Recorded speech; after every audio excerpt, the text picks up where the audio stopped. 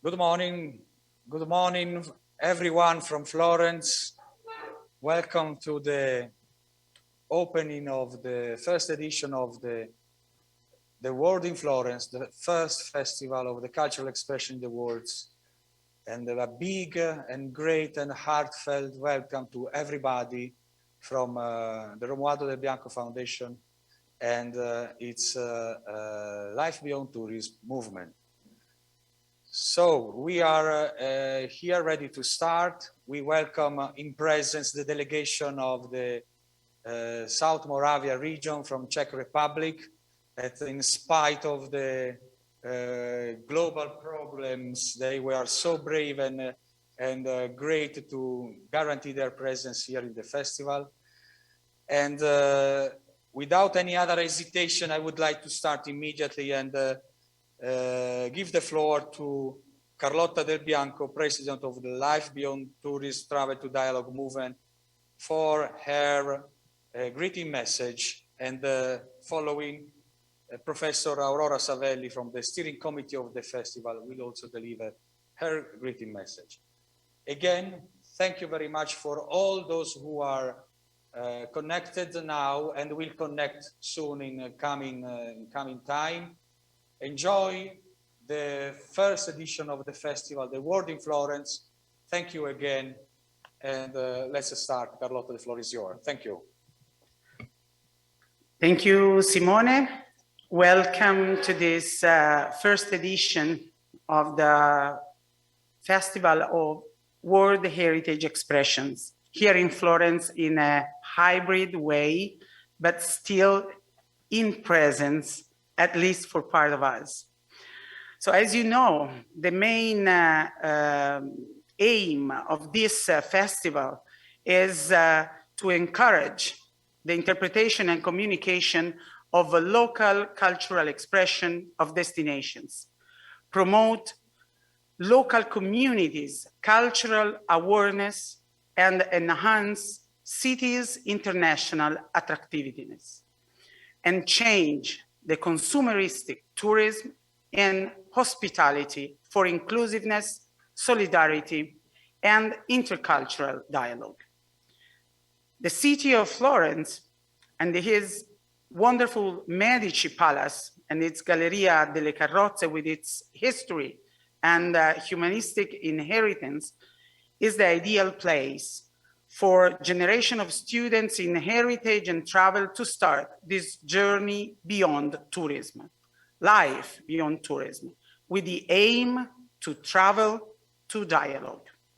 Our ambitious goal is to reach the number of 500 places from 100 countries of the 5 continents within 2025. It's ambitious, but as I said yesterday, it's not impossible because it is a great challenge for all of us working together in order to promote the ideal and the history and the roots of our places and of our lands. I would like to step back and remind the idea that stands behind the festival. The events that have characterized the last 2 years of our lives demonstrate that social, economic, relational, and environmental balance of the world is very fragile. During the lockdown, we decided to create something accessible. Although we were in the midst of isolation, we were thinking about the future, moved by the desire to return to normality. We were aware that it would have been an important challenge considering global difficulties. Facing the pandemic, we adopted digital technology to travel the world, to continue intercultural dialogue and enhance cultural expressions. With the collaboration of the Romualdo Del Bianco Foundation and the International Meeting and Study Centers, we have launched a project with universities and other formative institutions in the Life Beyond Tourism network. The project was given the evocative name, Promising a Return to Daily Life, Back to Life, Revitalization of Places Post-COVID-19. In turn, this gave way to the creation of the international network of Life Beyond Tourism info points, which currently consists of 36 information points in 17 countries around the world, including Azerbaijan, Czech Republic, Georgia, Japan, India, Italy, Kazakhstan, Kyrgyzstan, Kosovo, Latvia, Lithuania, Morocco, Poland, Russia, Taiwan, and the United Kingdom. Many more are expected to be established in the future. At the same time, we thought about how to contribute to the enhancement of places and how to communicate their authenticity, which was quite difficult at that time. Thanks to the Life Beyond Tourism model, we have chosen the theme of dialogue through images. We started sharing stories about the city of Florence in an international interactive and traveling exhibition, Florence in the World. The exhibition began to travel within the international info point, and you are part of this international network, and you have hosted the exhibition. So you are the real part of the beginning of the festival story. So laying the foundations for a grading program that resulted in a worldwide circular territorial marketing project named Florence in the World in Florence. In the coming 5 years, 2021 to 2025, the project will engage locals, public administration, authorities, educational institutions, museums, cultural foundations, group of students, young people, inhabitants, in raising cultural awareness and enhancing local identities. Local administrations and public authorities can share and offer an authentic and inner view of their birthplace through photo posters, videos provided by the near-field communication technology. In other words, local stakeholders will aid potential visitors in enjoying the soul and flavors of places the pandemic prevents everybody from experiencing. Their eyes, hearts, and soul will lead us well beyond the touristic excursions and attractiveness. They lead us to grasp the spirit of the sites. So starting Florence in the World with the guided narration, the observer is introduced in the city, as you have seen, through the presentation of details and cultural expressions with online content expansion with the NFC technology. In this way, the whole world can get to know Florence and Tuscany through the eyes of their residents. And from here, thanks to the involvement of education and cultural institutions, thanks to you, and that of local authorities, and here we have a very active representation, the second phase of the program was born. That's the one of the return, the World in Florence. So places from all around the world are presented in Florence in their entirety, with knowledge and mastery, emphasizing products, landscape, and curiosities, presenting dialogue through images, and the World in Florence therefore improves the narration, transforming the exhibition and NFC content into a territorial marketing tool. enriching itself with new content, new places, and new cultural narratives, effectively enhancing and communicating the world's cultural expression. Our aim is also to make the World in Florence exhibition start to go around the world, inviting participants to most important events in the travel sector, in the cultural world, and help grow a network of occasions to make the World in Florence exhibition travel within the year 2022. The exhibition will return again to Florence over a 5-year period and will show itself to be more varied and intercultural than ever, and deeper in the content. So all this translates into a concrete contribution to the economic recovery of places that will be able to present themselves in a different way and become destination for conscious traveler. The conscious traveler is able to appreciate the items coming from local sources, zero product mile, and the unique pieces of craftsmanship. This traveler will visit small museums and become a stimulus for other travelers, thus overcoming the concept of the hit-and-run tourist. Conscious travelers will become temporary residents, hopefully increasing the average length of stay. We wish to express, of course, our deep satisfaction with the enthusiastic, prompt, and proactive responses received by the program by the entire national and international Life Beyond Tourism network, even during a global pandemic that has had uneven repercussion throughout the world.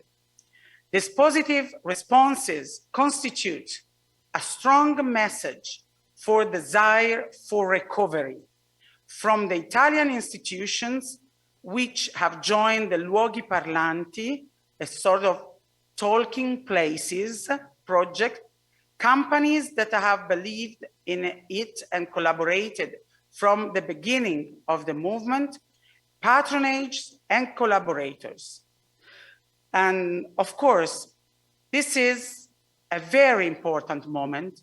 This is a turn into the view of a tourism-based globalization into a human-based and value-based globalization. I wish all of us to travel to dialogue in this journey that is starting today with 45 places around the world, and that will lead us to think over today and start enriching this network with our neighbors' countries, with our neighbors' institutions, in order to make a network over the network of present institutions and travel destinations, a transversal perspective to know the roots of our families, of our lives, of our institutions, and root them better in the soul of the next generation in order to disclose our future's eyes into our places worldwide. So thanks to all of you, and we are really looking forward to hear from your voices despite the distance, but thanks to the global help of technology, the way you did your research, your storytelling, and we know the passion, the active engagement of you, professors, deans, rectors, institutions, and students that, despite the dominous lockdowns, have always believed in this and felt this as a sort of light to watch and to look forward the final reopening and the freedom of traveling again. Thank you very much.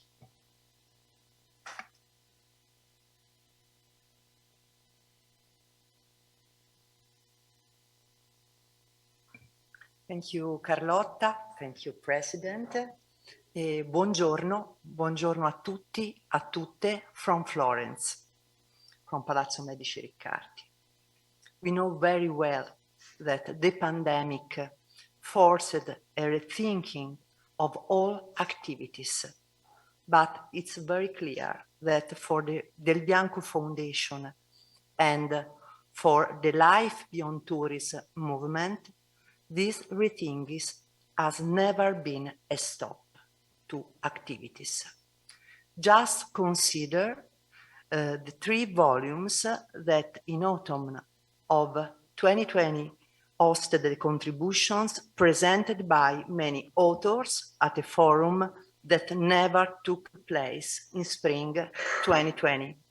Forum dedicated to building peace through heritage.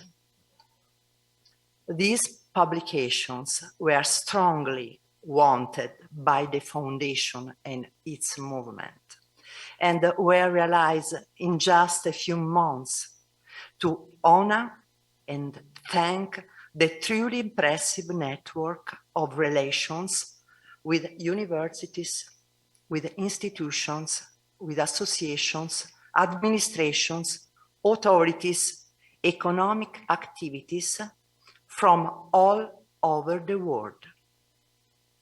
A network built up over years of passionate work.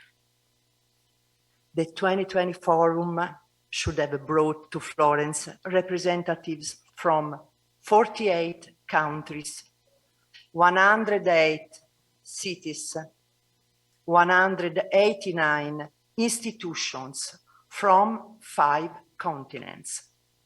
It's right today to remember this number, not for the quantitative data itself.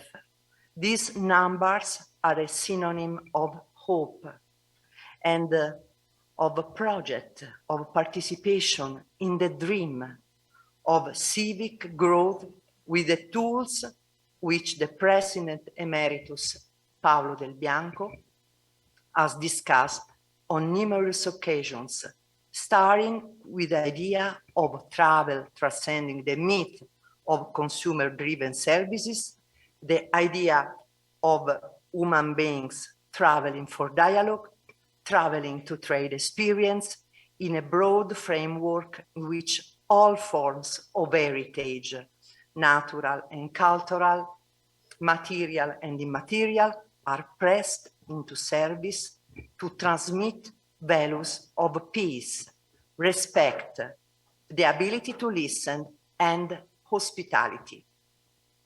The pandemic has forced us to rethink our activities, but some key points of the Fondazione Del Bianco activities have not changed. If it's true that travel must become a high-level human experience, instrument of individual and collective growth, and not a mere consumption of services, then communities and territories have a central role in allowing travelers to immerse themselves in a cultural biography of places, cultural biography and complex biography of places. The President Carlotta Del Bianco spoke of luoghi parlanti, talking places, an almost fairy tale expression to underline this concept. territories and cultural expressions cannot and must not be expropriated of the story that concerns them. They must be active protagonists, not only to promote, but to exist. And it is with this spirit that the idea of this festival was born and developed. I would also like to recall a specific point of the Forum 2020 call for papers, and I do so with the aim of underlining the coherence of this first festival with all the activities and history of the Foundation and its Life Beyond Tourism movement.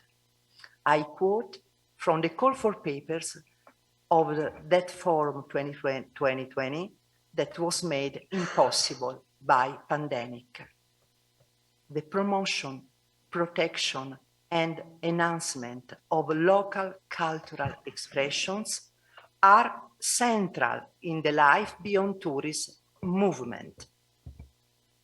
Life Beyond Tourism raises respect for cultural diversity, provides a new commercial offer based on a new ethic by raising awareness about the place's identities.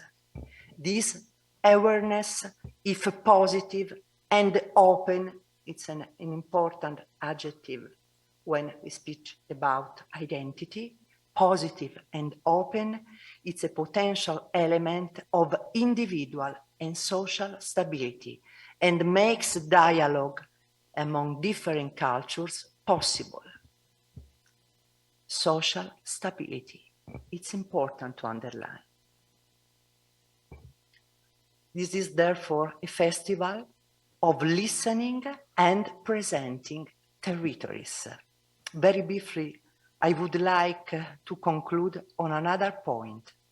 The Foundation and its movement have accustomed us to rich and composite activities. On the one hand, the theoretical debate and the relationship with universities, academies, other important cultural institutions. And on the other hand, the voice left to the territories, the engagement with practical economic activities. This is a composite register that we also find in this festival, in which storytelling is alternated in the central part of the 2 days by an appointment with 4 experts who will lead us on the challenges that the pandemic framework offers. At 11, the keynote lectures by Giacomo Lorandi, Italy, the pandemic of COVID-19 as a way to reconsider the socioeconomic model of development, lessons from the past, from history. And Sabina Gieva, Azerbaijan, preserving heritage after pandemic, new tendencies and approaches. Tomorrow, it will be the turn of the keynote lectures by Gilbert Siame from Zambia, food system disruption in the era of COVID-19 in African cities, and after Giovanni Ruggeri from Italy, who will speak on tourism challenges from post-COVID era. Today, places and cultures are inundated by new questions, new concerns. There is a strong feeling that the world is going through a transition phase, initiated by the dramatic pandemic and the challenges it poses.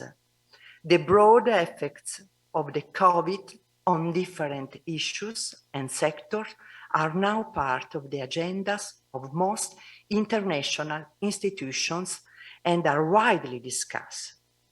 Since its conceptualization in 1989, The Fondazione Romualdo del Bianco mission was to promote dialogue among cultures through heritage and travel with respect to the environment.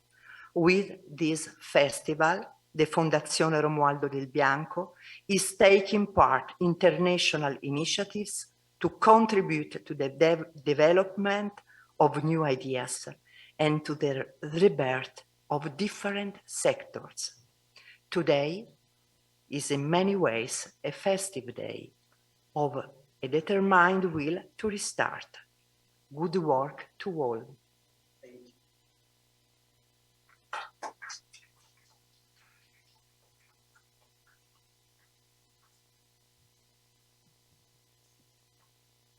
Thank you. Thank you very much, dear Carlotta. Thank you very much, dear Aurora.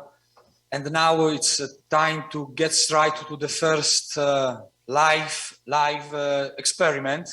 So we will shoot the first picture of this day. So would like to invite all our guests to sit at the here and turn the chairs.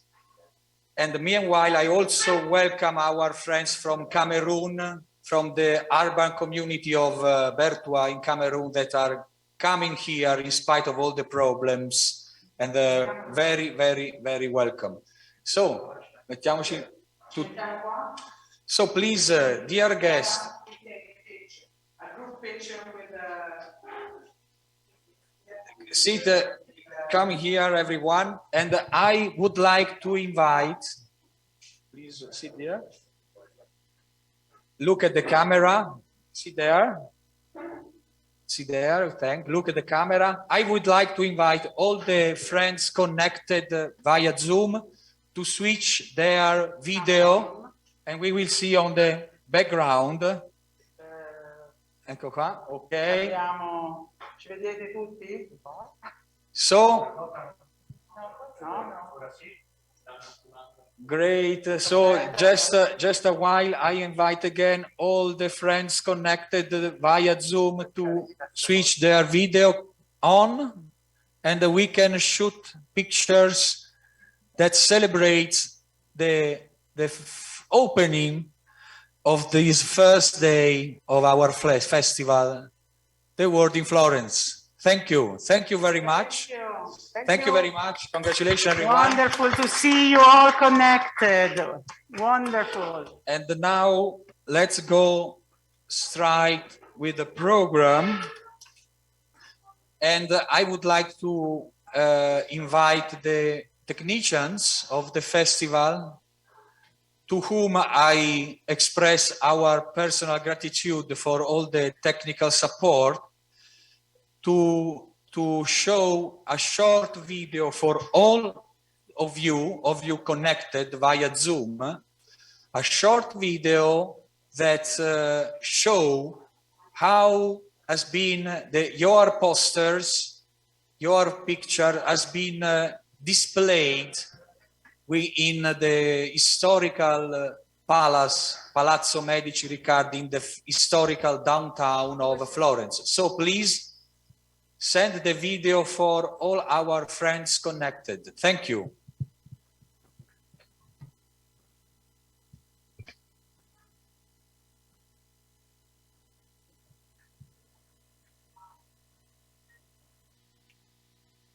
Alain, are you ready for coming here?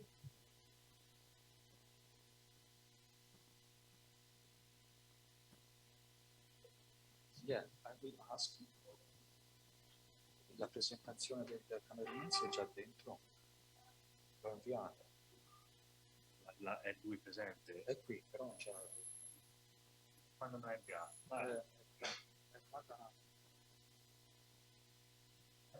Have you a flashcard with your presentation? A flashcard? No, I don't have. No, you don't have. Okay, just a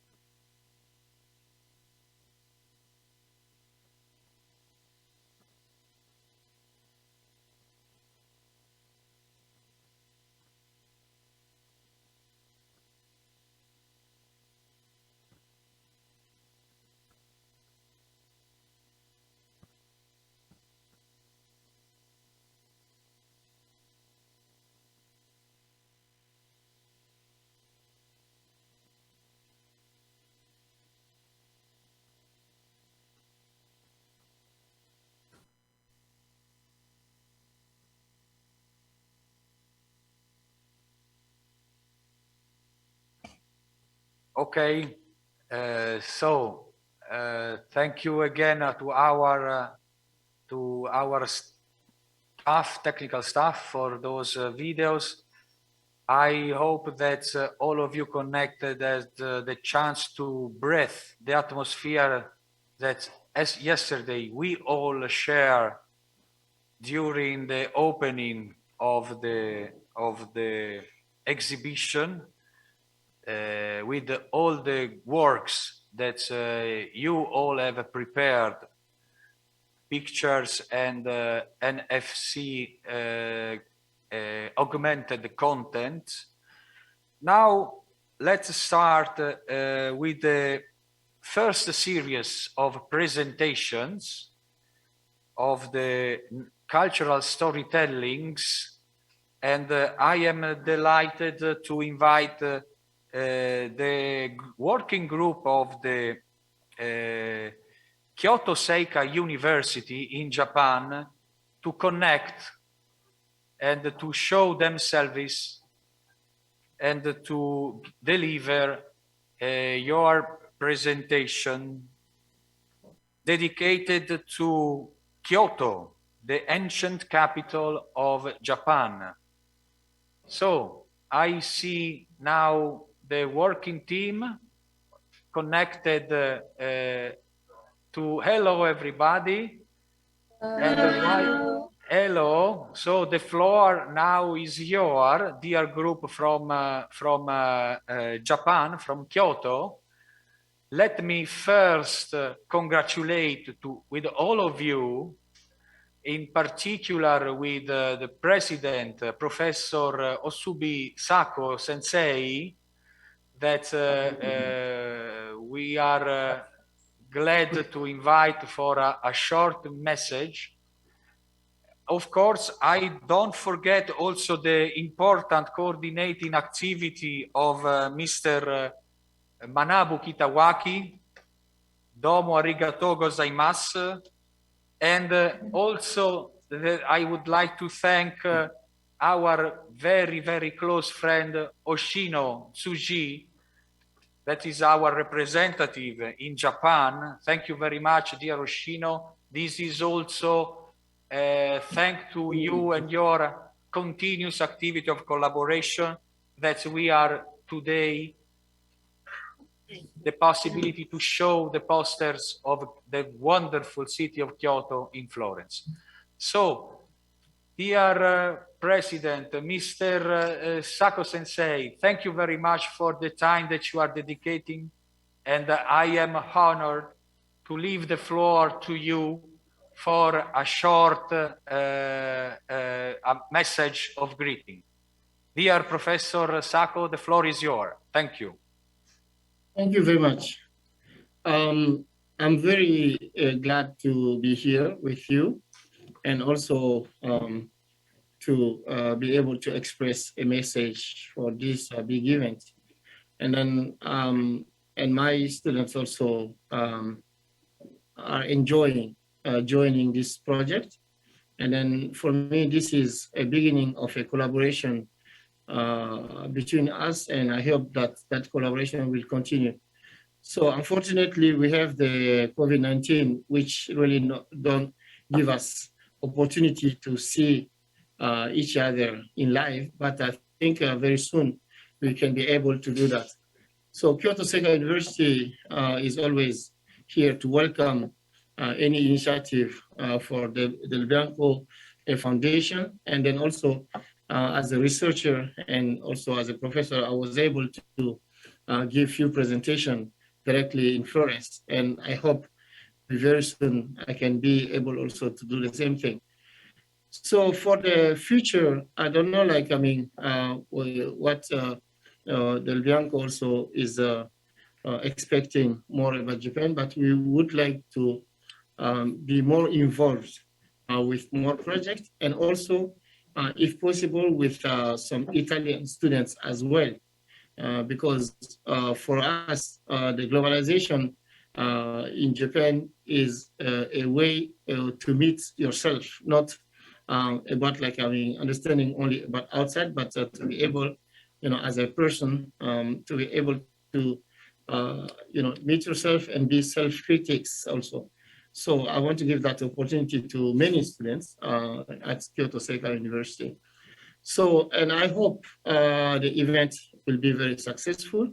And also, I hope my students will give a very good presentation, I'm expecting. I want to put the bar very high for them. And then, I think they have been preparing very well. I'm very confident. And of course, they are the representative of Seika University. So, and then that's also a way to show Seika power. So, ganbatte kudasai, and then hope to meet you guys very soon in person and enjoy this moment. Thank you very much.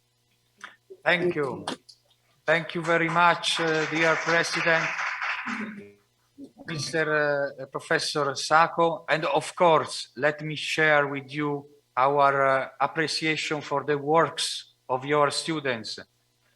Thank you very much, Shannon. Thank you very much, Momoko. Thank you very much, Yuki. Thank you very much, Masakatsu. Sorry. So the floor is yours. Please go on with your presentation. Share your Zoom screen. All right. Before we start, one of our Masakazu is trying to get into the meeting, but like he needs approval from the host. So if he could get approval from the host, like he could present. Like Actually, he is in America at the moment, so he's going to join I'm now. us. Can you hear my voice? Okay, now, yes. Yes. All right. So Hi. all right. So we'll share the screen. 表示でフルスクリーンモード。Oh wait. Okay, I'm sorry. I'll redo the.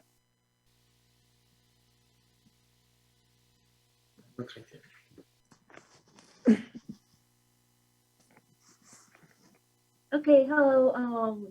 So for our presentation, we decided on the topic Kyoto from the students' perspective, since Kyoto City is known for its number of universities concentrated in one city, and 10% of Kyoto City's population is made up of university students. And this is our student introduction. I'm Claire Doe, and I'm a third-year student studying animation at Kyoto Seika University. And I was originally born and raised in the States, but my family and we moved to Japan a few years ago. And my current goal is to be able to work in the animation industry in Japan. And my long-term goal is to be able to work in the animation industry in both America and Japan. Hello, I'm Shannon, younger sister of Claire Doe, which means I'm also from the States, and we moved to Japan 4 years ago. I'm currently a second-year student at Kyoto Seika University studying textiles. I'm very honored to be able to represent Seika and be a part of this. Thank you. Hello, my name is Momoko Hashiguchi. I am third-year student at Kyoto Seika University, majoring in graphic design, and I'm currently preparing to go to the United States to study abroad. In the future, I would like to become a designer who can think about things from multiple perspectives and have a more objective view of my country and myself by looking at the world.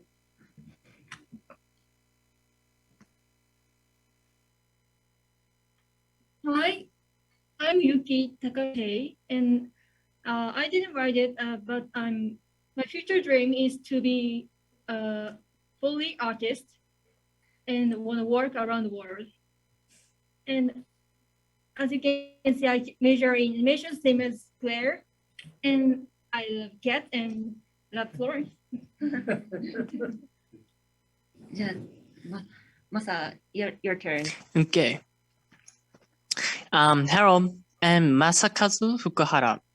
Please call me Masa.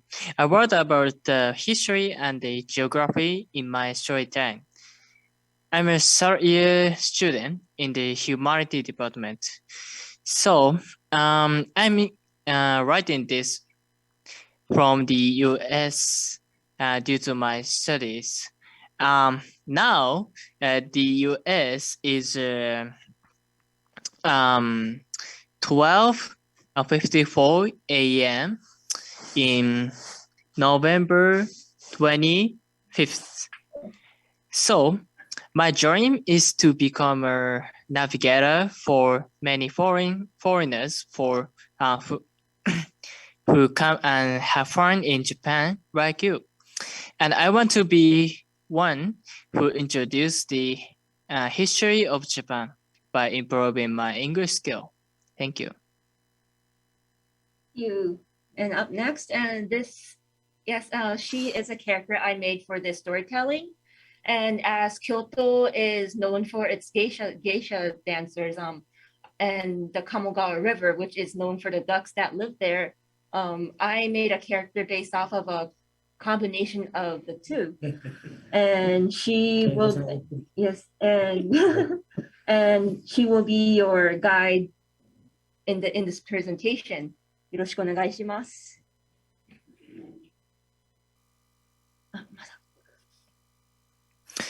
Okay. The land of Kyoto is like a natural castle. The Kamo River runs through from the north and is surrounded by mountains from the north, west, and east. In ancient times, this land was chosen as the site for the castle that Japan sought to build as a new nation. This natural castle, which was used to prevent attacks from the enemy, eventually became the capital. Many nobles and merchants gathered in the well-developed town, which also blossomed into the place of learning as monks and samurai gathered. Okay, next page. The history of Kyoto began in the year 794 AD. At that era, the capital was located in Yamato Province, present-day Nara Prefecture. But it was moved to a new location when Emperor Kamu took the reign. The process of relocating the capital was called the Sento. And this location of the capital to Heian-kyo later became the foundation of Kyoto's 1,300-year history. Okay, thank you. Kyoto is home to many historical buildings. The buildings have been damaged by natural disaster for a long time, as well as natural deterioration, as Japan is known as one of the most disaster-prone countries. Even the 5-story pagodas, the Goju no To, which is famous for its strength against earthquakes, have a case that it was destroyed by a typhoon. Not one historical building in Kyoto has survived the destruction by humans. Thank you. One example is the arson at Kinkakuji Temple. In 1950, an apprentice monk set fire on the temple. Thus, it was repaired in 1955 so that we can enjoy the beauty of the building now. As you can see, repairing is a really important part of inherit how our culture is made. The first facility dedicated to repairing comprehensive cultural properties in Japan was made at Kyoto National Museum in 1980 to keep historical art and buildings as long as humanity needs. Thank you.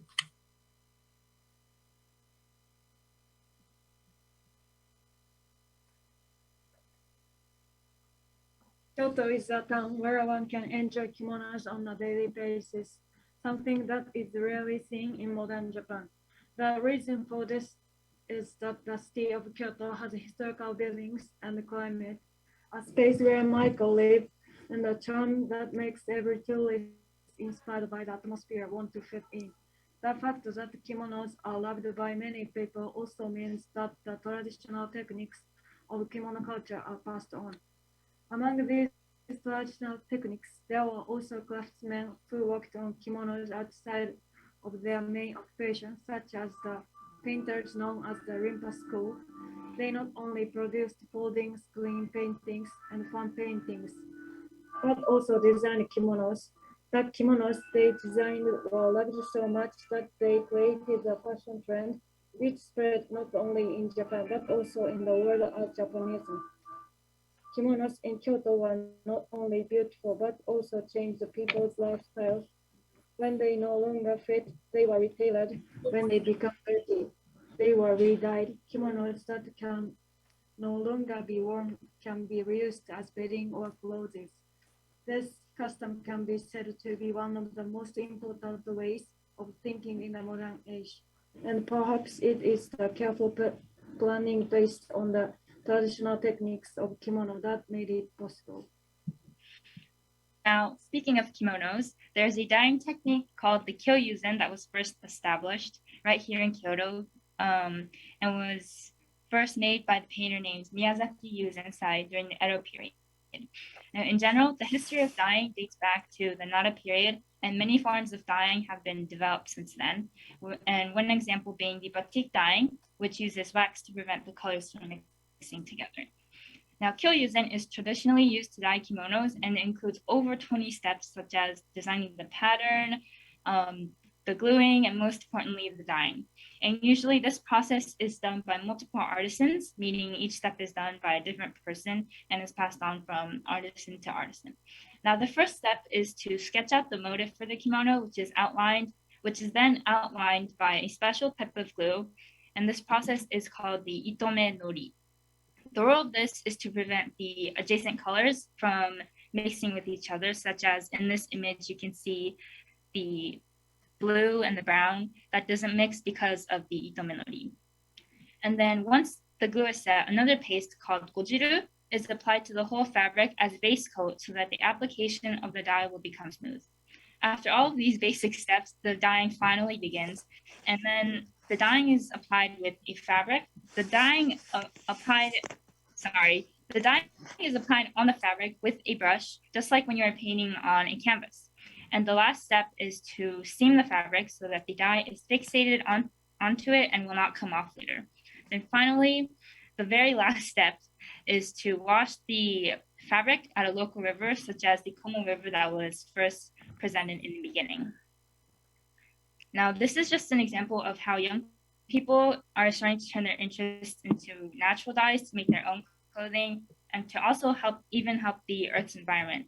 And this is an example of how young people are enjoying their own culture and modernizing it. Now, next up is Claire with one of the most popular foods here in Kyoto. Okay, hello, I'm Claire. Once again, I'm Claire, and I'll be introducing the whole bread culture in Kyoto. And as Kyoto is an ancient capital, many people might think Kyoto is the more traditional or maybe even conservative part of Japan, but in reality, part of its culture is significantly modernized. And Kyoto ranks first when it comes to the consumption of bread and along with coffee. And you may think because of its cultural history, things like green tea might rank first in terms of consumption, but in reality, Kyoto actually ranks 41st when it comes to tea consumption. And because the bread consumption is so high in Kyoto, Kyoto also ranks first in butter and milk consumption. And one one reason for its high consumption rate of bread is one reason for the high consumption rate dates back to the Meiji era when Japan was undergoing major changes through Western cultures imported from different countries. And during the Meiji era, many Westerners moved to Kobe City, which is located in Hyogo Prefecture. And the Westerners who moved to Kobe, they also brought their baking techniques to Hyogo. And the people from Kyoto, when they visited Kobe City, they learned how to bake bread, and they took it back to Kyoto. And because Kyoto is a city known for its artisans and craftsmen, they quickly incorporated bread into their own culture. And as Kyoto is a home to thousands of university students, the kashpan, which literally means snack bread, it's a popular choice for meals. It's a popular choice for a meal during their busy student life, as it's affordable and a quick meal to have between classes. And today, coincidentally, we also bought bread from the bakery for a quick meal. And these are some of the more popular ones, or the more orthodox bread that we eat. And this one is called the meronpan, or the melon bread. And contrary to popular belief, it is not filled with melon. It just looks like a melon. And this one, it is filled with the chocolate cream. It's called the chokokorone in Japanese. And this is called the yakisoba pan, where you top a bread with the yakisoba noodle, and you eat it like how you eat a hot dog. But unlike the hot dog, the yakisoba bread has lots of carbs. And up next, I'll be introducing the Sanjo Shopping Arcade. And the Sanjo Shopping Arcade is a home to many shops, old and new, and many shops are often family owned. And it was first established in 1914, and initially it had 72 stores stretching from the Aburano Koji Street to Omiya. And in the present time, the number of shops have increased to 180 stores, and the types of stores have diversified since. And initially, it was more of a market area, but now there are all kinds of shops that specialize in different genre of goods. For example, there's also bakeries, and the bakeries that I just mentioned, and there's also shops that specializes in bicycles, and bicycles is a crucial part in Kyoto life, because many people in Kyoto, they use bicycles is a very important choice for transportation. And there's also clothes and food, and even for like food related stores, there's some stores are specialized in meat, and some stores are specialized in fish and vegetables, and it's a very nice place to just stroll. And aside from the stores, it's also a place where many people get together and have fun. And on July, there's this Tanabata festival where the shop owners, they bring out their goods outside to sell directly to passerbys. And there's also booths where you can get like festival foods like the takoyaki and yakisoba. It's the atmosphere during the festival is very lively and very fun, but unfortunately, because of COVID, it's been postponed since. And in conclusion, the Sanjo Shopping Arcade, it's a very important aspect of Kyoto life. And my family also visits the Kyoto Shopping Arcade for grocery shopping. And it supports many families to this day, whether it's providing groceries or providing a place for people to get together. And even and even in the times of modernization, it will continue to be a very important life here in Kyoto. Thank you very much. And that's it for our presentation. Thank you very much for listening. It's been such an honor for us to be able to represent our university and to present. Thank you. And domo okini.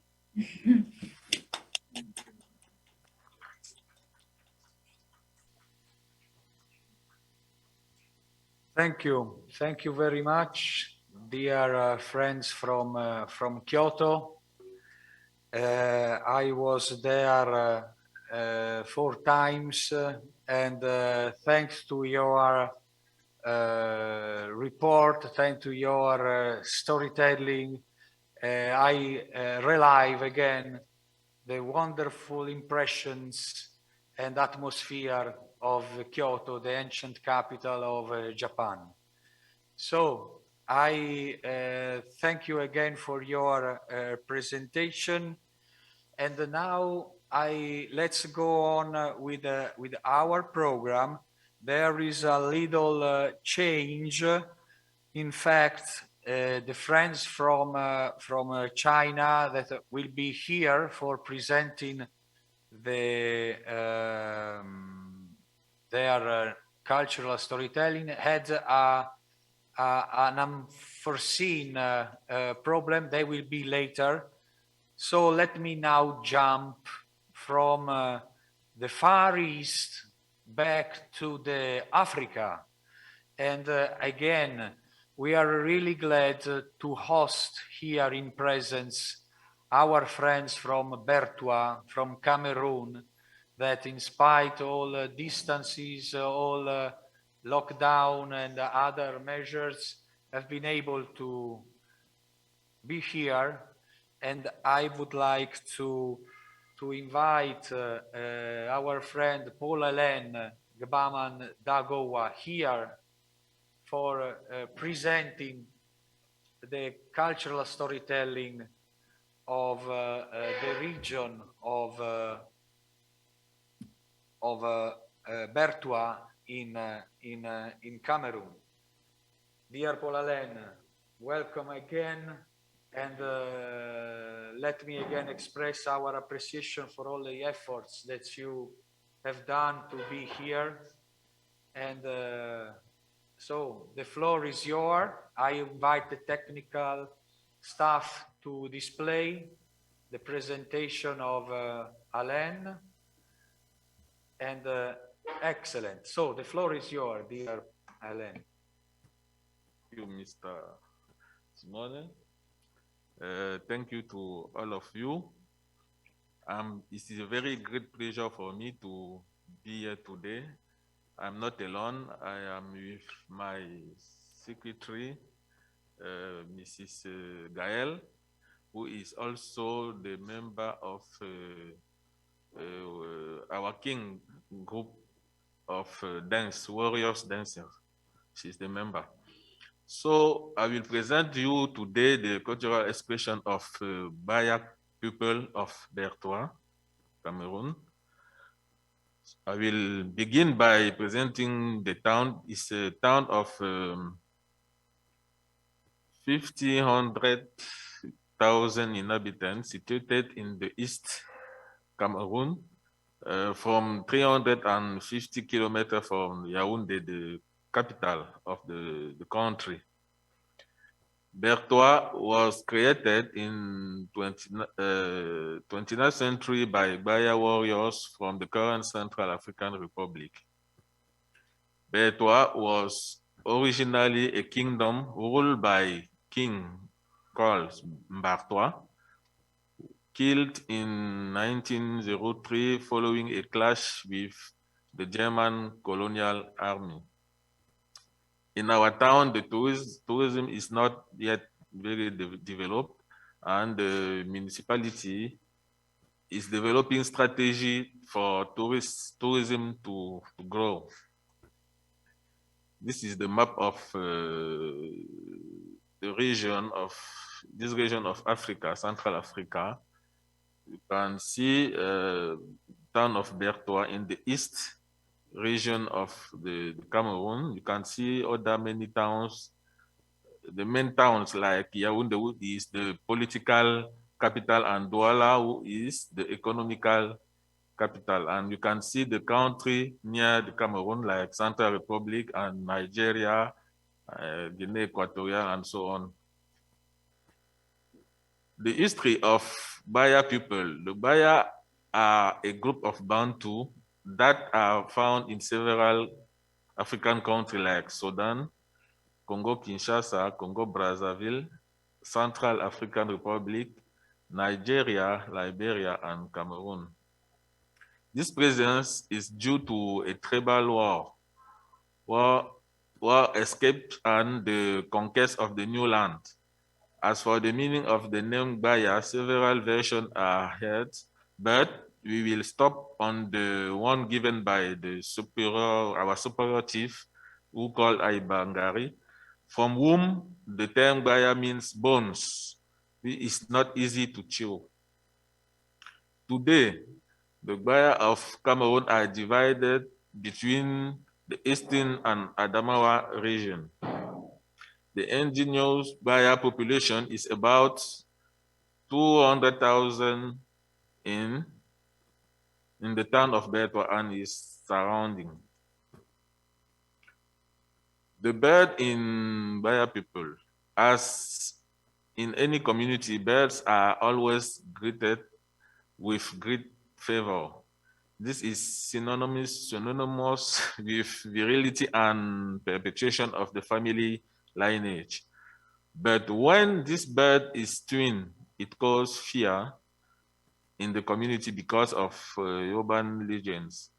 This is the reason why twins and their parents are subject to certain esoteric rites under the guidance of a godmother. The dowry in our community of a girl among the Baya depends of several factors, such as the origin of the mother and many other considerations. But for some girls considered Zongaderi is our language, we call virgin girl, the suitor must present himself with a basket of 12 chickens, a pack of needles, a spear, a bag of salt, a large pot, red wine, and large water bowl. Previously, it was the family that chose the woman for the man. Today, it's no longer the case. Marriage among the Baya is not considered as a trivial event. Beyond the festive character, it is a symbol for the community. This is the reason why a Baya man can marry in the monogamous regime or in polygamous regime. But those who opt for the second regime, they are highly respected in the community because it symbolizes wealth and power. Food and religion. Food in the culinary field, they consume a variety of food that are part of their traditional menu. Among other, what we call it is the cassava leaf, and it is called bol in French.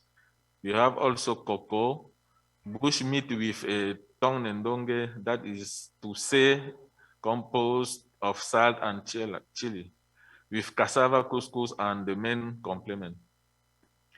Religiously, the Baya are historical and animist people, but during their migration, they were influenced by Islam for those who live in the northern area and by Christianity for those who live in the east. But although belonging to his two religions, they practice from time to time their original religion, which is animism.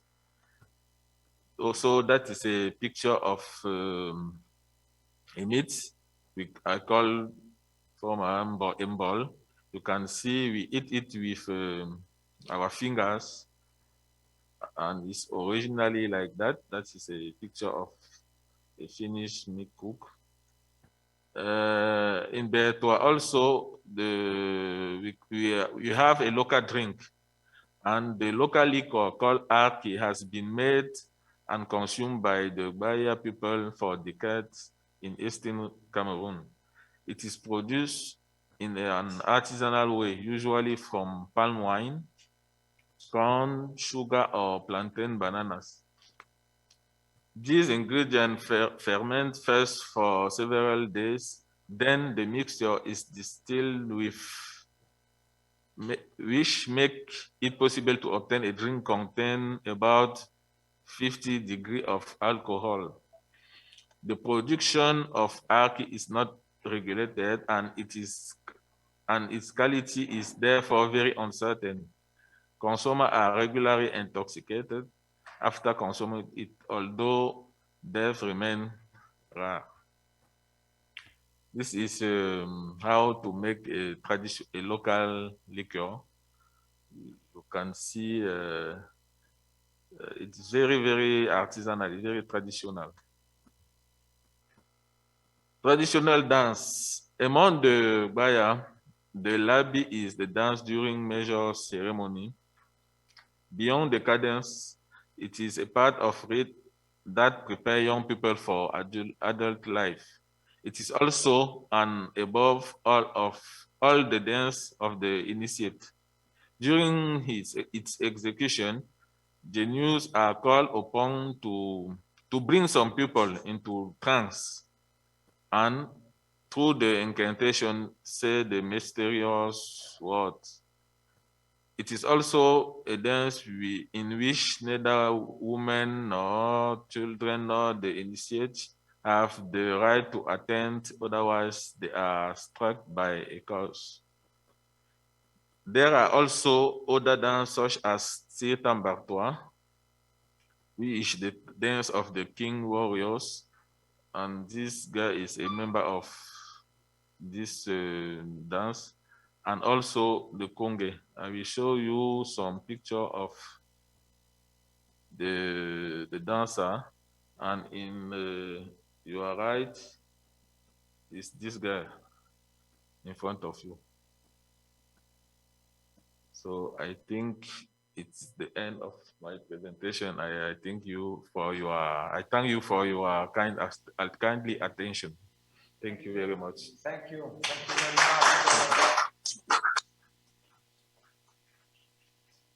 much for your view of your culture and your identity.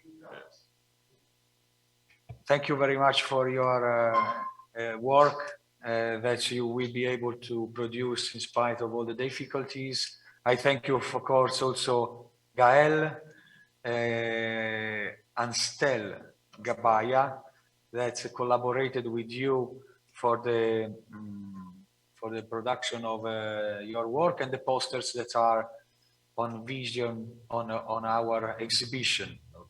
Okay, thank you very much. Thank you. So, dear friends, as I told you before, we had some problems for the Chinese delegation. They will be here in half of an hour approximately. So, let me for the moment stop here the session of the presentations, and we will start again at 11:15.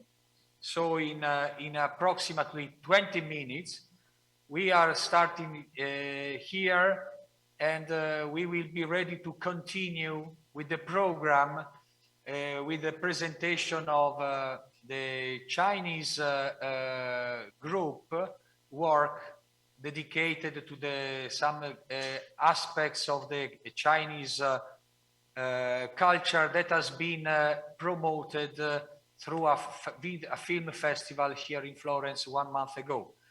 And then we will continue with the key lecture, Learning Journey, Places and Culture in Transition by Professor Giacomo Lorandi from the University Cattolica in Milan. and Sabina Hajeva Khalid from the Azerbaijan University of Architecture and Construction in Baku. So again, thank you very much everyone for attending the program so far. We will see at 10:45 for starting again the following sessions. Thank you very much and see you later.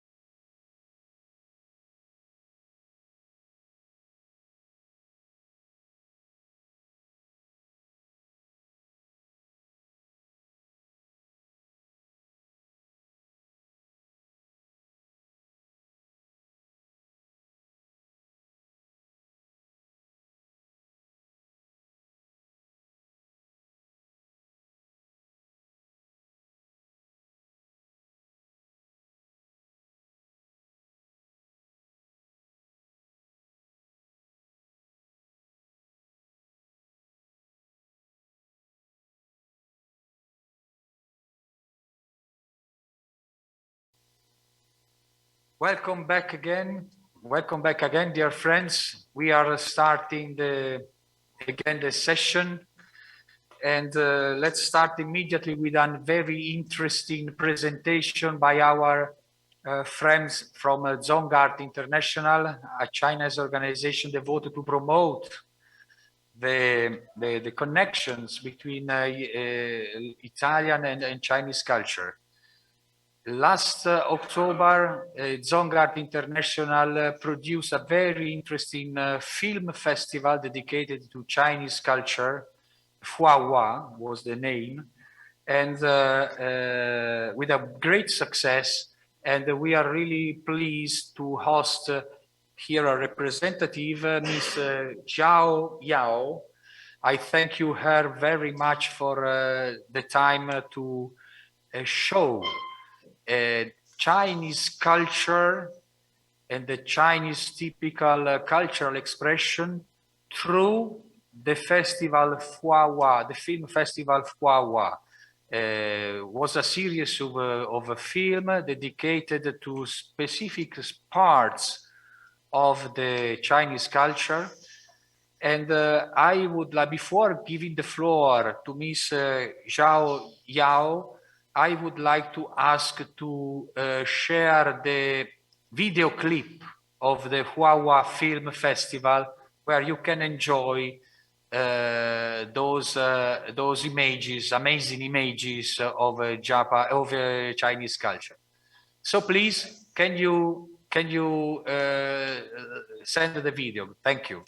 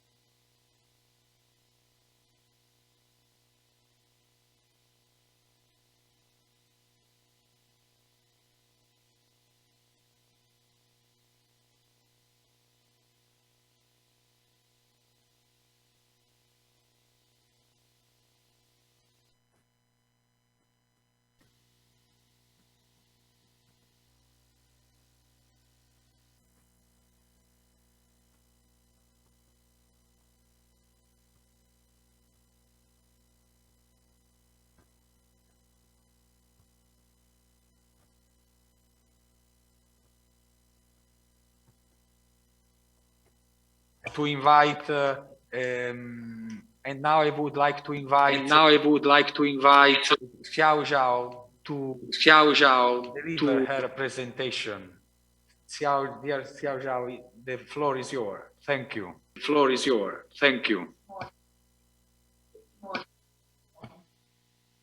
Okay. Buongiorno. Good morning. Hello. Before starting my presentation, I would like to thank the Fondazione del Bianco, whom bring us from all of the world to here, Florence, and taking this opportunity I can share my culture of my hometown to all of you here. Our organization, Zhong Art International, is involved in culture and art between Italy and China. And this experience for our topic came to us from the recent experience of our Chinese film festivals, which we have organized in Florence just last month. And it's also the first Chinese film festival in Italy. Besides following the plot and the human event of the films, we had the opportunity to watching many aspects, such as the way of the life, local custom, different habitats, watching my clothing, homes, food, and so on, and of noticing particular of another culture. Our attention was drawn by beauty of environment and the way land is cultivated. We realized how elements from the past, such as Taoism and the traditional of the Kung Fu, are deep-seated in China culture and how important they are. So we chose to develop these items. And the picture here is the film, the red flowers, green leaves, and it's by Liu Miao and Hu Weijie. The story is about a young couple dealing with an arranged marriage. And the Soul of Himalaya by Zheng Yuhui, an epic 18th century story about a small trapper amidst the snows of Tibet highlands.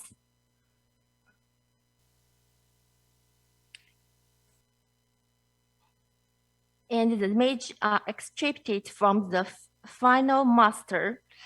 Third film martial art by Hu Haofeng, set in the 30s, and the story of Kung Fu master struggling to introduce his style into a hostile communities, practicing a different one.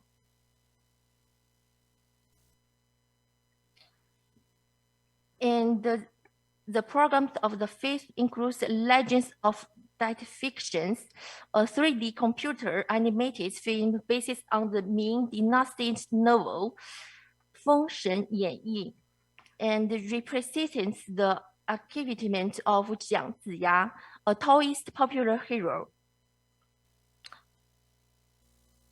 Here I also prepared some picture for some landscapes in China. So we can see the with the heritage. Okay, sorry.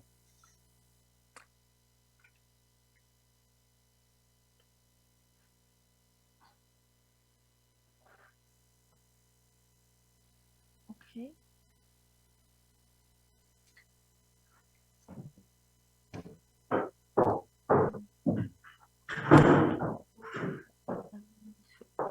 The tea plantations often site amongst the wooded areas and expanses of the rice fields. Seems like the place out of time where the height goes parallel to the undulating terrains, and the cultivation practices are not very different from those used centuries ago.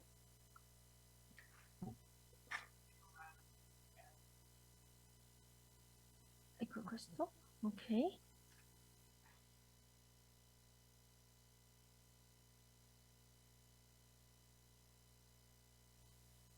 And this is the Shaolin Temple, where is my hometown, and it's and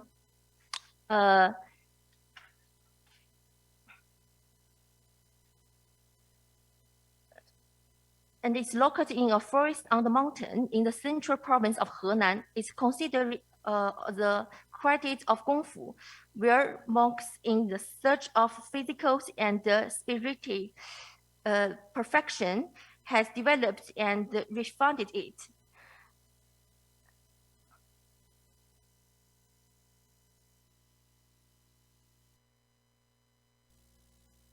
And this is a famous film. I mean, the martial art and the Western world, and showed interest in martial arts towards the end of the 19th century, but it was only following Second World War that the teaching of this different style began to spread, with school opening in many countries. And here is some people in China. The morning they will do some also art to take the practice. I mean, thank you. Thank you very much. Thank you very much. We are Mrs. Yao, because as I told you before, friends from Zongard International were able to extract some images and expression of the typical expression of the Chinese culture by the films that were part of, were in the program of the Huahua Film Festival that was organized in October 2021. Again, thank you very much to Zhao. Thank you very much to Zongard International and to his president, Mr. Johnny Zhang. And now I would like to, we have concluded this part dedicated to the presentations from the different part of, from Far East and Africa. And now it's the time for the learning journey course with the two important and hosts of our belonging to our network. And I would like to invite to the floor the moderator, Professor Aurora Savelli, who is the member of the steering committee and is professor of Orientale in Nepal, to introduce the two keynote lecture, Professor Giacomo Lorandi from Catholic University in Milan, and later Sabina Hajeva Khalid from the Azerbaijan University of Architecture and Construction. By the way, and this is my last final note for today, I would like to welcome Mr. Aliyev, Nemat Aliyev, the first secretary of the Azerbaijan embassy in Rome, who is attending this session. So thank you very much, dear friends, for now. And now I invite Aurora, the floor is yours for the continuation with the Learning Journey lecture session. Thank you very much.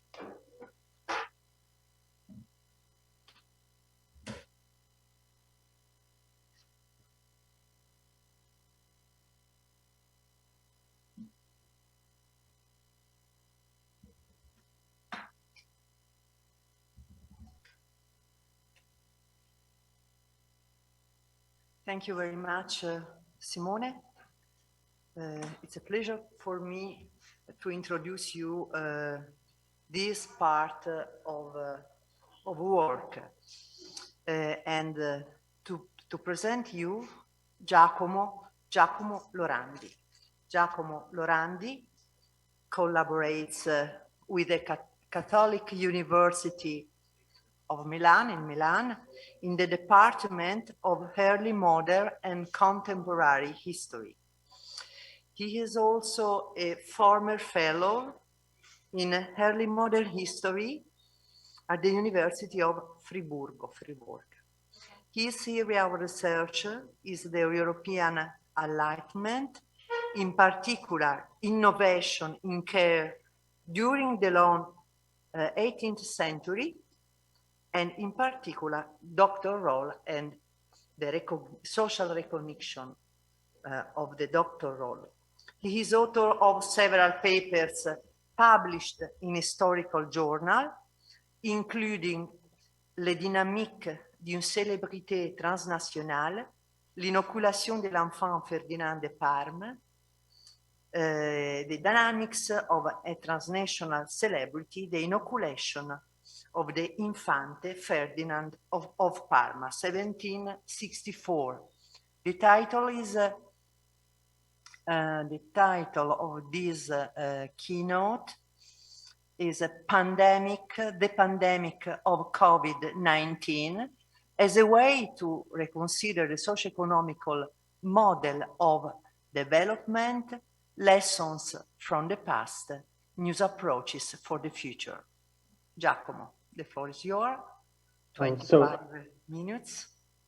Okay, first of all, thank you very much to you, Aurora, and to the organization, to the president, to let me propose my idea about a way to reconsider the past and to find some new idea, new possibility for the future. So just a second, I try to show my slide. So I hope you can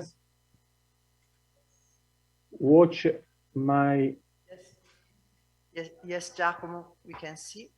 Okay, so the title is The Pandemic of COVID-19 as a Way to Reconsider the Socio-Economical Model of Development, Lesson from the Past, New Approaches for the Future. So I would like to start my speech with a famous Latin motto, Historia Magistra Vitae. And at the same time, I would like to propose a question that I hope you can, I hope we can reflect on it at the end of my speech. So Historia Magistra Vitae, is that true? Is it really true that Historia can help us to reconsider our life in the contemporary? So historical facts teach new generation how to avoid remaking the mistakes of yesterday. In the time I have at my disposal, I will look to the past events in order to shed some light on the best practices it may be worth adopting in order to avoid repeating mistakes and, as a consequence, avoid the possibility, not entirely unlikely, that a certain catastrophes will happen again. From the plague of Athens, as described by Thucydides in his History of the Peloponnesian War, to the Spanish flu, human life is under the constant threat of pestilence, epidemic disease of cyclical pattern. It's not by chance that since the Middle Ages, in the Apocalypse of John, it was represented by 4 knights, 3 of them impersonating famine, war, and pestilence. The biblical metaphor makes it clear that throughout the history of humanity, these 3 terrible elements have been closely connected. Think of the pestilence that broke out in Rome in 1527, following the devastation wrought by the Landsknecht. Crossing the Italian peninsula, those imperial soldiers at once brought war, caused famine by stealing all that they could, and spread the pestilence that, originating the battlefield of Central Europe, eventually reached the former capital of the Roman Empire. Also, with their raids in the countryside, the Landsknecht contributed to the population, as it was easier there to fall sick because of the precarious living and hygiene condition. The shortage of land workers made the ongoing famine even more severe. So during the pestilence of Rome in 1527, more than 30,000 of people died by this plague and also for all the problem connected with this pestilence. Famine, war, and pestilence, I say. These 3 interconnected cataclysms resurface in various historical episodes, not only with the appearance of the bacteria Yersinia pestis. Also, we can think about the pestilence of 14th century, one that caused the death of more than half of a population of the Europe. So a great plague. So Yersinia pestis or other ticks that are typical of early modern era, like typhus fever, of smallpox disease, or cholera. All of them latent in society and just awaiting the right condition in order to reemerge. Under the constant threat of epidemics, society began to develop a more complex and effective response to such kinds of plague than those classical remedies, such as laxative, bloodletting, and leeches. However, it was only in the 18th century, with the gradual diffusion of the Enlightenment movement, that a more scientific approach began to circulate with the effect of removing the veil of superstition towards medicine and more broadly toward curative practice. This new approach stressed the importance of the connection between personal well-being and the cleanliness of the surrounding environment. It emphasized the importance of hygiene, personal and the household, and the cleanliness of the air and of the living spaces as a first step toward recovery from illness. This perspective also involved city and housing planning. For example, favoring the construction of dwellings where the living area was separated from the animal quarters. Such awareness was quick to develop in town, slower in the countryside. So the 18th century brought greater awareness to the role played by the scientific community and by society at large in defeating the great epidemics that affected humanity. So we can remind that during the 18th century, the Yersinia pestis, so the pestilence, disappeared. We don't know why, we don't know how, but pestilence, pestis leave his place to other great pandemic like smallpox. So just think of a scientific and cultural debate that quickly propagated all over the European continent in the second half of the 18th century around the smallpox disease, which resulted in the development of the vaccine by Jenner in the following century. From the history of epidemics and the human response to them, we can draw some lessons, or better, topoi, recurrent themes at which it's worth to take a deeper look. As yesterday, so today, a pandemic cannot be faced individually. In order to overcome it, we must go through a social pact that involves the mutual collaboration of institutions, communities through the practice of active citizenship, the industrial sector, and the market. Such synergy is the fuel that allows a society to overcome an epidemic. Indeed, when a pandemic breaks out, one should not let oneself be misled by the instinctive inclination to consider the medical aspect solely. Of course, this is the most visible and urgent feature, but attending to it alone would reduce the speed of recovery. As we can see in the recent months, from being responsible for a global health crisis, the COVID-19 disease went on to spark an economic crisis. From the job market, it went up along the production chain. Like the Spanish flu, at the beginning of the last century, today's pandemic is hitting various dimensions. Think of its consequence for our cities. Many people have left for smaller urban centers with the spread of smart working measures in order to facilitate social distance, contributing further to the depopulation. As a consequence, many shops and restaurants have closed down. Such changes, in turn, have severely affected the housing market. Looking at events that have shaken the foundation of our society, it will be comforting to have an erase and rewind button that could propel us back to the year 2019, to our typical pre-pandemic daily schedule and lifestyle. However, reassuring a foe that might be, it's not the way to face the problem.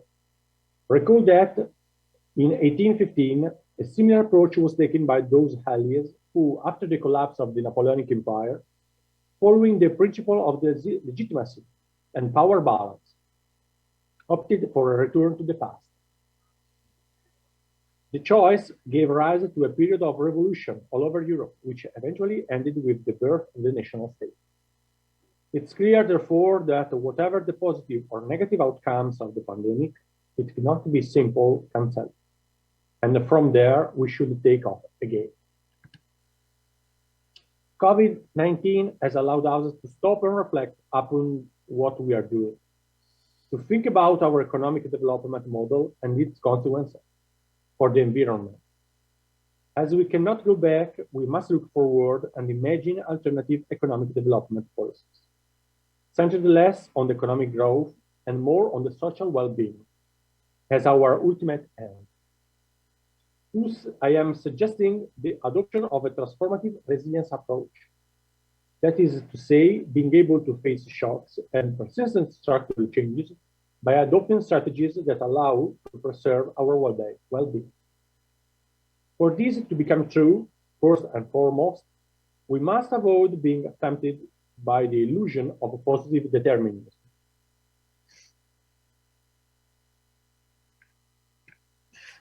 Tragedies don't automatically ensure the moral regeneration of civilization. We need to broaden our perspective and take into consideration the various domains that influence our life. During the pandemic, the market showed that it cannot return to normality by itself. Just think of the sanitization products, which were in high demand, still extremely scarce. The development focused on quantitative growth only inevitably ends up by depleting natural resources and public goods, water, air quality, climate. The pursuit of economic growth is a factor that contributes to social fragility and endangers our own health. The pursuit of economic growth is a factor that contributes to the social fragility and endangers our own health. A first step to solve such problems requires the necessary collaboration of the entire community through active citizenship. It involved the necessary collaboration. The pandemic has shown that health not only is a private good, but it's directly related to that of your neighbors. More broadly, the pandemic has caused us to reflect upon the effectiveness of the Western social model, especially if one wishes to adapt it to the emerging economies. Certainly, the guarantee of freedom, equality, and welfare of the so-called First World is to be diffused. And this notwithstanding the fact that the pandemic has shed some light on how such systems compare with those of the people in need. Some inequalities have emerged not only between the rich and the poor, but also between the young and the older generation, thus broadening the range of disparities in communities at any latitude. In order to reach this goal, we must rethink our development model and lean toward a welfare society where the state assumes the task of assuring individual well-being. According to this view, the subsidiary principle takes on a role of primary importance. However, in my opinion, we would need a more development approach than the simple horizontal one. Indeed, the pandemic demonstrated that the latter is not effective enough, especially in the health sector.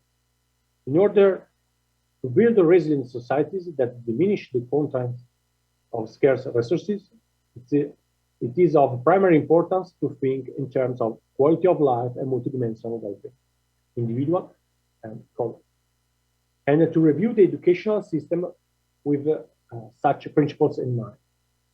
The public sector should aim at educating a new generation of responsible children, attentive to the common good. As a result, it should renew its techniques, methods, and spaces.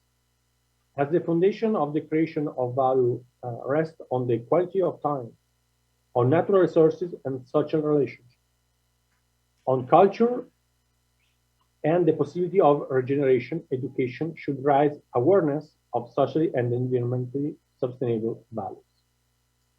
Only in this way can develop the decoupled from the destruction of natural resources. On the contrary, such an approach would facilitate the creation of a circular economy based on the use of renewable energy sources and respect the natural resources. As for domestic and international policies, institutions should be understood as the facilitators of the civic society's energy. New incentives and regulations should be devised in order to stimulate and prize civic behavior directed towards the common goal. The whole Western model is called into question. It should step back in its role of imposing top-down forms of behavior upon citizens and seek rather to stimulate their attention and responsibility so that they spontaneously choose to care for the common good.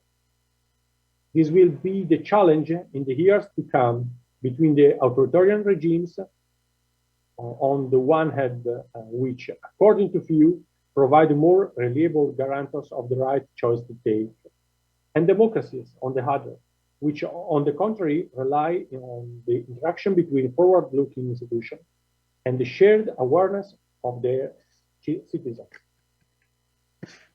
In conclusion, it seems clear that today, like yesterday, pandemics are an opportunity for a fresh start, a regenerative moment in which, in order to overcome the difficulties, the best practices must be adopted and put at the disposal of the community.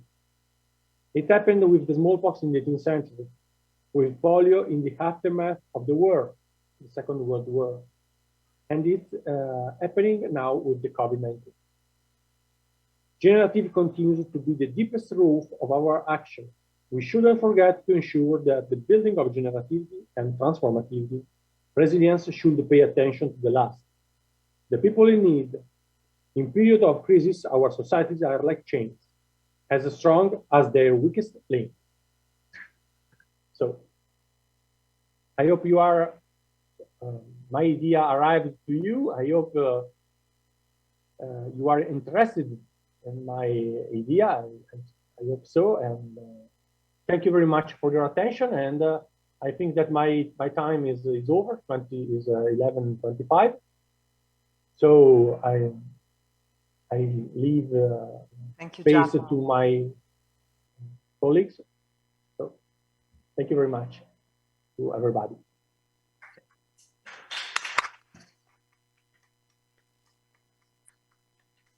Thank you very much. Thank you, Giacomo, for your presentation, for your broad picture of the past, of the history. It's not easy to imagine COVID-19 as a generative moment, but I think you have demonstrated very well that as yesterday, no one is saved by himself. Is a point of this presentation that stressed me strong. And also that it's impossible to erase, to retard before. Okay, I give the floor to Sabina Gieva. Sabina Gieva, Khalid, Azerbaijan University, is professor and head of the Department Architectural Constructions and Restoration of the Monuments, Azerbaijan University of Architecture and Construction. She is co-author of several projects devoted to the preservation of architectural monuments of Azerbaijan. Her numerous publications include Architecture of the North and Western District of Azerbaijan, 2011. Sabina Gieva was awarded the Progress Medal by the Presidential Decree of 25 November 2016 for her services on the development of Azerbaijan architecture. Sabina, the floor is yours. Thank you, dear Aurora. I would like first of all welcome all participants and to express my thankfulness to organizers.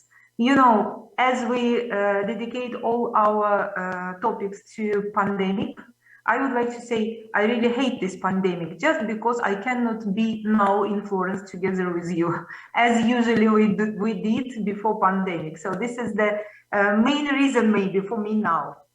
Okay, so now I try to start my presentation. I don't know, I hope you can see it.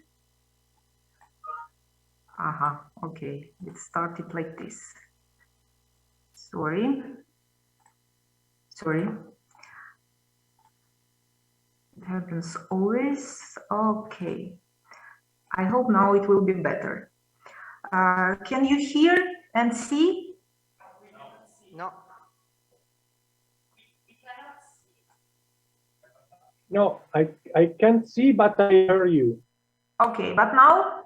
Yes. Okay. Yes, now is better. Yes, visible. Okay, thank you.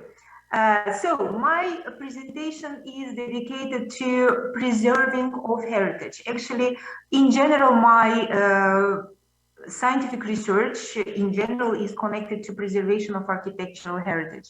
And I would like to say that, first of all, I'm very happy to participate in this event. And second, in spite of heritage in general, when we think on it, don't depend on such a short-term events like pandemic, which is very important in the life of society, but for monuments in general, it seems like something very small, very short, but in fact, we can see that it was affected also on it. What is heritage in general? I would like to stress once more, what is heritage for us? What we understand as heritage?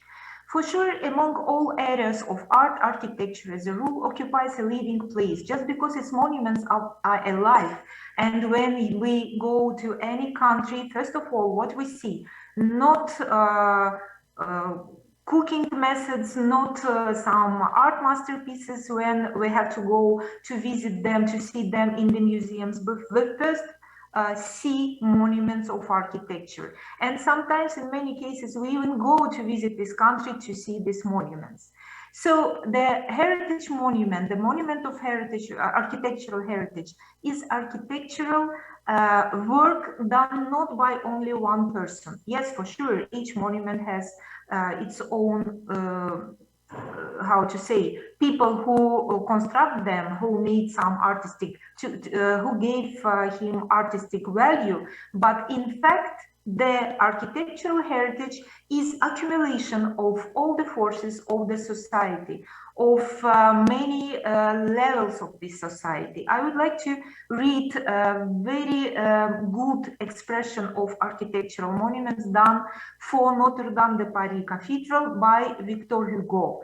As he wrote, the largest monuments of the past prove that the greatest works of architecture are not so much the creation of an individual, but as a whole society. It's rather a consequence of the creative efforts of the people than a bright flash of genius. It's a sedimentary stratum left behind by a nation, layers deposited for centuries, thick remaining as a result of the successive evaporation of human society. Each wave of time leaves its own layer on the monument. Each generation has its own layer. Each person has its own stone. For sure, from that point of view, architectural monuments became even more important in our life because architectural monuments measure in general the quality of a civilization. Because they testify views and world views of a country in the different stages of their development. A real architectural monument carries, in addition to the architectural one, also aesthetic, historical, documentary, archaeological, economic, social, and even political and spiritual meaning and influence.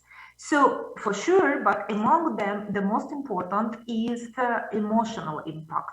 We can love them, we can feel really sorry, we can feel that monument understand us, we can feel completely different feelings when we touch the monument than when we see them only from the books or from the internet.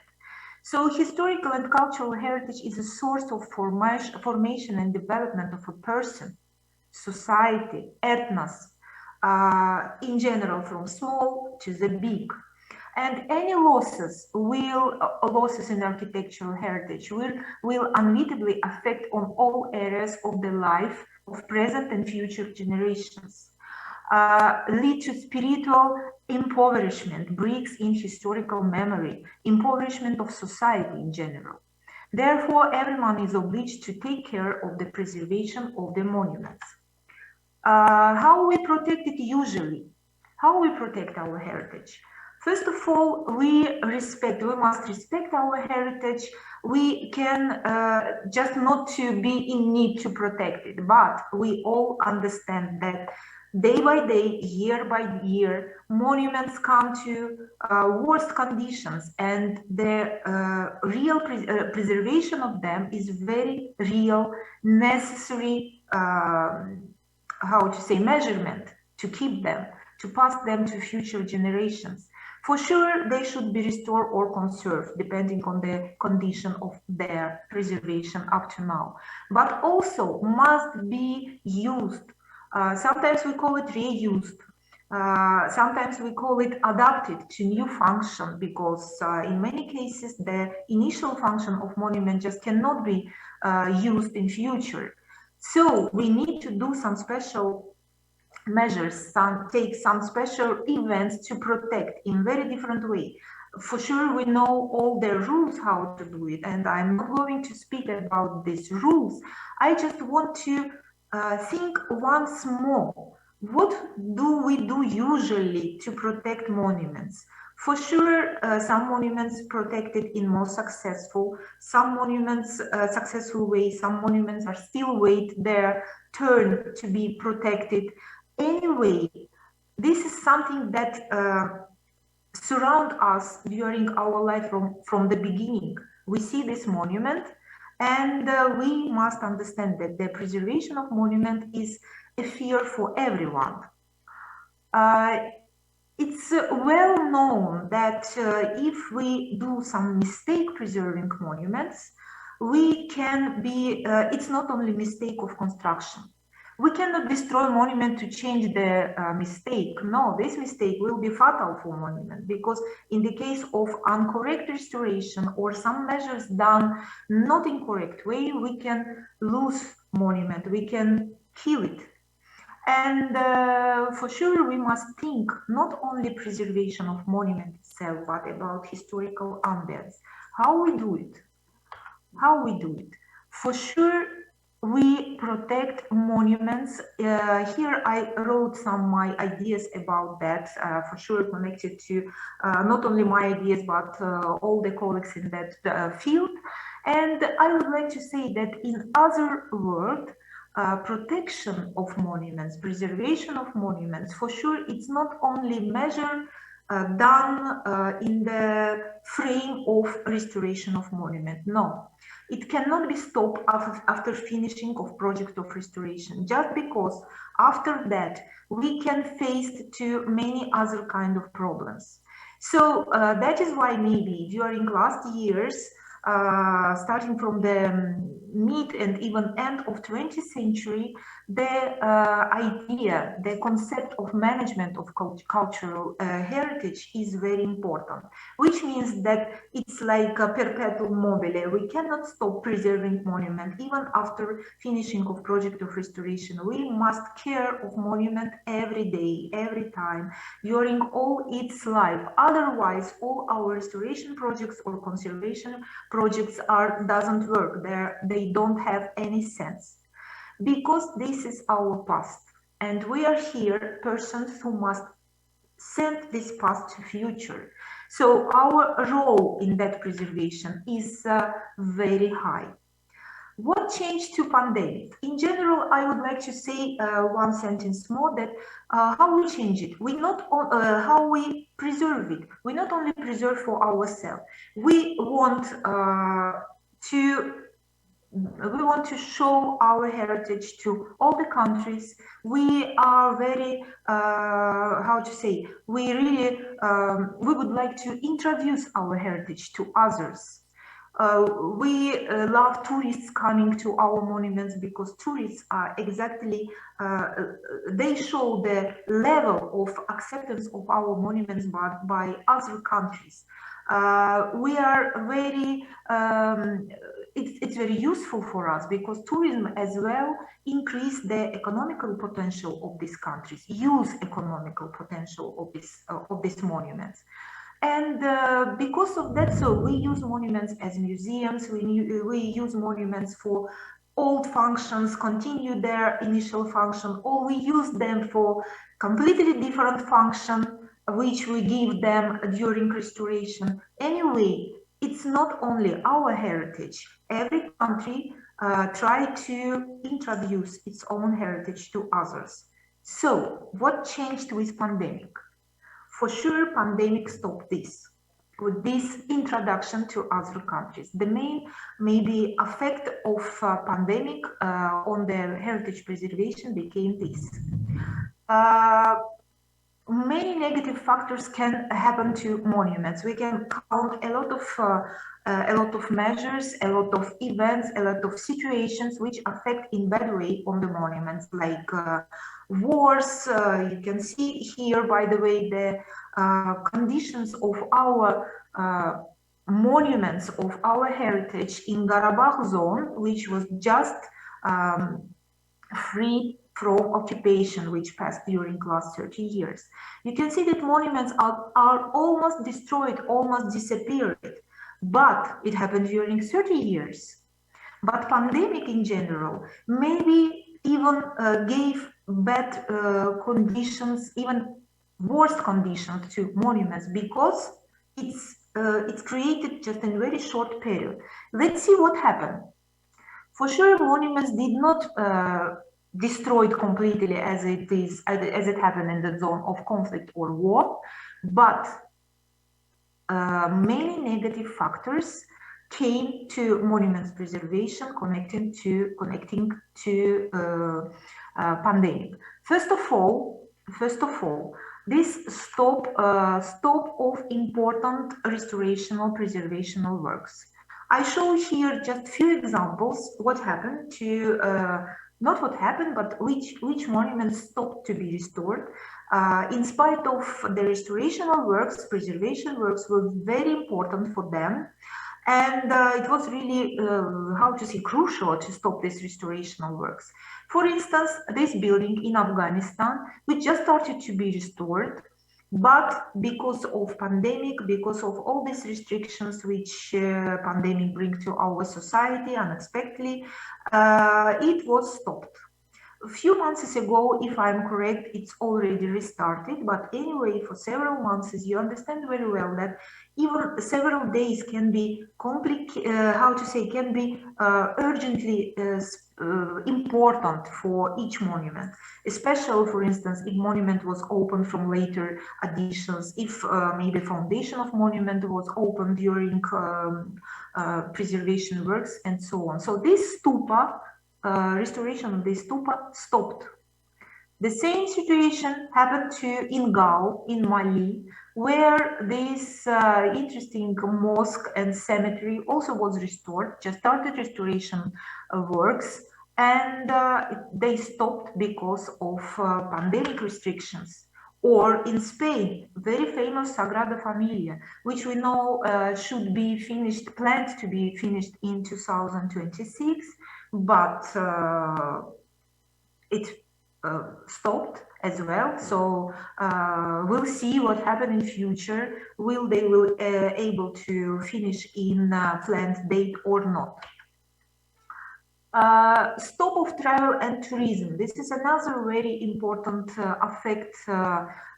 For sure, maybe even more, how to say, feasible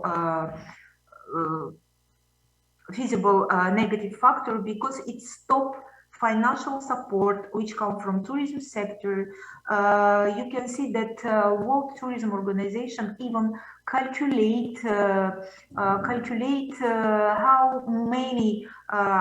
how much affected the restrictions of pandemic in May of 2020. In that moment, you remember we were waiting for the best result in few months. Now, after more than 1 year passed after that period, we understand that the figures are bigger. So in April 2020, the number of visitors of World Heritage Sites in Southwest Asia fell by 99%, so only 1%. You can understand how important these figures are for each separate monument. The significant economic impact of the pandemic has prompted many countries to mobilize funds to ensure that people working in the industry can financially support themselves and that the facilities themselves are not closed permanently. So here we speak already not about only monuments, but about people who work in the field of monument preservation. Another negative factor, this is fantastic, but increased cases of seizure of cultural heritage and archaeological artifacts. In the period when people were trying to find the ways of new life, some people were active enough to steal artifacts from museums. You can see here examples. In May of 2020, 2 international special operations were reported to stop the illegal traffic of art objects carried out by law enforcement agencies in several countries like Spain, Colombia, Argentina, Latvia, many other things. Here I show the mask of unique Tumaco gold mask and some gold figurines, which were people tried to steal it, but they stopped occasion thanks to all these structures. I mean, this brings the pandemic stop our life, especially in the beginning, and it's affect many fields of not only architectural heritage preservation, but cultural objects as well. Or another example, very famous picture by Van Gogh, which was also stolen from Zinger Museum. And that's it. And the criminal police organization was able to find and discover it. UNESCO, for sure, UNESCO, one of the biggest organization, which is responsible for cultural or architectural preservation, also make a lot of efforts, a lot of measures in that field. And we, not only UNESCO for sure, we all, each of us, each of organizations, the connecting somehow to preservation of monuments, start to find the ways of life in new conditions. And I would like to speak a little bit about answer of society on all these restrictions. So what were we able to do? What we start to do in the first steps? For sure, we start to use use media, internet to introduce our monuments, to look for monuments of other countries, to be introduced to the monuments of other countries. You can see that according to the first months of pandemic investigation in Italy, for instance, the largest number of downloads of the Google Art and Culture app occurred in May 2020. So exactly period when Italy a little bit wake up from terrible conditions in pandemic, which we felt terrible hearing about this, about Italy, and start to look for some new information. So about 80,000 downloads, which is more than 60 times higher than in June, in the beginning of the year. So we start to use all these possibilities gave us to us by new technology. Okay, sorry. The Science Museum in UK, in United Kingdom, has opened a virtual tour of the building using Google Street View. According to Google, some of the most popular destinations for such digital excursions are cultural sites and monuments of the Middle East and North Africa, the Egyptian pyramids and Jade caves in Lebanon. If for sure not only United Kingdoms, but I just bring here some examples.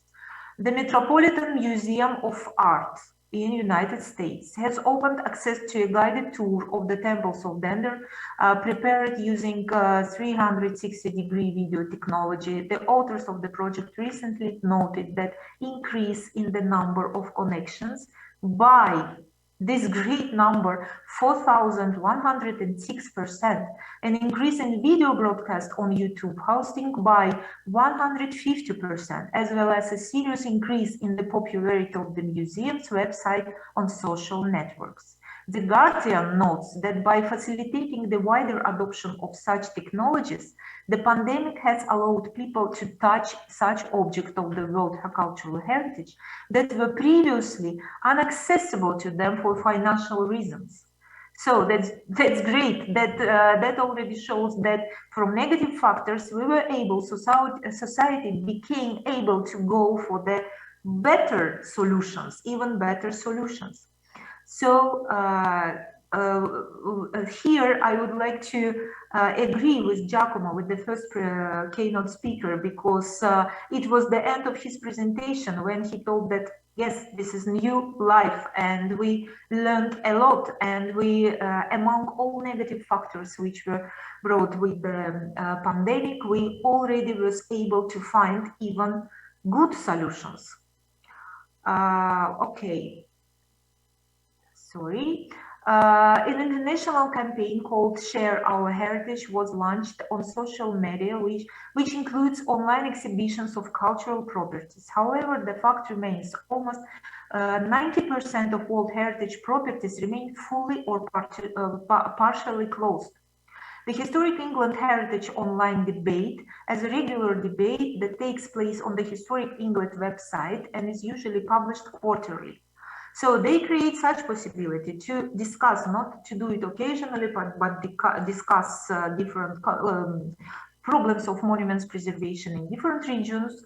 But anyway, that the magazine made up of several short articles about conservation and heritage experts representing different perspectives on the current issue. This was another way of working.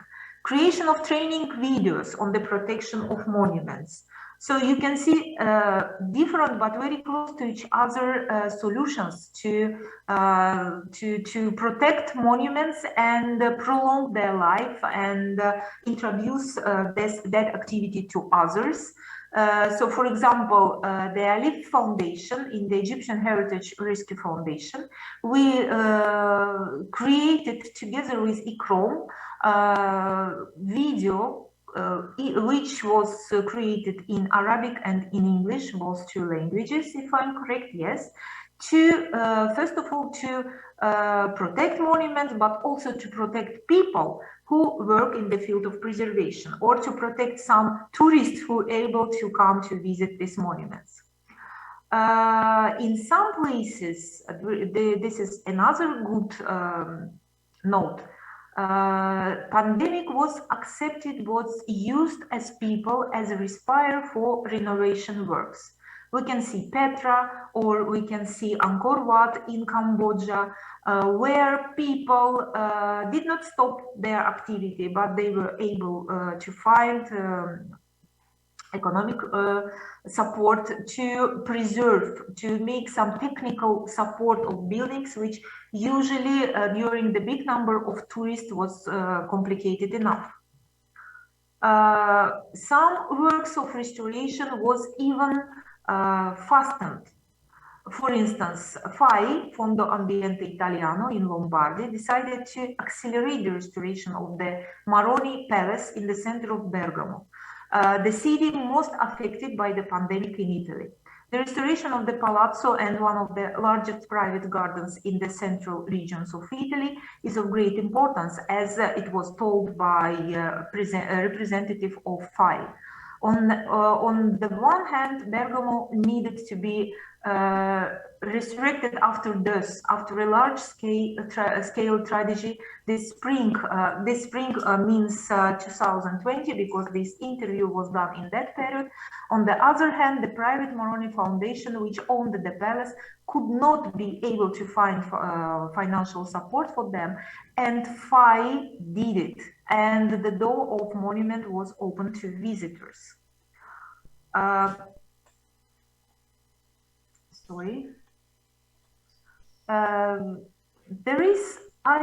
try to make sort of conclusion about that. So we discovered that in just few of these examples, we can see that pandemic, yes, bring a lot of changes.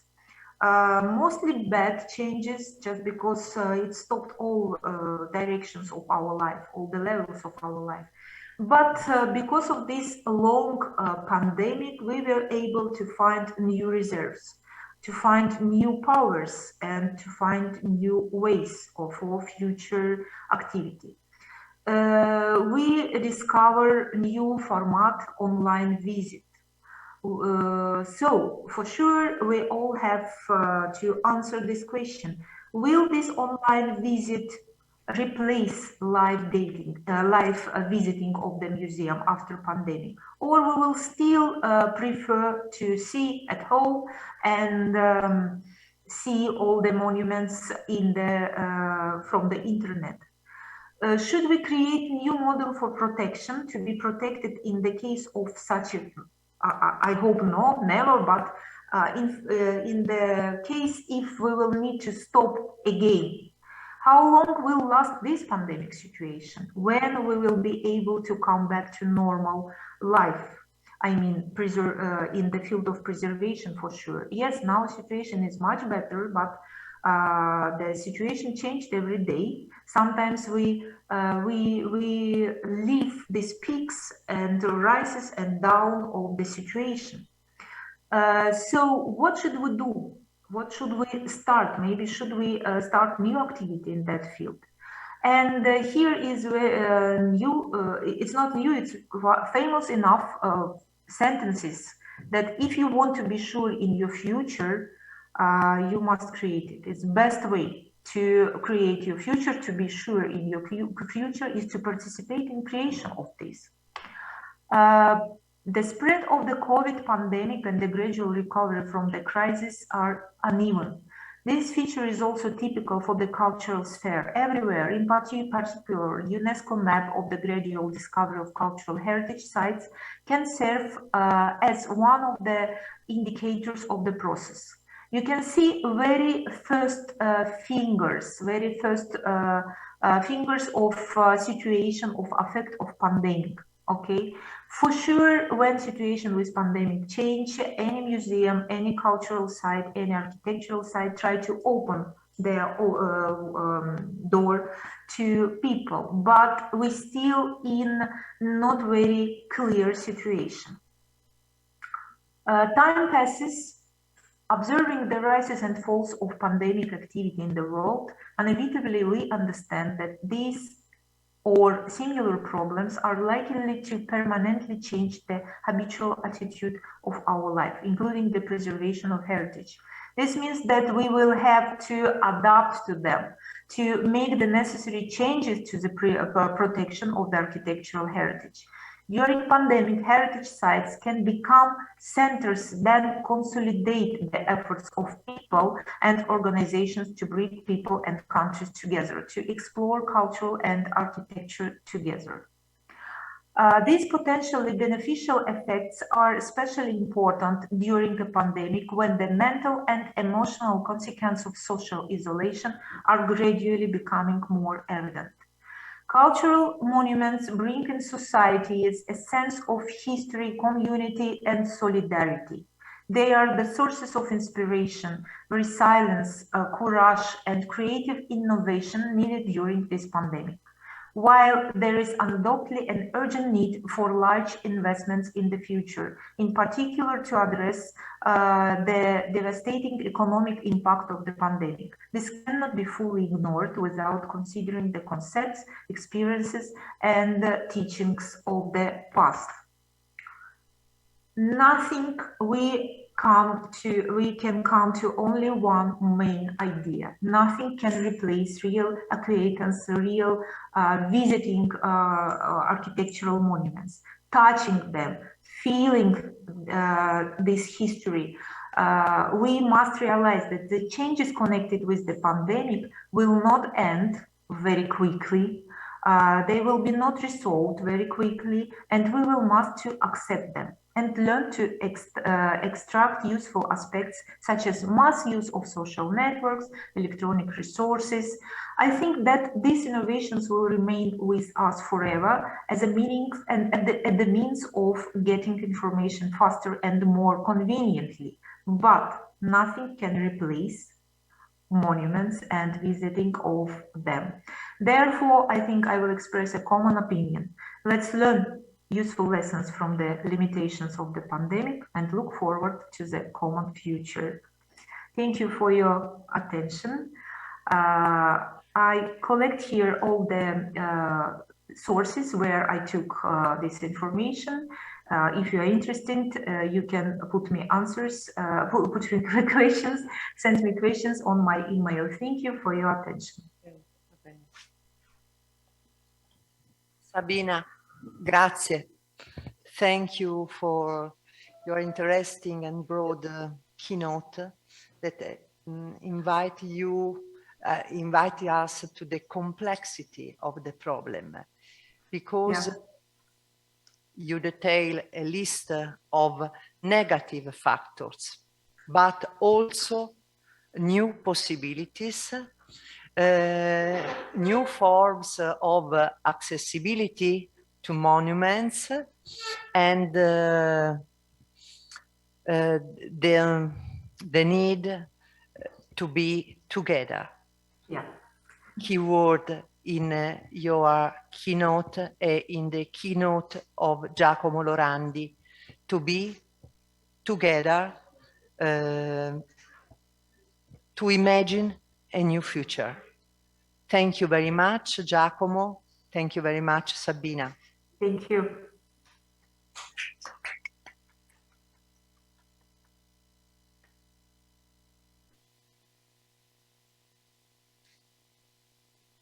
Sì.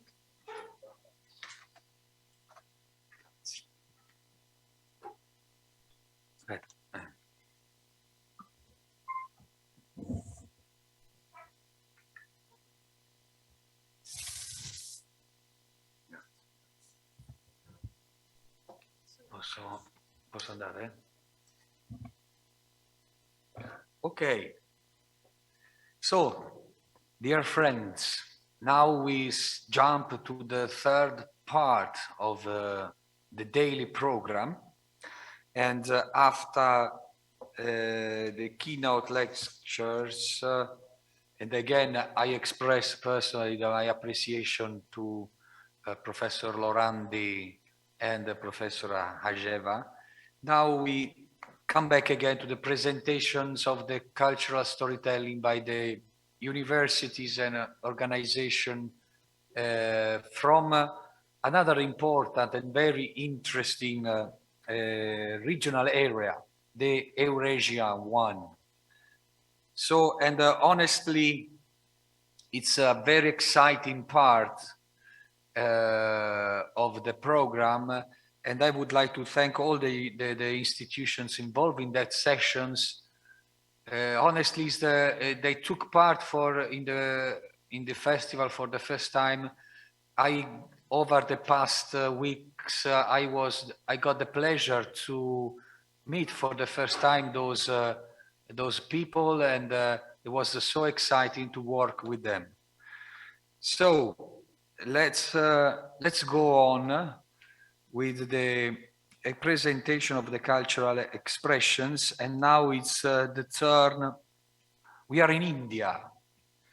We are at the Chandigarh, and I would like to invite the working group from Chandigarh College of Architecture, led by the principal, Dr. Sangeeta Bhakkameta, to whom I express my gratitude for the coordinating of your working group. So I already see the friends from Chandigarh.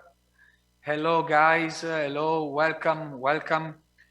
You are so number of people contributing to your works, and I thank you again, everyone, especially Vijay, that over the last days was working side by side with me for finalizing your participation. So, dear friends from Chandigarh, the floor is yours. You can start your presentation. Good evening, everyone. Good evening, Simone. Am I audible?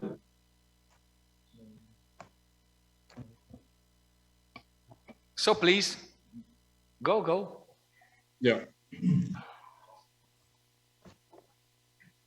You can share your presentation. Yes.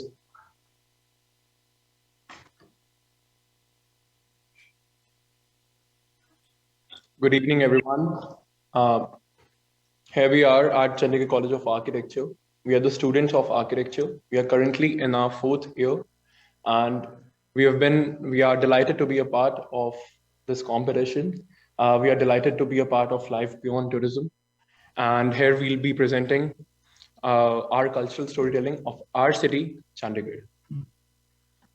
Chandigarh, as said by Pandit Jawaharlal Nehru, our first president, is a land which is unfettered by the traditions of the past, a symbol of the nation's faith in the future.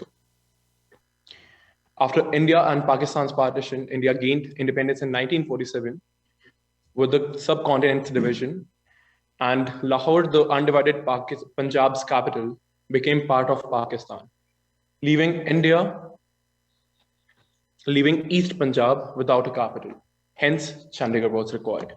Pandit Jawaharlal Nehru proposed the creation of a new city capital called Chandigarh, which is located on a gently sloping terrain with the Himalayan foothills, the Shivalik range to the north, and 2 seasonal rivulets flowing on both sides about 7-8 kilometers apart. Le Corbusier and his team was appointed for city planning of Chandigarh. Here we can see Le Corbusier, Pierre Jeanneret, Jane Biedroux, and Maxwell Fry. Inspired by Garden City, where vertical and high-rise buildings were prohibited due to the people's socio-economic conditions and living customs, the city was designed on a human scale with the population in mind, resulting in a harmonious relationship between humans, built-up areas, and environment. The concept of the city is inspired from the human body. Each sector is segregated accordingly representing various functions of the body. The sector planning is according to the main model of an urban planning, with the sector unit being of 800 by 1200 meters. It is a self-contained complex running throughout the city with shops, schools, health centers, and places of worships to be found in the city. So now we move on to Chandigarh. We have the basic concept laying out as by Corbusier, for the head being the capital complex, the functional unit, the heart being the city center, the lungs being the leisure valley, the green areas. The capital complex, as you can see here, stands out as a geopolitical and topographical head of the city, strategically located in the Sector 1 at the north end. The complex depicts the marvelous modern architecture, visually and physically distanced from the city, lending an air of dignity and exclusivity to the government center, providing a serene site for the efficient functioning of 3 pillars of democracy: the High Court, the Legislative Assembly, and the Secretariat. Separated by a large plaza articulated with 4 monuments: the Open Hand, the Martyrs Memorial, the Geometric Hill, and the Tower of Shadows, each edifice has a unique function and reflects strong symbolism. The Leisure Valley is the lungs, represents the lungs of the city, innumerable open spaces, and the greens. It's a continuum of various theme gardens to take care of the body and the spirit of the city. Moving ahead to Sector 17. The plaza is the heart of the city, is the pedestrian's paradise where one can experience the shade of corridors along with the sun-drenched piazza, dotted and charming sculptures, beautiful fountains, and the copse of trees while walking without traffic hassles, making it even more mesmerizing. Unlike the older cities, which have developed their cultures over centuries, Chandigarh showcases a culture that is the definition of modern lifestyle, but in its own regional dialect. No older than its establishment a few decades ago, a calm approach towards the amalgamation of the culture of modernism and the rich culture of Punjab has been adopted. New places came up which replaced the older ones, whereas certain older ones evolved to meet the needs of the contemporary times. The rock garden, the crown jewel of Chandigarh, designed by Nek Chand during using the urban and industrial waste dumped in 20 acres of forest land. A miniature maze rolled into the vast fantasy land of art and landscape, displaying a surreal arrangement of rocks, boulders, broken chinaware, etc., to fabricate a dream world. A dream folk world of animals, soldiers, palaces is found here. Sukhna Lake is a beautiful artificial lake that carves its way in the lap of nature and the towering silhouettes of Shivalik hills. It truly does justice to its name, which means wish fulfilled. A wish fulfilled for the residents of the city, beautiful. The serenity of these tranquil waters was a gift from Corbusier to the people. The Rose Garden is one of the most alluring gardens of the city. It welcomes you with a pleasant mixed fragrance of 1,600 varieties of rose, covering a vast area of 40 acres. The underpass is a transitional area from the concrete hardscape of the city plaza to the garden landscape of the Rose Garden, passing under the Janma. The place is a haven for artists of various fields, a location that allows performers to express themselves in front of the masses without any fear or hesitation. Museum and art gallery encases the art and heritage of the country in the forms of sculptures, currencies, paintings, and other artworks. The museum is split into 7 sections, each section showing different fraction of the history. The Pierre Genre House, this is the residence, and now converted into a museum consisting of 2 stories with an extensive broad balconies, keeping the fondness of Indian families for large outdoor open spaces. The Gandhi Bhavan, an auditorium hall standing in the middle of a pond, is an architectural masterpiece of the Punjab University campus. It's an incredible specimen of the modernist architecture of India. Pierre Genre used innovational cast concrete to induce speculative floating lotus flower, marrying angular lines with bulged organic form, correctly placed in a vast reflecting pond. It is devoted to the ordeals of our great leader, Mahatma Gandhi, welcoming you with a mural, and "Truth is God" is written at the entrance. As Le Corbusier said, the seed of Chandigarh is well sown.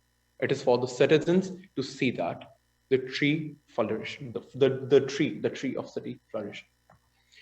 The local festivals held in the lush green gardens and a stream glistening with daylight that celebrates nature humbles you with the least bit of effort. Chandigarh Literati is a literature festival of the city conducted in November, which promotes literary arts in the city by providing a platform to talented thinkers and writers of the region.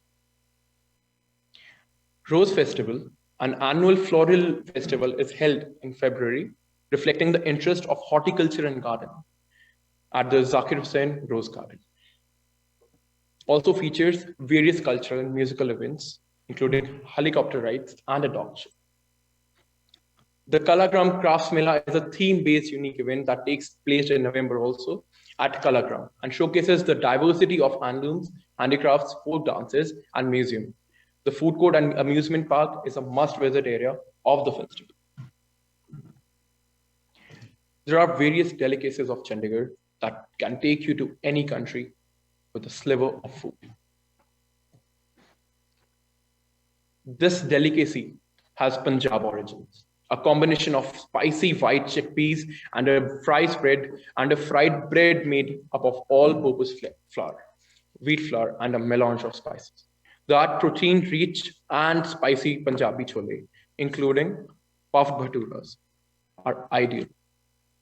Butter chicken is marinated chicken in a mixture of yogurt, red chili, salt, lemon juice, and ginger garlic paste. It is served hot with traditional roti and onion, which is fond in the entire city, the people are fond of it. Penni is a Punjabi dish and it is typically served during the winter months. These days, penni is quite famous around here and is widely savored all along the northern parts of this country. It is cooked with the desi ghee, wheat flour, jaggeries. It's incredible and joyous to have in this season. Chandigarh, the city beautiful, is fondly known. Chandigarh is known as the city beautiful. This modern and exaggerated city is justifiably up to the day, a model for city planners around the world. It is the face of modern India.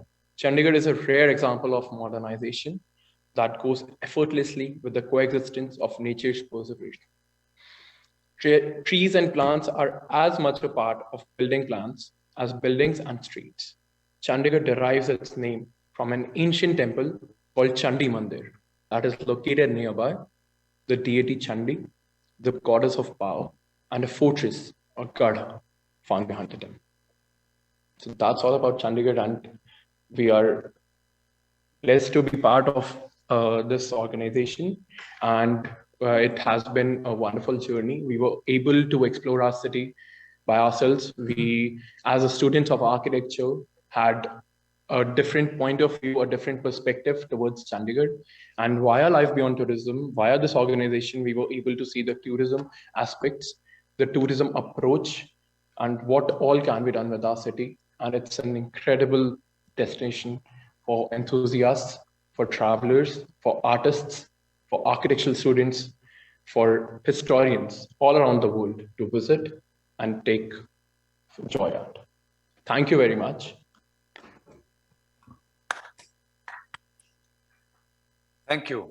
Thank you very much, dear friends from Chandigarh. Let me shortly remind all your names, because really you did a very interesting and thorough vision of your site, the site of Chandigarh. So thank you very much to Sujai, Vijay, Pulkit, Ankit, Bhavya, Akshay, Yogesh, Arshahib, Madhumhet, Imanshu, Tipu, and Kabir. And I apologize, of course, for my bad pronunciation, but it was worth it to remind all of you that contributed to produce such a wonderful and a complete presentation of your site. And of course, again, let me send my best regards to the principal, Dr. Sanjeta Baga, for having coordinated you in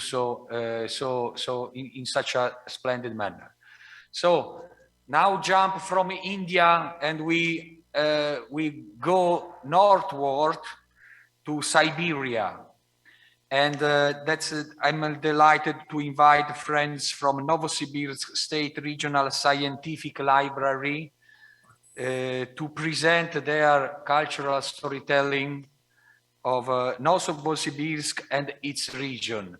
Before, let me remind that what you will see, it's the right and the important collaboration, also thanks to the All Russia State Library for Foreign Literature in Moscow, that allowed the foundations and the movement Life Beyond Tourism to start this new partnership with such an important library in Siberia.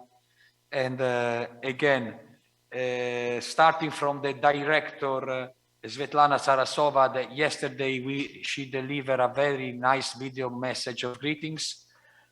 Thank you again. You are welcome. I think that you are able to start. The floor is yours, friends from Novosibirsk State Regional Scientific Library. Please. Okay. Thank you very much. 1 second, please. Как включить?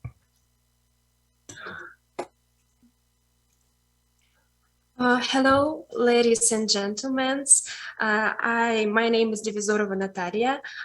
It's honor for me to be here in behalf of our team from Novosibirsk State Regional Scientific Library.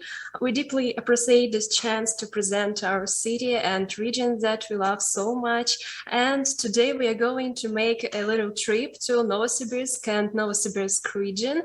And I think we can start our little journey. First of all, I think we should find out our position on geographical map. Novosibirsk region is a key region in Siberia, situated in very center in Eurasia. Its economically cultural capital is Novosibirsk. The geography of region is highly diverse with swamps, lakes, forests, steppes, hills, and plains.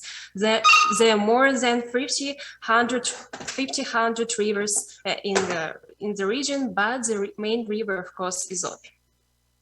I'm sure when you hear about Siberia, first you have a vision of extremely cold winter that have been lasting here all year round. Yeah, it's partially true, but at the same time, the climate of Siberia region is continental with really hot summers, but also, yeah, with really cold winters. Next year, we are going to celebrate the 85th anniversary of Novosibirsk region. And before we get to Novosibirsk, now there will be a lot of towns and urban type settlements of Novosibirsk region. Such settlements like Kuibyshev, Suzun, Kolyvane represents our historical and cultural heritage of our region. And they appears to be older than Novosibirsk itself. For example, in Suzun, we can find such unique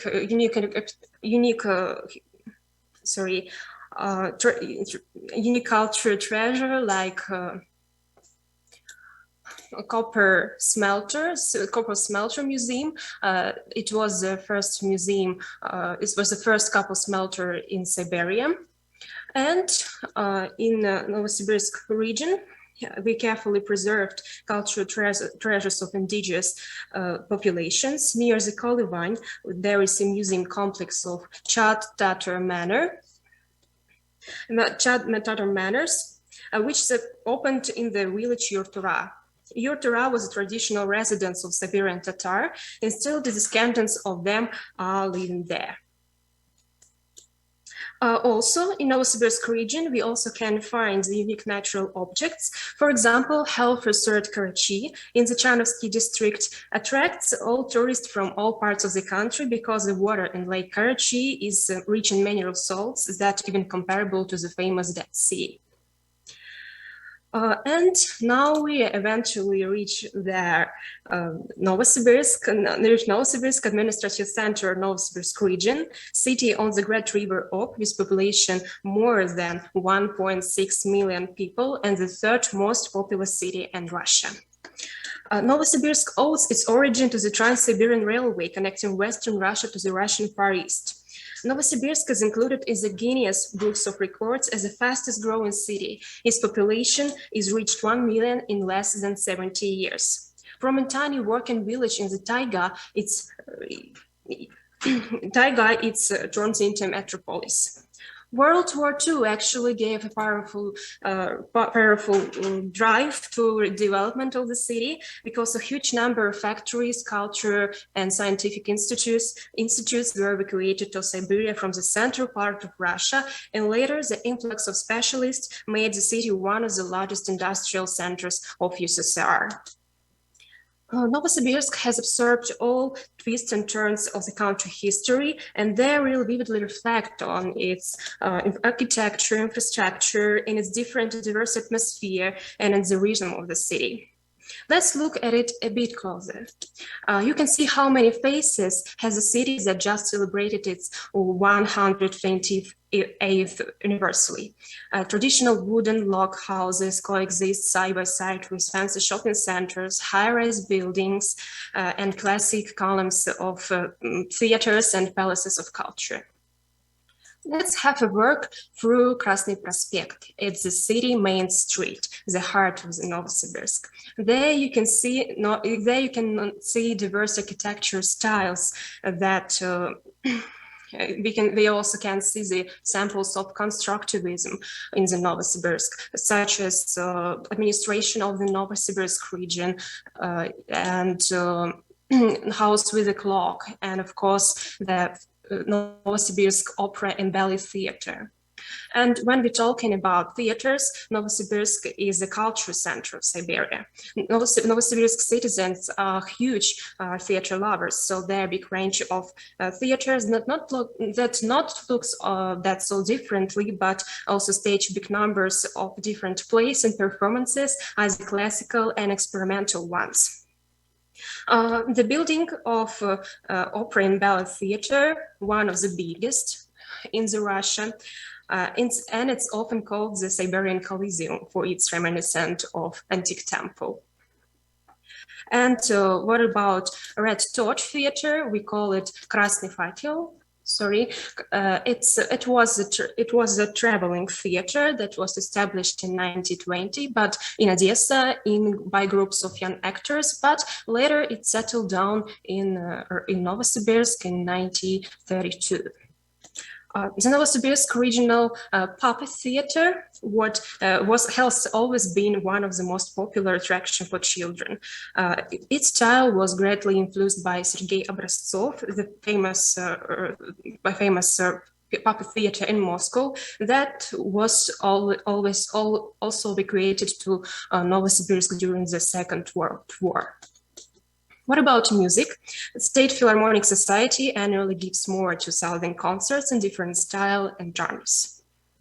And city guests who want to know more about the history of Novosibirsk and the land where it was founded, that can visit the Museum of Local History. It's located in historic building that was built in the 1910, which makes it one of the oldest buildings in the Novosibirsk, where we can find some especially valuable items such as complete skeleton of Mamov. Also, there is a permanent historical exposition featuring collections of household and cult items of people who lived in Siberia. Now we get to the bookish heart of Novosibirsk. It's Novosibirsk State Regional Scientific Library, R1s, and State Scientific and Technical Library, two main libraries of the city. The Scientific and Technical Library is a major library in Russia, east of the Urals. Its main function is information support of scientific research and library services for all categories of specialists in the Siberian region. The Novosibirsk State Regional Library, it's a main library of the Novosibirsk region and one of the oldest library in the city. Except for rich collection, including more than 1.2 million of volumes, they are located in the Interactive Book Museum, which reveals the history of book business in Siberia, and a new art section, Da Vinci House, which attracts people who are interested in art. Of course, Novosibirsk is a city of students and science, the center of which is well-known Akademgorodok. Akademgorodok is kind of city within city, which is located in forest. Everyone who lives here, we are talking about 75,000 people committed to one common goal, development of Russian science. Those research institutes are located in this unique place, as well as the futuristic building of Technopark, Technopark, and the new building of Novosibirsk State University that you always can find in the rankings of the best top universities of Russia. There you can see the Biotechnopark, the science town Koltsova of the Novosibirsk region. Biotechnopark is a leading research and production center that has all necessary engineering infrastructure and equipment for projects of biotechnological, pharmaceutical, and medical companies. Okay, besides the outstanding scientific activity. We have our local customs and traditions that festivals, for example, it's musical and art festivals such as Trans-Siberian Art Festival and Jazz Fest. Trans-Siberian Art Festival does not only project the idea of connecting the cultures of East and West, but express the notion of unifying many Russian cities into a single creative note. The main principles of the festival is expanding the global music space by inviting the top musicians to perform in remote regions of Russia. The Novosibirsk region, as a center of book culture, occupies its leading position in the publishing industry. So, in the Bookish Siberia International Festival which is held in Scientific and Technical Library, is only event that in the region that brings together representatives of publishing and book selling organization, writers, librarians, and readers. The program usually includes new books presentations, meeting with contemporary Russian and foreign authors, workshops, lectures, discussions, and of course the book fair itself. In Novosibirsk, we are open to something new, but also really love and keeps our tradition. For example, May 24th is Slavonic Literature and Culture Day in many countries. It's time to the day of remembrance of Saints Cyril and Methodius, who created the Cyrillic alphabet.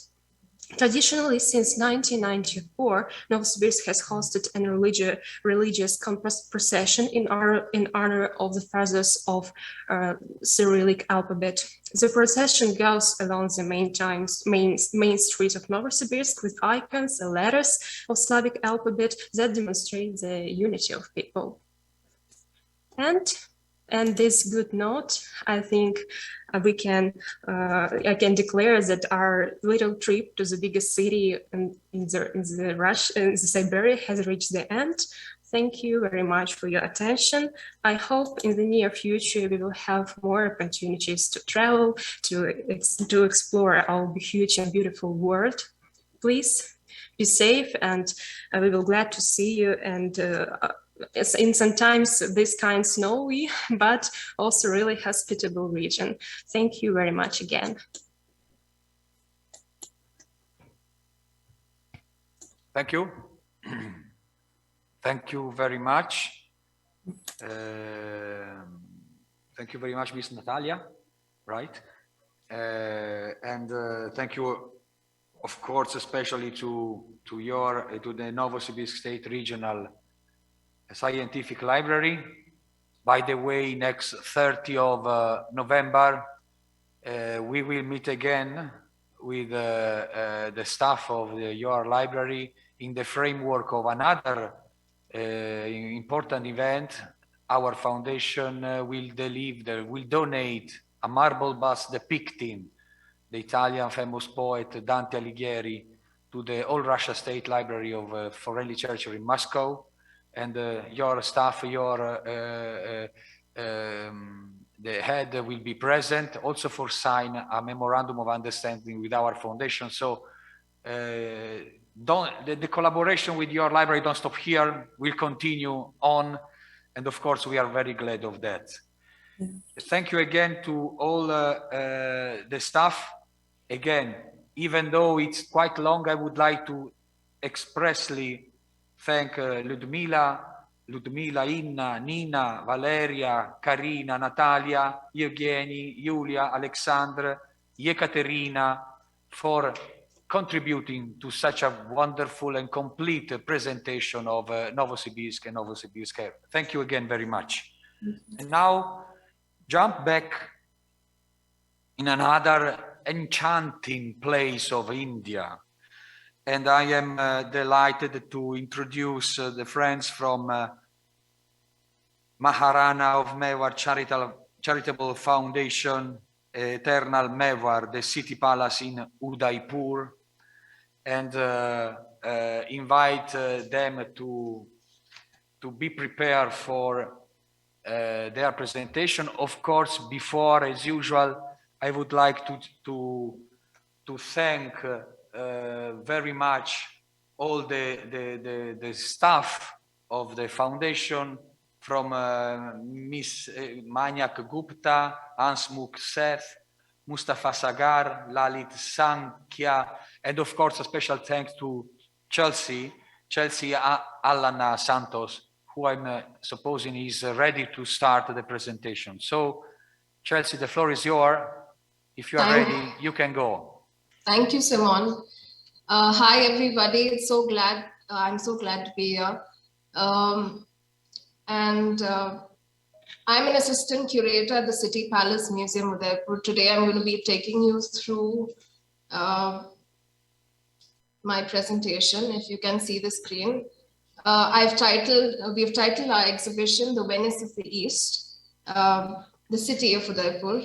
One, to give it a global perspective, which Udaipur already has, in a sense, as also to draw your attention to the beautiful city of Udaipur, which is also known as the City of Lakes.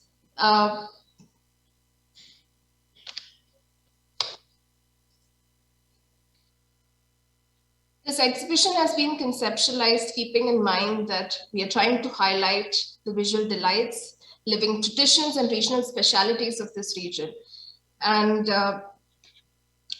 I mentioned I'm from the City Palace. What you see here is the City Palace Museum, currently a museum. Part of it, the portion to the left is a museum. To the right, you have a bit of the hotels. Formerly, this was a palace. And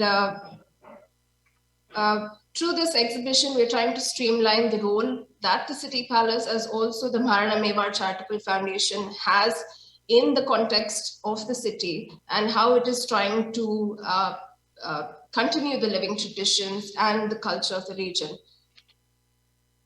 Today's presentation is all about Udaipur. I locate ourselves, we are in Rajasthan, India. And for me particularly, this presentation is really close to my heart because I, for one, aren't from this region. I am originally from Goa and then Bombay. And this is really an honor to be able to represent this region. The city has had tremendous historical significance. It was founded in the year 1553 by Maharana Uday Singh II, father of the legendary Rajput warrior king. Some of you may know him, Maharana Pratap Singh. When he decided to choose Udaipur, make Udaipur as his capital. Formerly, we had Chittorgarh, which was a capital, very prominent name if you're visiting India. And on the screen, you see the City Palace and the old city, which till date retains a whiff of the yesteryear. And it's very important to think about that important step that Maharana Uday Singh took, and because of which today Udaipur owes its existence. None of this would have been there had he not decided to make that change of capital. Here you see the City Palace, you have the beautiful Lake Pichola, and of course that was a major river linking, lake linking system, that project that the Maharanas meaning a title of the king, took on during the course of about 450 years. And this was a, you can see it is kind of built on a hill, and it comprised of a, it extended out and included a flat land, and this region was fortified. In time, of course, you see that Udaipur has extended way past these fortifications, but yet it manages to retain its history, its culture, and so much more. If you see at the far end, you have the Aravalli Ranges. Udaipur is known to be nestled in between the Aravallis, and therefore it was one of the reasons why the Maharana made the decision to change to this area, which offered an additional security. There is a popular saying with this region that you'd rather leave wheat, substitute wheat with maize, but you never leave this region. Such is the level of patriotism towards the land. And as is reflected, people have really stayed in this region and have contributed to its growth. And the reason being also, coming to the saying that corn is one, corn or maize is one staple which is very beneficial, which has supported this region. It is able to, as a crop, it was able to sustain the harsh climates of the region. Rajasthan, the region of Rajasthan, known to be having drastic climatic changes, but yet this crop is capable of sustaining itself, yielding rich produce, and therefore you have this saying, a very beneficial switch, if at all. I come to take you through the old city, little bit into the old city. You have very narrow alleyways that lead you in and almost kind of interconnect at different points. You see so much of it still as it was in the yesteryear. You have this, for example, these are pictures from heritage walks through the city that the Maharana Mewar Charitable Foundation conducts. Here you see people looking and admiring the beautiful archways, the lintels, which bear stone carved work.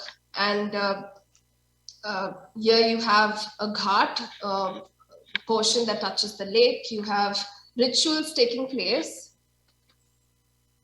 And if you see paintings from our collection, you will see that it's a thing that has continued. You have these waters, the water heritage playing a very important role in the city.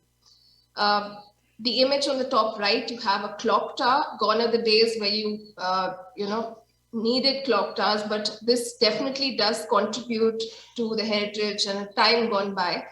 And also to mention the Araish work, which is very popular to the region. As you will see through the other visuals, the region is known for a lot of arts and crafts. In one of our posters that we sent across, we asked, whose art is it anyway? Is it the creators, the artists, the craftspersons who are making this? Is it the influencers, a king or a patron?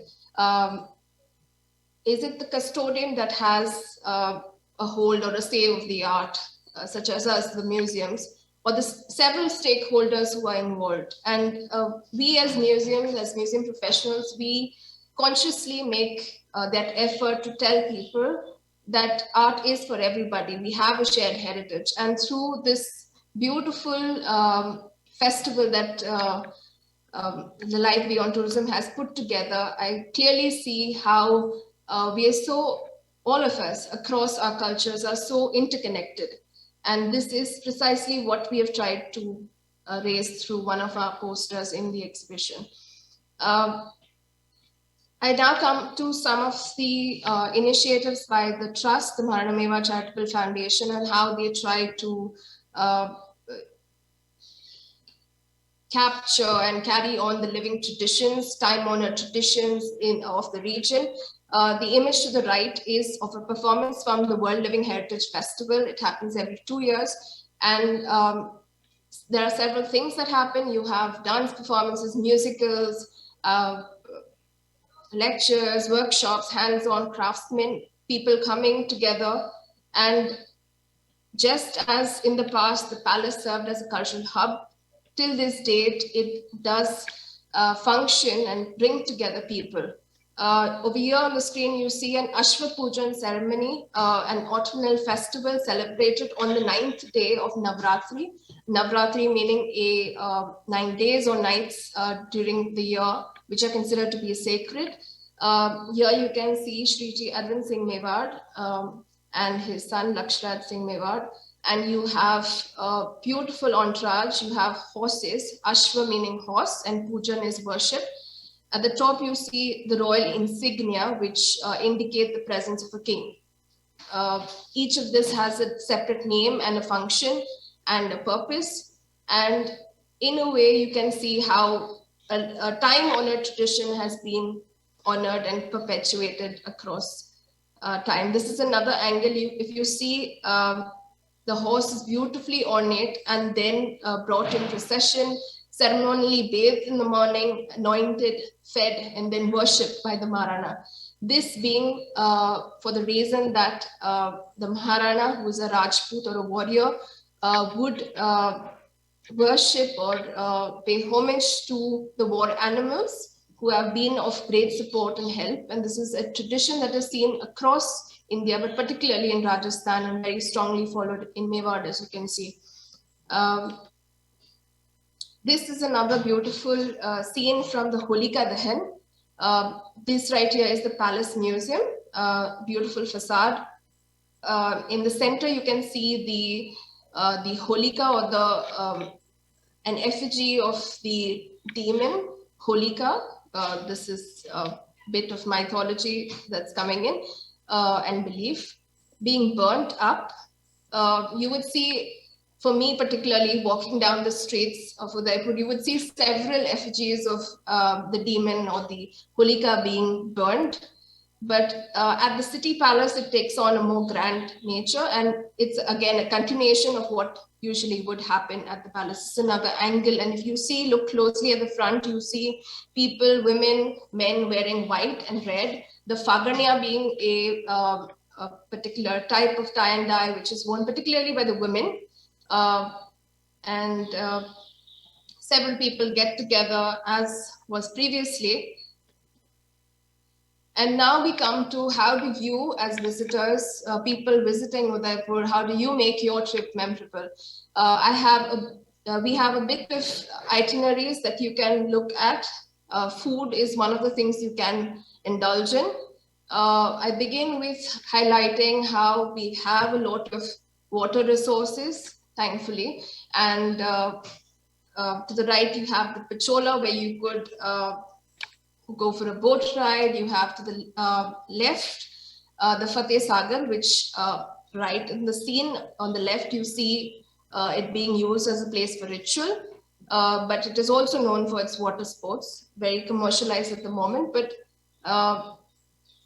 there is always a mix of ritual as also modern day engagement, and for the tourists especially. And I remember engaging in dialogue with locals from here, and they remember times in their childhood when they've taken a dip, gone for a swim, jumped into the lakes. And this is a memory I think, stays on forever. I come to some of the delicacies that you can engage in. We've tried not to pick out the very usual things that you may have heard of, like the dal bati churma, but we have the Kher Sangri, which is very important specialty in Rajasthan as also in Udaipur. It is a preparation made out of Kher and Sangri, which are obtained from, it's a plant-based pods and beans that are put together. It could be pickled, it could be a vegetarian preparation. This right here is the image. The tree has ritual as also is put to all kinds of uses really, because it is able to again sustain the people across the climatic conditions. Lal mas is a non-vegetarian specialty. It's mutton cooked in fiery red hot gravy, but really sometimes it's quite bearable. But the red does look like it's very hot.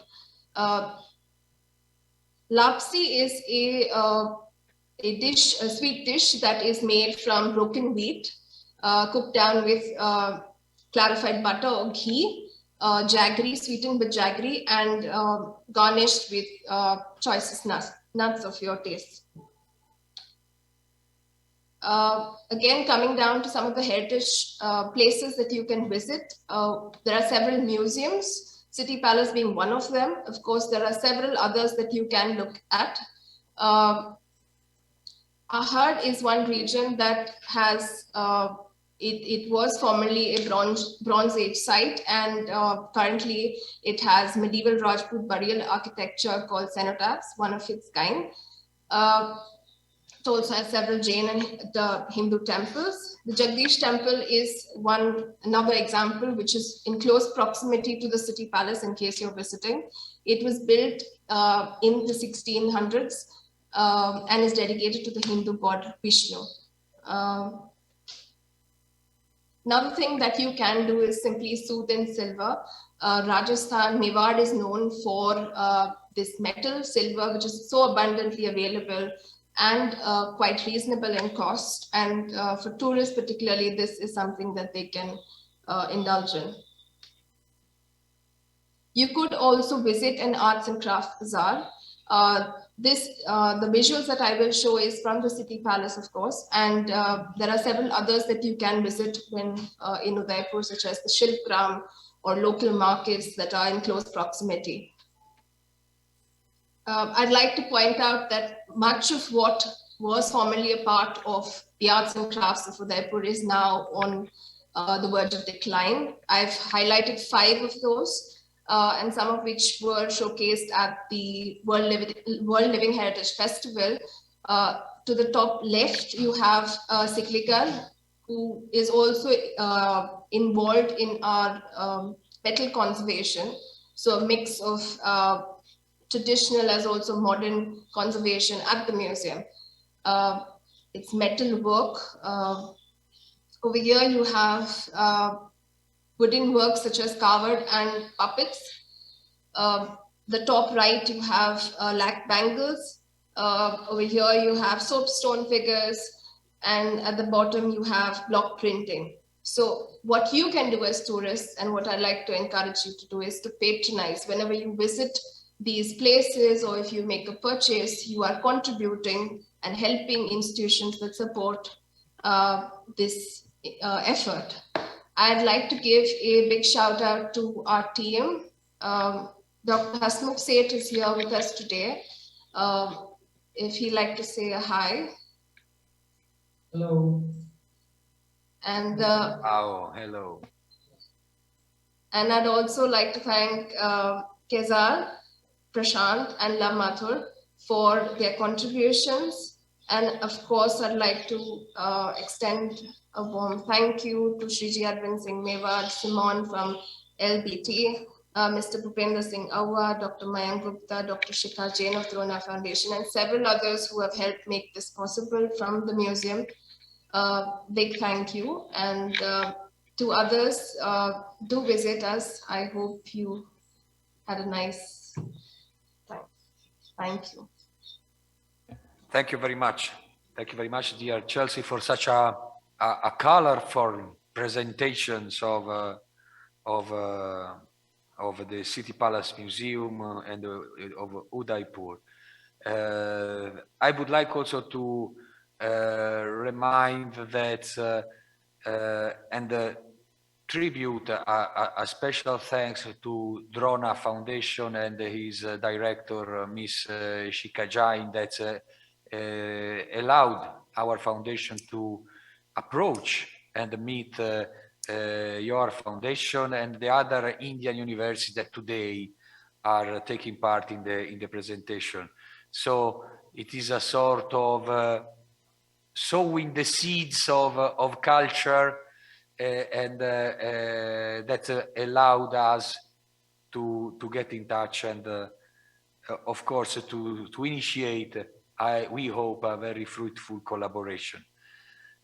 Let's remain in India and move to Jaipur, and because now it's time for the presentation by Manipal University of Jaipur, and also in that occasion I would like to express my appreciation to Dr. Madhura Yadav, the director of the School of Architecture and Design, that's coordinated this the working team.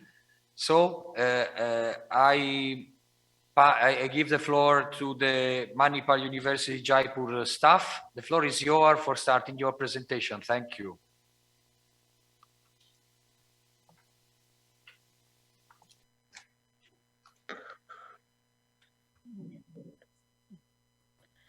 Thank you, Simon, for giving us this opportunity. And I would like to thank Drona Foundation also for connecting us with you.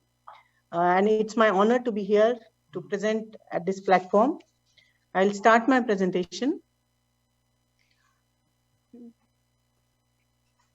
Next slide. School of Architecture and Design is a part of Faculty of Design, and we started this school in 2012. And we have state-of-the-art facilities with dedicated and experienced faculty. These are the hallmarks of our school. And we have a vision of our university as a global leadership in higher education and human development. Our mission is to foster creative, innovative, and intellectually vibrant learning that would establish academic, research, and professional excellence in architecture and design, prepare professionals to conceptualize, design, and execute socially acceptable, economically viable, and environmentally feasible built environment. Next. Under Faculty of Design, we are having two schools, School of Architecture and Design and School of Planning and Design. Under School of Architecture and Design, we have B.Arch as undergrad program, M.Arch in Landscape as post-graduation program, and PhD program. I am Dean Faculty of Design and Director School of Architecture and Design. And Professor Sunanda is heading School of Architecture and Design. And we have faculty members from all the renowned national and national institutions in plan. They are expert in urban planning, landscape, conservation, and housing. Next. During a span of 3 years, we got 3 awards for our school. One is Indo-Global Architecture Education Excellence Award in 2015. Then we ranked second in the category of excellence by Global Human Resource Development Center Private Limited in 2017. And in 2019, we were amongst 10 much watched architecture colleges in India by Higher Education Digest magazine.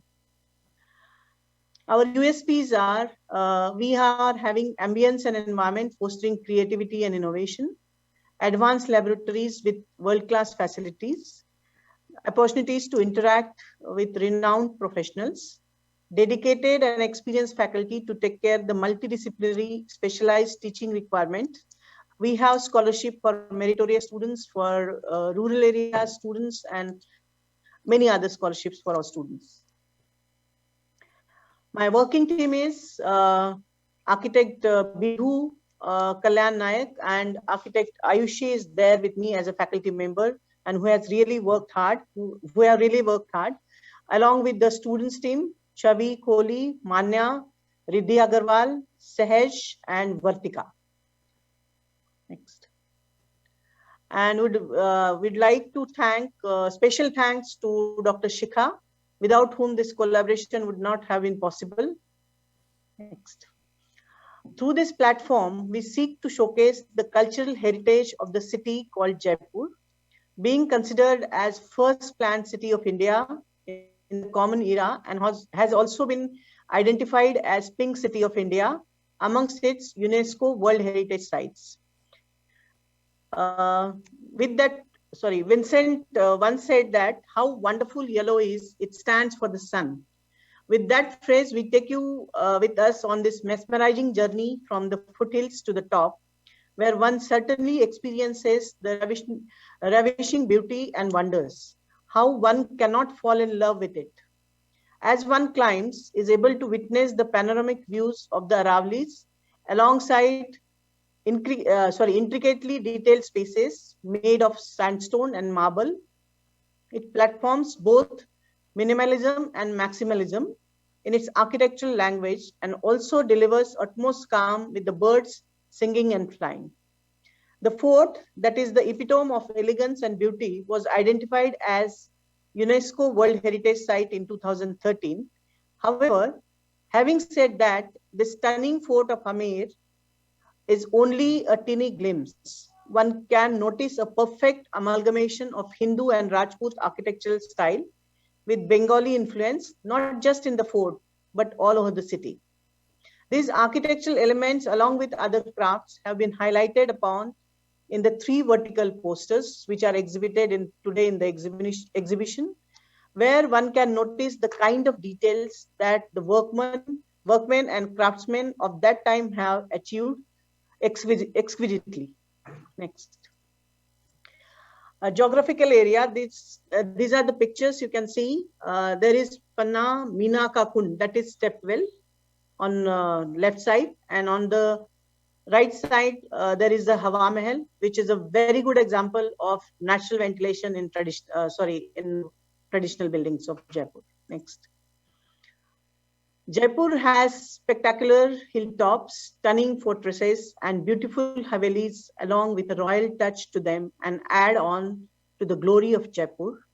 The royal city captivates travelers and is very well known for its rich culture and tradition, magnificent and intricate artwork and handicrafts and artifacts. This is the picture of Katputli on the right-hand side. Next. We have various sites in the Jaipur, like Amer Fort, then Biharji Temple, and on the extreme right-hand side, that is traditional Pink City Market. Now, gastronomic specialties. We are having like in local snacks, that is Raj Kachori, then Jalebi is there, a sweet, it is called a very famous sweet of Jaipur, and even the Pav Bhaji. In Jaipur city, there are like secondary and tertiary streets are named as per the occupation. So you can see on my left, you can see on the left side, there is Namkeen Walo Ka Rasta. Here they make spicy namkeens, snacks. And in the center, you can say Barf Ka Gola, that is made up of ice and which is sweet. And on the right-hand side, you can see Pyaj Ki Kachori. This is called onion kachori, and this is fried snack.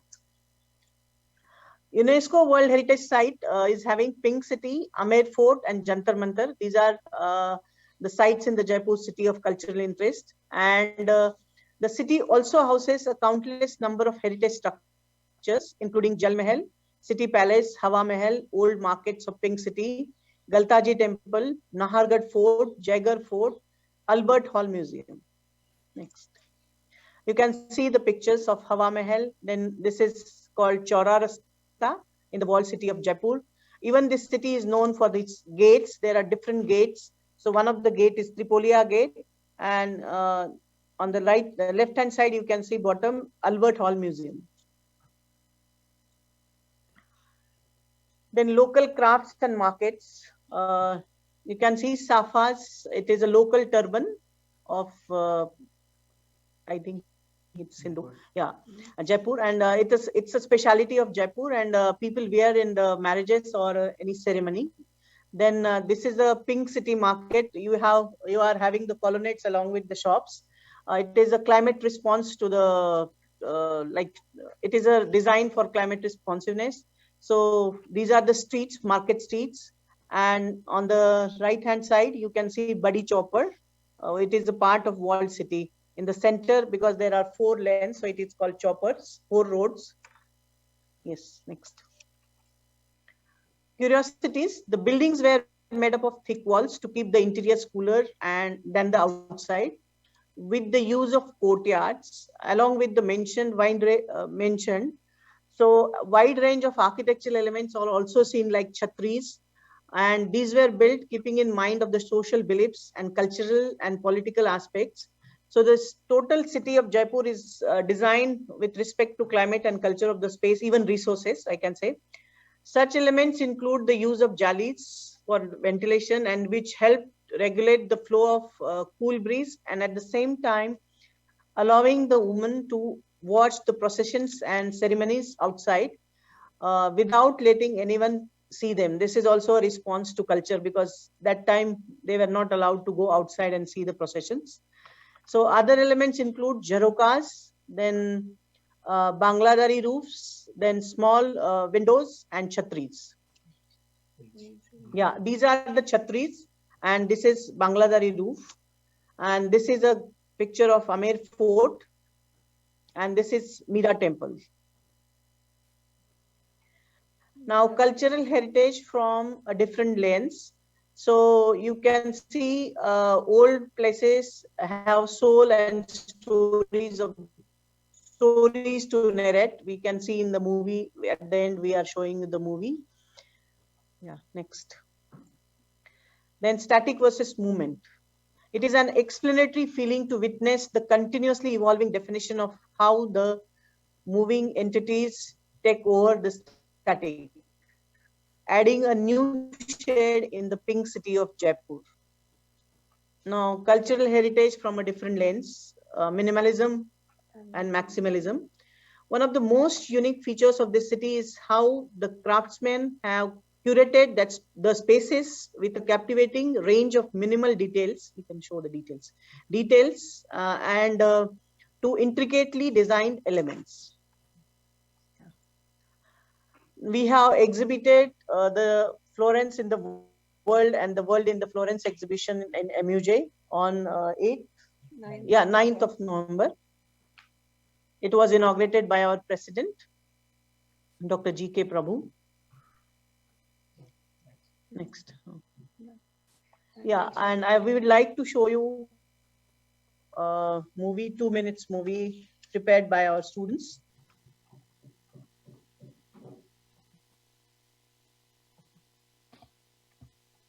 Sound. Are you sharing the sound?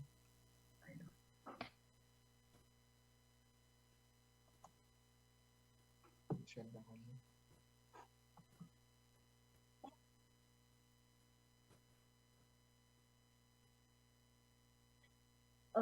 Can you hear?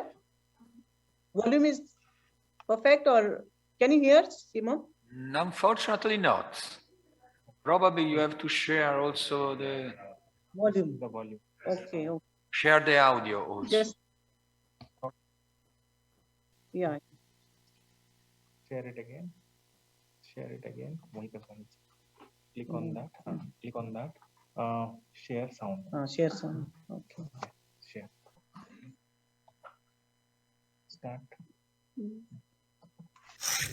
Yellow, a vibrant color of optimism, charm, and warmth, grabs one's attention as one looks up for a city called Jaipur in the state of Rajasthan in India. The yellow fort of Amer sits atop a small hill in this pink city of Jaipur, which has its roots deep down to the late medieval times. Vincent van Gogh once said, "How wonderful yellow is! It stands for the sun." With that phrase, we would like to take you with us on this mesmerizing journey from the foothills to the top, where one certainly experiences this ravishing beauty and wonders how one cannot fall in love with it. As one climbs, is able to witness the panoramic views of the Aravalis alongside the intricately detailed spaces made of sandstone and marble. It platforms both minimalism and maximalism in its architectural language and also delivers utmost calm with the birds singing and flying. This fort, that is the epitome of elegance and beauty, was identified as the UNESCO World Heritage Site in 2013. One can notice a perfect amalgamation of Hindu and Rajput architectural style with Bengali influence. However, having said that, the stunning fort of Amer is only a tiny glimpse. The astonishing city of Jaipur has so much more to offer. We welcome you to experience the cultural heritage of the Pink City, where with assurance we can say that the city will activate all your senses. With vibrant colors, delicious aromas of local food, jaw-dropping built landscapes, and extremely warm people.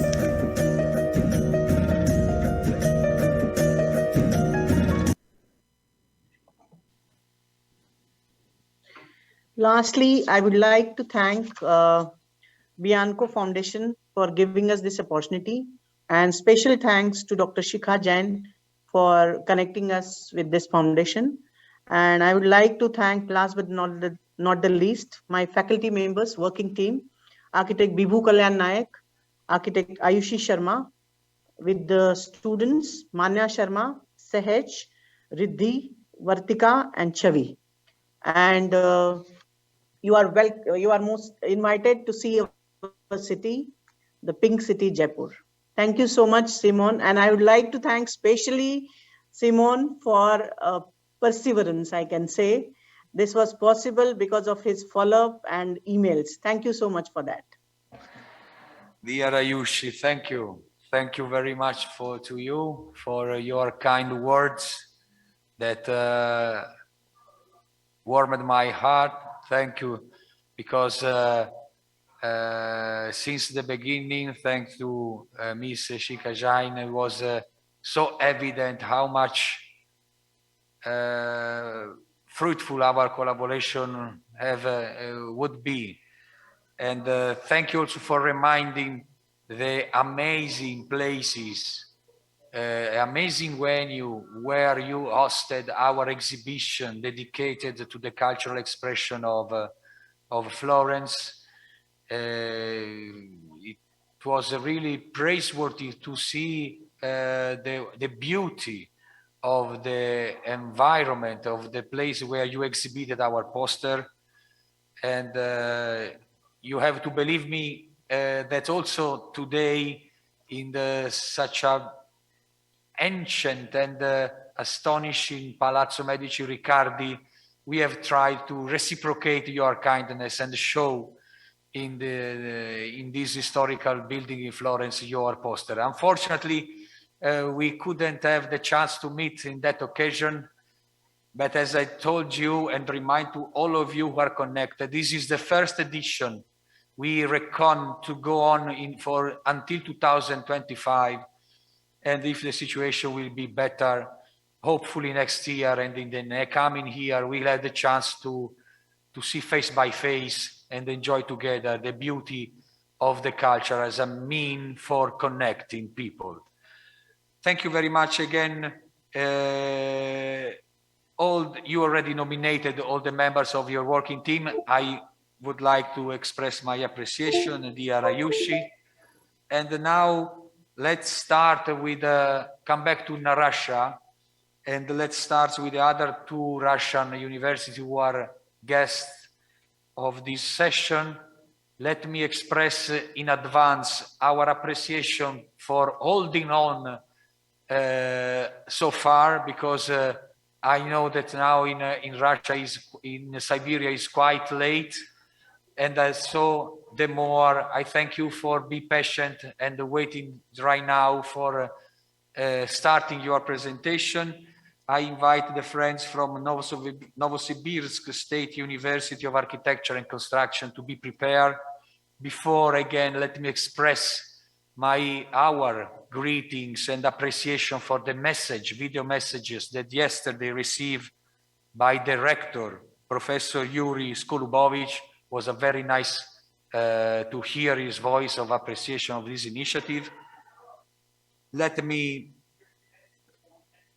Your working team is very great, and I would like to thank all of you at the end of your presentation. Now the time is yours for going on, so I invite the staff of the SIBStream to start their presentation. The floor is yours. Please, you are welcome. Good evening. Good evening, the organizer and the participants of the festival. We represent the Siberian region, Novosibirsk State University of Architecture and Civil Engineering. We are very glad to participate in this activity, and we deeply appreciate the opportunity to be the part of the movement Life Beyond Tourism, Travel to Dialogue. The students of our university, Sofia, Polina, and Anastasia, prepared the presentation, and they would like to share it with you, so we will give them the floor. Good day, dear colleagues. It's rather honorable to take part in this international event and represent our motherland. The project is dedicated to several regions, which include Novosibirsk region, Tomsk region, and Altai territory. Concerning one of the typological variants, the word Siberia is nothing more than a garbled Russian bold north. Siberia couldn't only accept but also save, perceive the text of ancient cultures and bring together with its fragments of a thousand-year history. The project of creative and ambitious young people has done a huge work making those information slides showing the road of the Siberian region's beauty. All team members use their experience in professional fields to compose a unique story and reveal it to the world in Florence. As you can see on the slide, Novosibirsk is the heart of Western Siberia. Population is over 1.6 million people. Total area is about 502 square kilometers. Climate is continental. The city appeared at the crossing of the Trans-Siberian Railway and the Ob River in 1893. His mother is native Siberian, the deep and broad Ob River, and his father is a Trans-Sib, who is fast supporter of technological progress. So Novosibirsk has inherited the best qualities of its parents, their scope and dynamism, robustness, and business acumen. About the 19th century before Christ, small ancient cultures were found and disappeared into oblivion in our region. Time flew and the Rus settlement and other small nationalities replaced each other from time to time. This continued until the end of the 16th century, the conquest of Siberia by the Muscovite. It is believed that the territory of Novosibirsk as the part of the Blue Horde, the eastern possession of the Golden Horde. In addition to the local population, Normans lived in the south of Siberia. As you can see on the slide, Kurgan is the burial place of the nomadic people of Siberia. Village of the first Russian settlers, Krivoshokovo, was founded on the side of the Ob River in the interval between 1697 and the 1710s. Novosibirsk owes its appearance to the Trans-Siberian Railway construction. The day of laying the first stone in the railway bridge across the Ob was July 20, 1893. It is considered the date of Novosibirsk birth, which in the future would be transformed into a village of Novonikolaevsky, and in 1904 would receive a status of a city. Finally, was renamed to Novosibirsk in 1825. Novosibirsk knows everything about courage and freedom. This is what the city breathes from its very foundation. Our city rebelliousness is also observed in architecture. Here, century-old wooden buildings and brick mansions peacefully coexist with the majestic Stalin's empire style, practical constructivism, modern Khrushchev buildings, new Russian skyscrapers, and mirror shopping centers. For those who want to plug into history atmosphere, many of Novosibirsk's gastronomic places are located in ancient buildings. Only here one can feel the early years architecture of the city, such as Gastro Bar Box, 28 Chapulgin Street, Coffee House Cup of Coffee on 46 Komastichskaya Street, Restaurant La Maison on 25 Sovetskaya Street. There are many gastronomic points in Novosibirsk where you will be fed with Siberian delicacies, such as Open House, where you may find different dishes from wild animals' meat, or go to an open kitchen at Birman and Pelmeni to taste the original Siberian dumplings and vareniki with amazing toppings such as pickled ginger, cuttlefish, and whatnot. Another delicacies such as Kamchatka crab, Sakhalin oysters, octopus, and caviar. All these and a bit more are on the menu of the local history restaurants in the city. And if you ask me, what is interesting in the capital of Siberia? I told you that the world's largest sun museum, the largest theater of Russia is Novat, with Novosibirsk Zoo, who includes 700 species of animals. Europe's largest indoor water park, the world's largest indoor metro bridge across the Ob for about 2 kilometers. The shortest street in Russia, which is named Sivstroy, also the longest straight street on the planet, Krasny Prospect, for about 7 kilometers. Also the world's only monument to the railway bridge, the largest library of the Russian Academy of Science in Asia, and the largest botanical garden in the Asian part of Russia. The Seva Church was built in 1700. Now it is located in the Novosibirsk region. It was transported to an open-air museum for the disappeared Polish city of Zasibirsk. The Savage Church is interesting for researchers and young artists. It also attracts the attention of famous photographers at the city. Novosibirsk is the third city in Russia concerning number of the constructivism monuments. It is one of the reasons why our city is interesting for tourists. The Novosibirsk Opera and Ballet House is the largest musical theater in Russia, which can fully accommodate the Moscow Bolshoi Theater under its huge dome. It is located on the central square of Novosibirsk. Some people argue that Stalin's bunker is into the theater. The Siberian Metro Bridge is the largest indoor metro bridge in the world. If you're lucky, you can go across the bridge in one of the subway museum cars. The Novosibirsk Zoo is one of the largest zoos in Russia. Now, many rare animals live here. For example, ligers, the result of crossing a lion and tigers.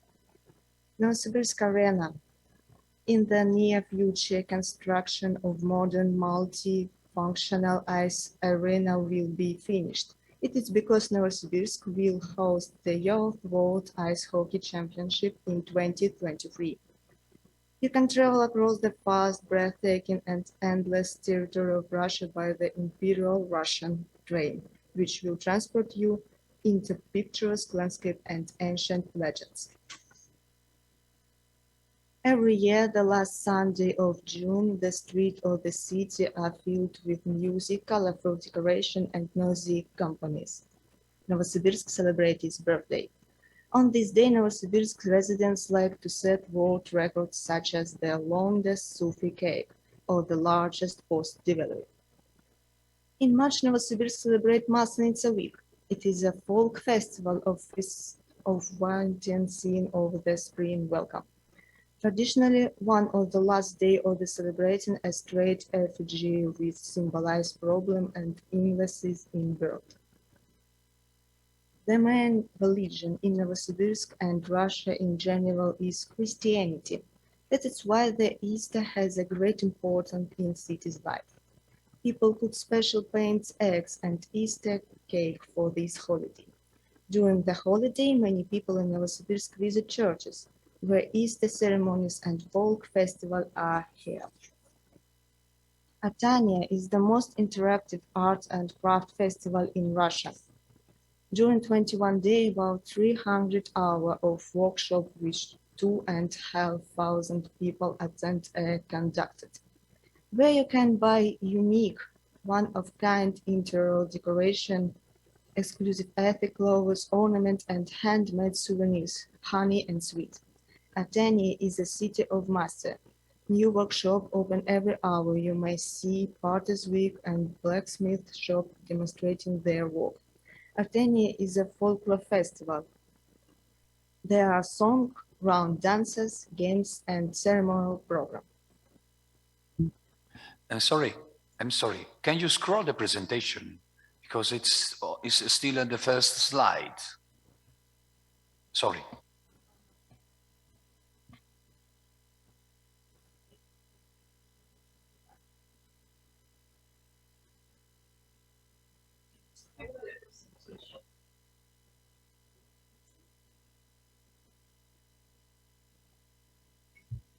Sorry, and have you seen the whole presentation, or you see only the first slide of the presentation?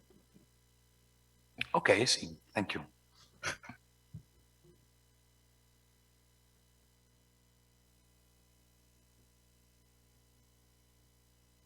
So, and right now, can you see our presentation right now?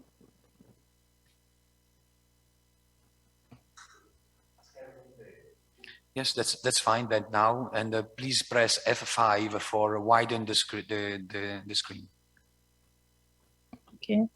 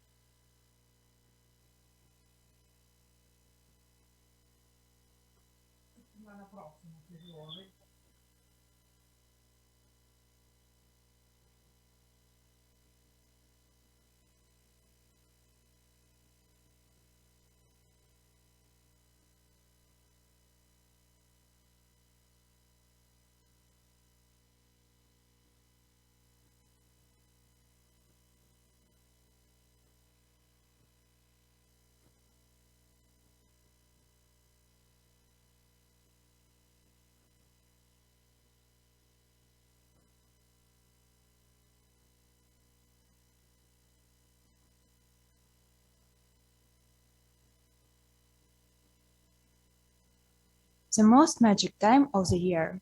When Siberia is mentioned, one associated it with snow, winter, bears, and severe frost. In fact, the climate in Novosibirsk is quite comfortable, and every year a large Christmas tree is erected on the central square of the city on New Year's Eve at the end of December.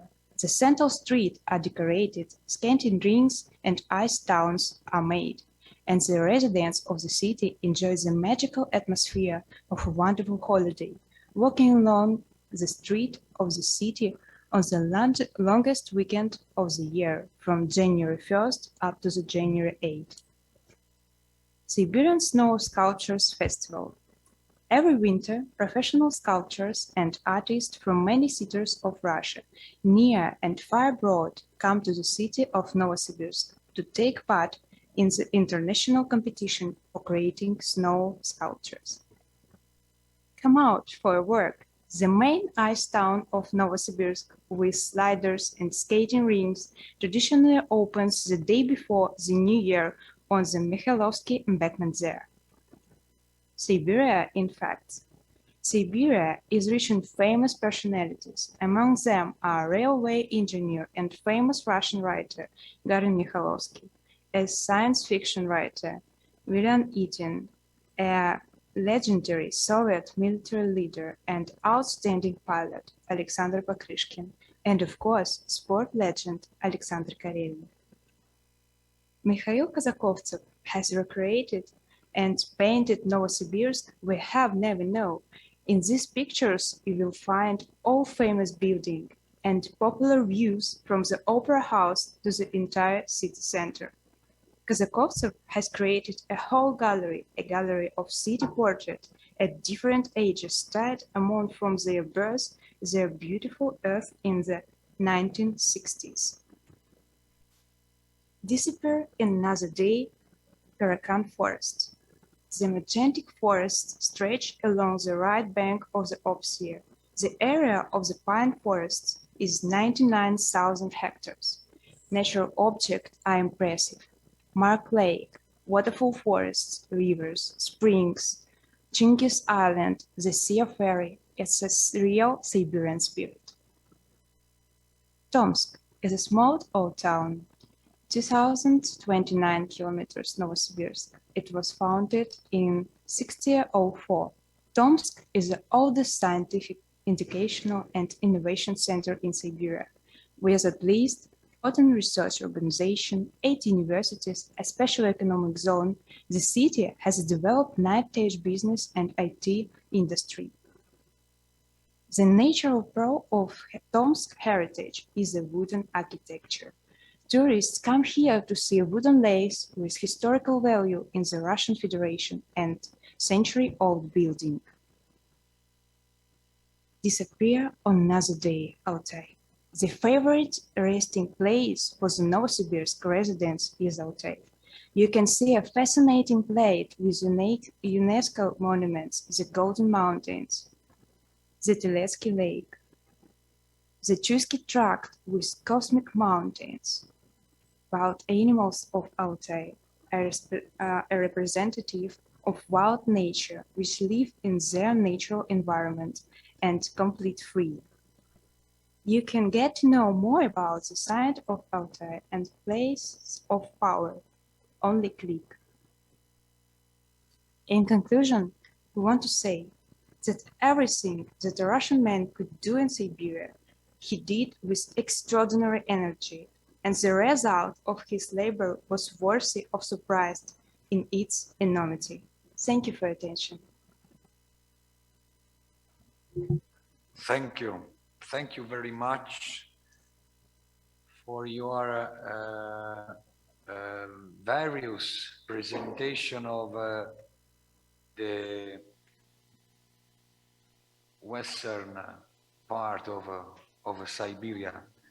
Some images were really breathtaking, and I congratulate with all of you, starting from Evgenia, Ketova, and of course Yulia, that with whom I exchange a lot of email. Also thanks to Yaroslava and his sound Italian knowledge. Luci, чем мои русские знания, к сожалению. Спасибо большое to Evgenia, Anna, Inna, Mikhail, Evgeny, Andrei, Elena, Victoria, Paulina, Sofia, Anastasia, Anastasia again, Karina, Sofia, Paulina, Ivan, Igor, Yulia, Lyubov, Inna. So it was a wonderful and big working team, and I congratulate with Rector Skolubovic and all of you for such an interesting presentation, and that present Siberia from a very specific, particular, and from my point of view also new wave. We certainly know how much charming Tomsk is, but also I realize how much the nature and the festivities and the folk tradition in your region is really attracting. So you did a splendid job, all of you. And again, I also thank you for keeping hold till late in the evening, because as far as I know, it's 7:30 p.m. in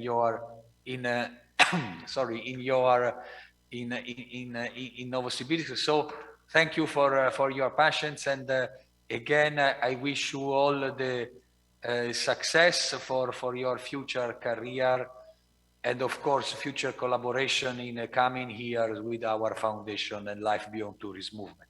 Thank you again, Novosibirsk State University of Architecture and Construction, and congratulations. Thank you for your kind words. And now,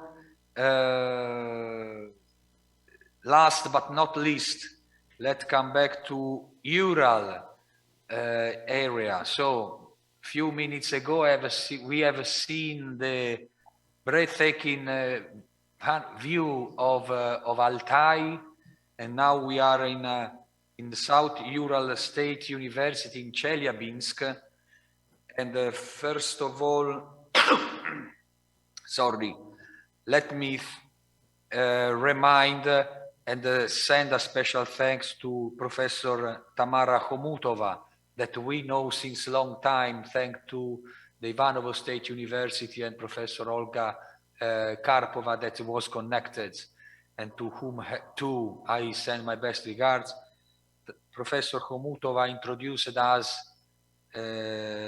South Ural State University long time ago, and we are really happy that now the University of Chelyabinsk is ready and is participating to this new initiative, this new adventure of our foundation. So let me welcome your group, and the floor, so dear friends from South Ural State University, is yours. First of all, let me say hello also to Olga, to the Olgas, Olga, Babina, and also Weingart, that collaborated with me over the past week for producing this important participation for our point of view. So, dear friends from Chelyabinsk, the floor is yours. Please start your presentation. Thank you, Simone. Thank you. First, I would like to express our deep thanks to the organizers of this great event and for the opportunity to participate in this event, because in these hard days, such international projects that promote cultural dialogue and cultural diversity while preserving national and cultural identity are quite important, and that allow us, we think, for this opportunity to present our view of our region. So our team, actually international teams, because we have the students from Russia and from India in our team. So we are from Chelyabinsk, as you've said. It is in the Urals, and it is a unique place which is on the border between Europe and Asia. And this is the place where Eastern and Western cultures meet, sometimes merge, and anyway peacefully coexist on the same territory. And actually you can see the logo of our university on the slide, and you see the lion and griffin who look at each other, and they do symbolize Eastern and Western culture that unite together. So this project is the result of cooperation between two departments of our university. It is the Department of Design and Fine Arts on the one hand, and on the other hand, it is the Department of Linguistics and Translation. So our collaborators from the Department of Design, they are always, they have always been interested in architecture of our place, in the natural views of our place. That's why they took wonderful photos, which we put on posters. And our department has always been interested in investigating the specifics of cross-cultural dialogue, the issues of understanding differences between mindsets in multicultural communities, which our region is. So our students, I will give floor to our students now, they will present the most vivid images and notable facts from the cultural history of our Chelyabinsk region. So Sveta, please go on.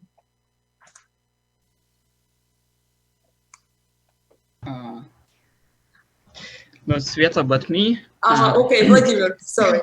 Yes. Chelyabinsk is located in the center of Eurasia, on the eastern flank of South Urals, part of the natural border between Europe and Asia. The border runs right through the Ural Mountains. The mountains extend over 2,000 kilometers.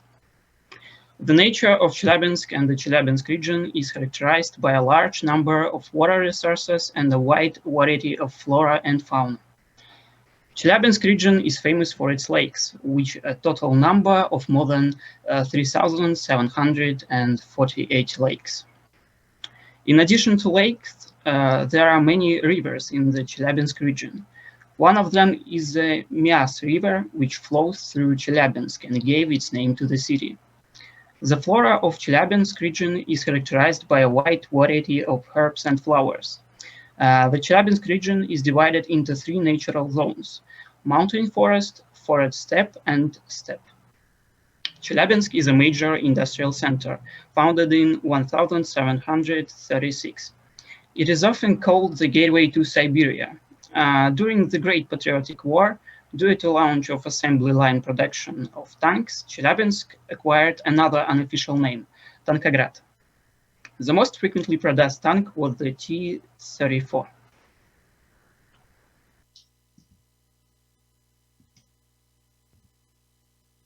Sorry, something went wrong. The etymology of the word Chelyabinsk goes back to the Turkic language. Our city inherits its name from the pine forest on the south side of the Mias River, Chelebik Rogay. In translation from the Bashkir language, it means a large coniferous tree which looks like the sun. The first stone of the fortress was laid almost 300 years ago. A small settlement and the junction of Europe and Asia turned into a transit point for camel caravans from Mongolia. The city would have remained a regional market if the railroad had not been built. In 1892, it became a major trade artery connecting Chelyabinsk with Moscow. And in the early 20th century, Chelyabinsk became a major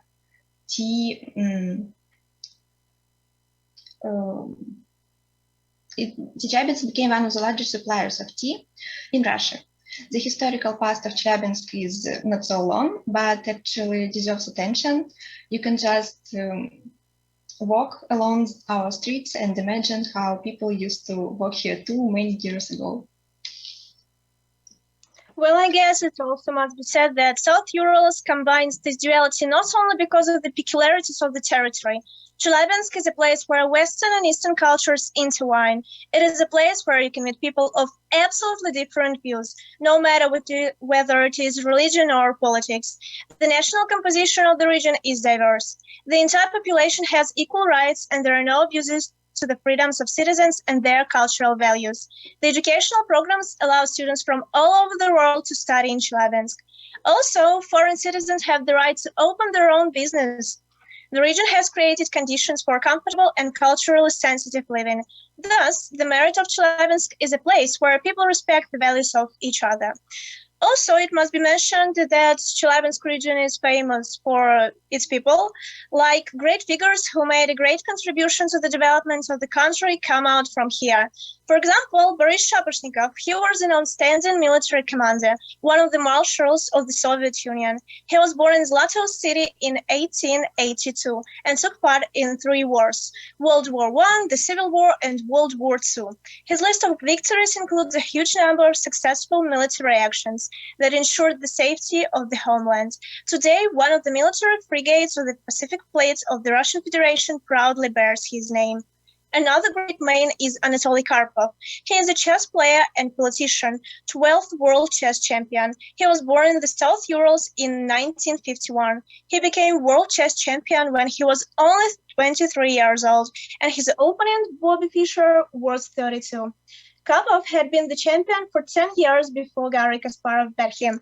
Today, at the age of 70, Anatoly Karpov is successfully engaged in political and social activities aimed at the development of chess sport. When people ask what is Chelyabinsk famous for, the first thing they remember is the Chelyabinsk meteorite. It fell on the 15th of February in 2013. The largest piece of this meteorite fell into Lake Chibarkul, and now you can see it in Chelyabinsk Historical Museum. This is one of the interesting places to visit, by the way. Chelyabinsk is also known for its minerals. Here, there are known more than 438 minerals, and a large part of them are gemstones. The most famous and widespread gems are quartz and its varieties. Quartz is needed in the production of glass, ceramics, and electrical appliances. But the active development of Chelyabinsk began with the construction of the Trans-Siberian Railway. The city became an important transportation hub in the Urals. Chelyabinsk factories started working. The industry is concentrated mainly in the metallurgical and chemical plants. Region ranks second in terms of industrial output. But the leading industry of the region is metallurgy. This industry forms almost 39% of the gross product of the region. Despite the industry plays a leading role, Chelyabinsk pays a lot of attention to solve environmental problems. The government and citizens understand the importance of preserving nature, keeping an air clean. That is why modern friendly technologies are being introduced in production. The city transport also uses electricity and gas. Residents of the city sort recyclable materials, plant trees, and participate in special programs. And due to these activities, the situation in the city is getting better and better. Our native land is famous for its merits in the field of education. The Chelyabinsk region pays a lot of attention to the education of its citizens. According to the ministers, education should be available to everyone. And in order to do that, in our city, there are many educational organizations. Chelyabinsk welcomes students from all over the world, sharing their rich knowledge base. The goal is to create a better future, and the students of our educational institutions contribute to the development of science in general, making amazing discoveries in different spheres. Art is what pulls people together from all over the world. It is the expression of human creativity. To the present day, art still occupies a leading position in the life of each of us. In Chelyabinsk, like everywhere else in the world, creativity actively develops and finds its ways of realization. Walking along the street of Chelyabinsk, you can often find beautiful images on various objects. Artists of street art strive to turn the city into a bright, picturesque, modern center of creativity. Installations, drawing on walls, murals, graffiti, all these types of street art can be found on the streets of Chelyabinsk. There are also many musically gifted people in Chelyabinsk. Everybody has a great opportunity to walk along one of the main streets of the city, the Kirovka, where street musicians often sing and play a variety of instruments. They will certainly cheer up even the gloomiest person. Chelyabinsk people are very talented and creative people who want to express their feelings through art. Well, Chelyabinsk region is famous not only for its spectacular landscapes, but also for a huge number of events for every taste, for both children and adults. Every holiday is always accompanied by concerts, fireworks, and brightly decorated streets. Parks filled with amusement rides, singing fountains located on the main streets of Chelyabinsk, and street musicians will allow you to distract from the working day and have a good time. Another place to spend your free time is the main square of Chelyabinsk, Revolution Square. Also, if you are a fan of entertainment, you should definitely visit the amazing places in our area. There are a lot of them. We have chosen the most exciting ones in our opinion, and I'd like to tell you about Arkaim. The ancient settlement of Arkaim is located near the Bolshaya Karaganka River. In 1970, scientists found strange circles in the center of the valley. After archaeological excavations, a city was discovered. From an airplane, there is an incredible view. Huge circus soon closed the city. The central square was a place for certain rituals. There are even some traces of Bronze Age mythology and an astronomical observatory. Now, Arkaim received the status of a historical museum reserve. When people look at a map of our region, they cannot believe their eyes. Varna, Leipzig, Berlin, Paris, there's a in it. Well, nevertheless, all the cities or rather small towns and villages exist in Chelyabinsk region. They were founded because their first inhabitants were impressed by the beauty and culture of European city they saw during the War of 1812. Thus, many cities in Napoleonic Europe has its Ural twin. Paris didn't escape their fate either.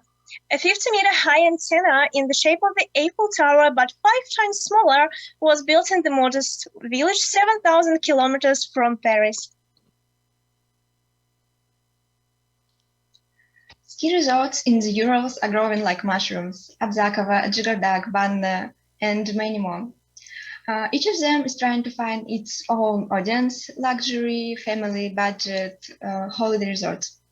The highest point in the southern Urals, where most of the ski resorts are located, is Mount Yamantau. It is 1640 meters high. The Ural Mountains are therefore not very high, but really wide. This offers wild nature views, and those resorts are created on almost untouched land. Snow cover reaches 200 centimeters between December and March, which is the best time for skiing. And many delicious, famous dishes come from our area. We have presented only a few of them as examples, but there are many more. Bilish is a Bashkir pie made of unleavened wheat dough with various stuffing.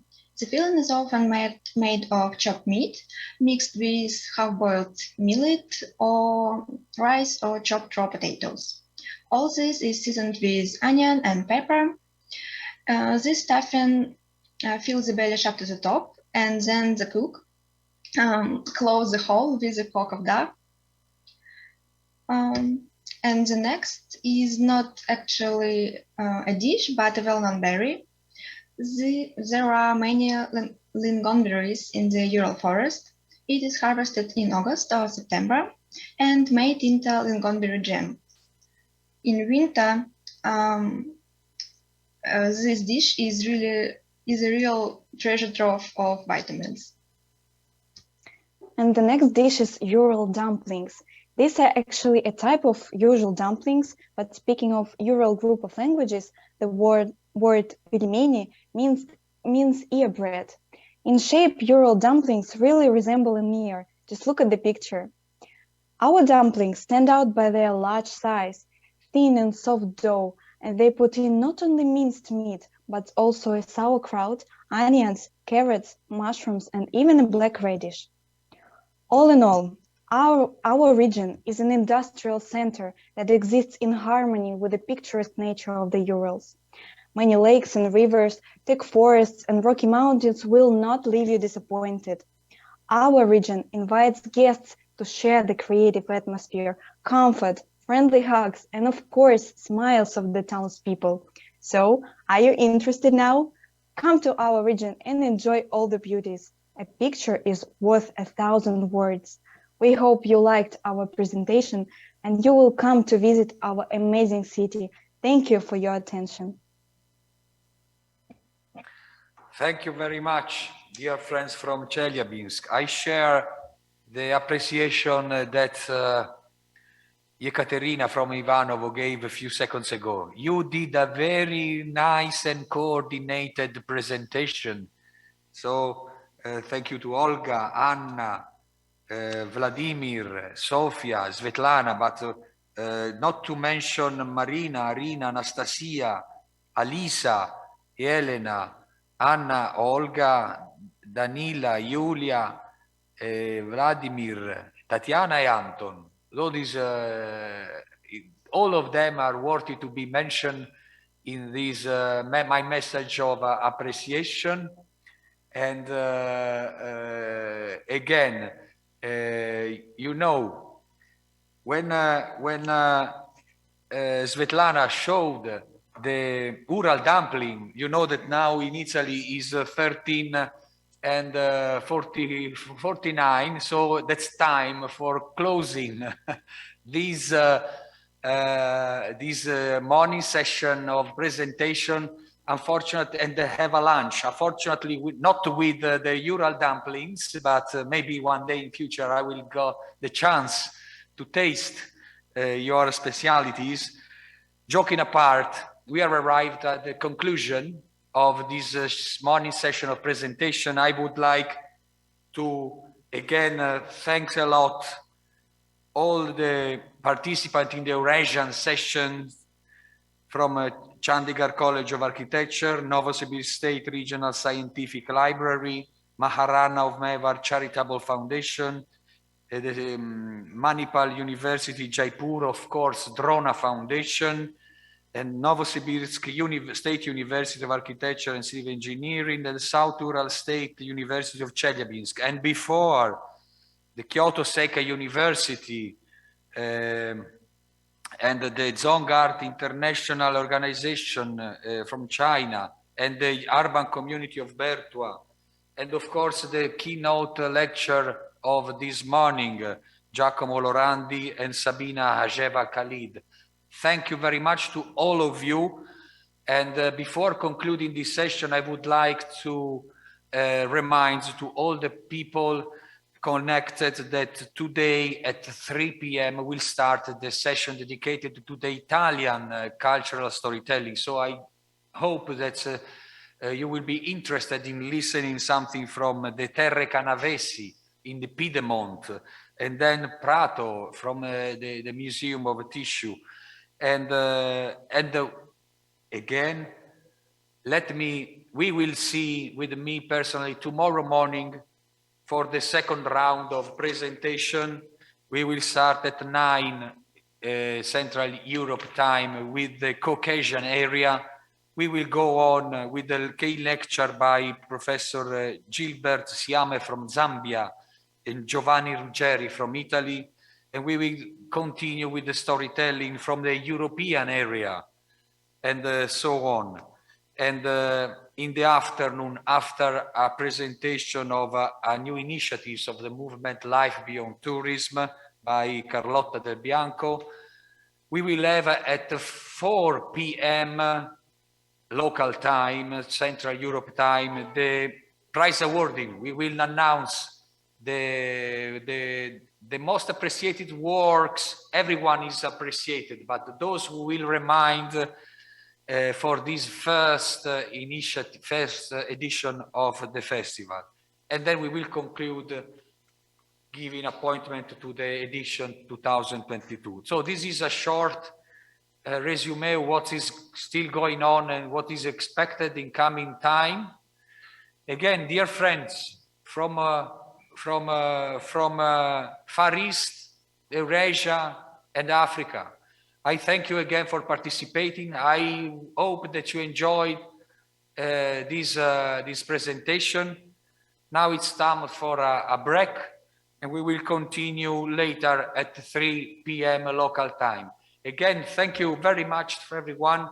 You all contributed to the successful starting of this festival, and my personal big hug to all of you for all the, it was a really pleasure and an honor to work with all of you over the past month for producing such an interesting initiatives. Thank you again very much. Hold on, don't continue to follow us. See you later, friends.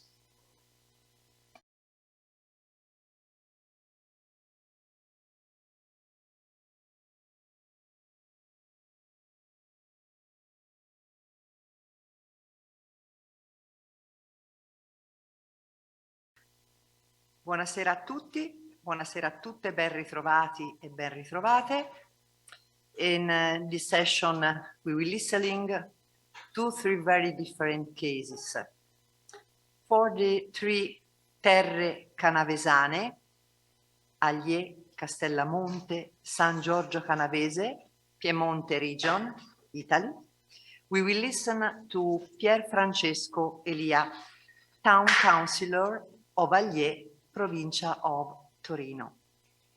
As an introduction to this session, I would like to recall the importance of local administrations who are called to be ambassadors for the territories and to seize the new opportunities and challenges opened up by post-pandemic changes. The role of administration is really crucial. For the Museo del Tessuto di Prato, we host Anais Di Bella, who is in charge of fundraising and implementation of funded projects. It is certainly not up to me to illustrate this consolidated museum experience. However, I would like to recall here what the Museo del Tessuto in Prato does to support and help local and non-local cultural expressions with its expertise. Not too many days ago, I met a representative of the Museum di Prato in Siena. The occasion was the inauguration of a museum of the costumes of a contrada di Siena, a district, la Contrada del Drago, which has availed itself of the collaboration of the Museum del Tessuto di Prato. With the Francesco Saverio Nitti Foundation, presented by Giulia D'Argenio, we go to Maratea and Basilicata, a southern Italian region. For the Del Bianco Foundation and its Life Beyond Tourism movement, this relationship with Basilicata is recent, but already rich in content and shared objectives. The first of which is culture at the service of the territory and its operators. Maratea is an important gateway to the south of Italy and an example of dynamism and effort. But now I leave the speech to Pier Francesco Elia, Town Councillor of Allier, Provincia di Torino, terra canavesana.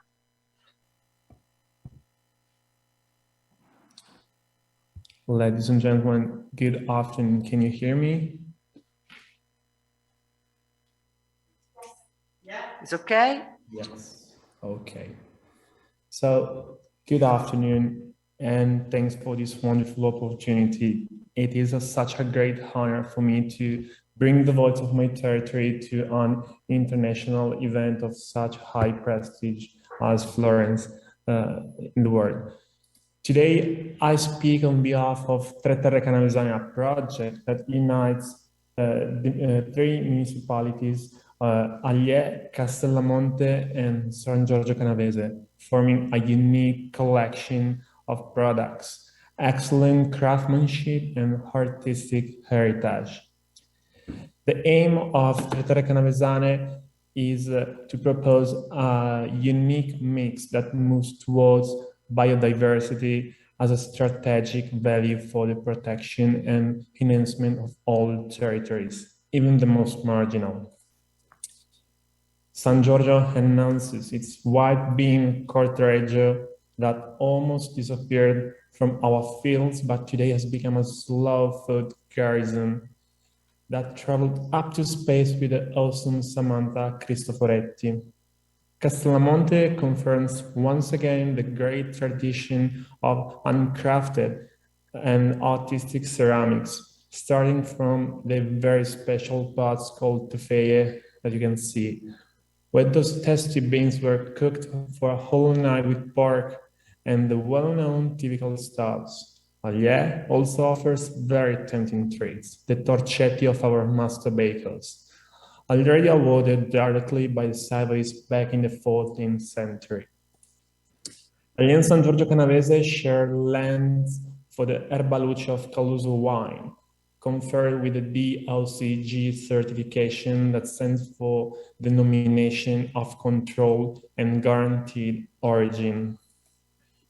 A tradition of know-how is the legacy of ceramists, farmers, winemakers, bakers, and chefs that make brilliant the food and wine of the Tre Terre. From the classic extraction of the so-called Castellamonte's red herb and the turning into the unequivocal tefeya or the ancestral styles whose design spreads throughout the world since the 19th centuries. The productions of Herbaluce, who cultivate the vine with the traditional Canavesane pergola in wood and transform it into the three variants of still white, the spumante, metodo classico, or even the passito, for which the selected bunches are dried and then squeezed for an exceptional nectar. The darkest biscuits of Roletti's bakery in San Giorgio Canavese, the buttered torcetti distinctive of Allier, or the soft amaretti from Castellamonte. All of these traditional recipes with local products are faithfully reproduced with contemporary taste by many high-quality restaurants of the Tre Terre. The main goal is to link these very many excellences from a touristic point of view to the flavors and traditions. The three castles, UNESCO Heritage and National Monument, Ducal Castle and Park of Allier, that you can see right now, private residences that often host events in Castellamonte and San Giorgio Canavese, Villa Meleto, residence of the famous poet Guido Gozzani in Allier, and Villa Malfatti in San Giorgio, or even better, the Rotonda Antonelliana in Castellamonte and the Ceramics Museum. Also in Castellamonte, the Pagliaro 1814 Ceramic Center, or the Ethnographic Museum Nossi Raiz in San Giorgio Canavese. Tre Terre also hosts important tourist events dedicated to the excellence of the territory, such as the Biodiversity Market Exhibition in San Giorgio Canavese, Calici tra le Stelle in Allier, and the Castellamonte Ceramics Exhibition. Since 2020, as you may know, the Tre Terre Canavesane has also been carrying out a summer festival of music, theater, and dance, Summer of Instance. Following all COVID-related guidelines, we have set up more than 50 open-air events this year with high-profile guests. There is way more than just culture. Those who love outdoor activities will find suggestive landscapes that can be visited on foot, by bike, or even horseback. Imagine taking a walk along the historic Canal of Caluso in the vineyards, or horse-riding the Morena Ovest, a thematic itinerary to learn about the geological genesis of the moraine amphitheater of Ivrea, one of the most significant in the world. The Canal of Caluso was built in 1558 by Marshal Charles de Cosse-Brissac, governor of Piedmont, on behalf of the King of France. His goal was to bring water from the Orcle River to the territory of Caluso towards Chivasso. In the mid-18th century, the Savoy family took control of the canal, and it became the state property. It was strengthened and enlarged in order to irrigate the fields for the breeding of royal horses in the Mandria of Chivasso. Today, the Canal of Caluso, with its pathway, the reality that it crosses, the architectural and naturalistic peculiarities that emphasize, is a strong element for contemplation on the relationship between Earth and humans, sustainability and fruition, history and present that can inspire to interesting suggestion. The water element becomes a unifying tool of the territory, bringing life and wellness, allowing cultivation and irrigation of fields, industrial development as a source of clean energy. The route from Spineto, a quarter of Castellamonte, to San Giorgio Canavese is just 7 kilometers long and therefore highly recommended for a relaxing walk or cycling tour. Even with just a bicycle, it's so easy to move around the path that unites the 3 municipalities to visit and admire the many historical, cultural, and natural excellences that our territory can boast. Directly on the itinerary of the canal, you can discover the Perotti Chapel in Castellamonte, the votive chapel of Bairro, the mill of Bairro, the cotton mill, and the castle of Allier, the iron bridge, and the 18th century mouse in the town of San Giorgio Canavese. A well-designed project for the Tre Terre Canavesane with incoming tour operators has also led to the organization of multiple proposals for multi-day vacation with a slow approach in a corner of Piedmont yet to be discovered. As the last step of this journey inside the Canavese, I would really love to show you a short video that will give shape to my words, inviting you to visit us to be able to slowly savor all our most hidden treasures.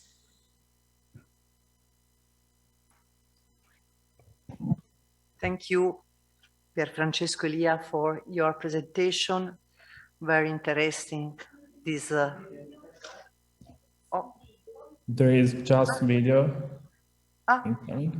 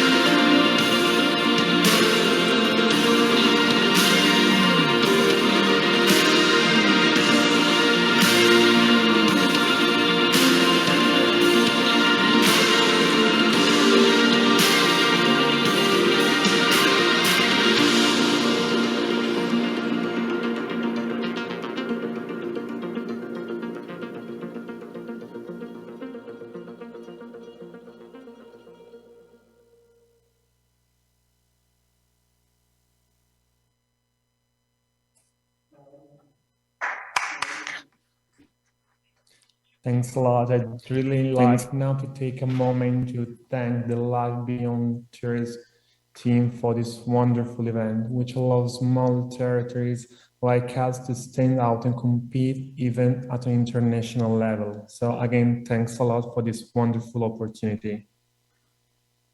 Thanks to you, Pier Francesco, for your presentation. You propose a very interesting travel in a wonderful territory, and it's important to remember the territory as complex of tradition, history, contemporary, cultural reality, and also activity of local administration and community, of course. Thank you very much for this. Thank you too, and have a nice day. Grazie. Allora.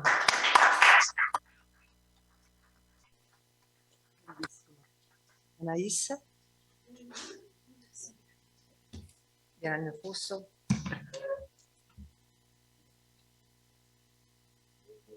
The floor.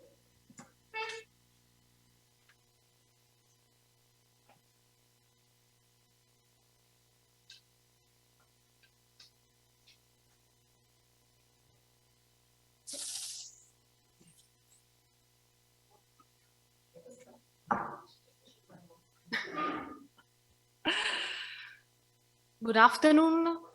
Let me start by saying that it is an honor for the Textile Museum to be part of this festival. Indeed, with the Fondazione del Bianco, we share the same values. In particular, we share the value of the importance of promoting the dialogue between different cultures. Indeed, the Textile Museum is part of several European projects, and also now at the museum there is an important exhibition that promotes the dialogue between East and West culture. But I will tell you something about this exhibition later. The Textile Museum is the most important cultural center in Italy dedicated to the promotion and the valorization of historical and contemporary textile art and textile production. It was founded in 1975 in a school in the Textile Technical Institute of Tullio Buzzi to inspire the students and as well to recover the local production. It started with a donation of 600 items, but now the collection has grown and we have a collection of around 7,000 items that testify the textile art and textile production from pre-Christianity era until nowadays. Now the Textile Museum is in a different building, is in the locals, in a factory. It's called the Extimatoria Campolmi. It's a factory of the 19th century. And this factory is so well restored that now is a tourist destination for the lovers of industrial archaeology. Emiliano, can you show please the first video? Thank you very much. So you can see something about this textile museum.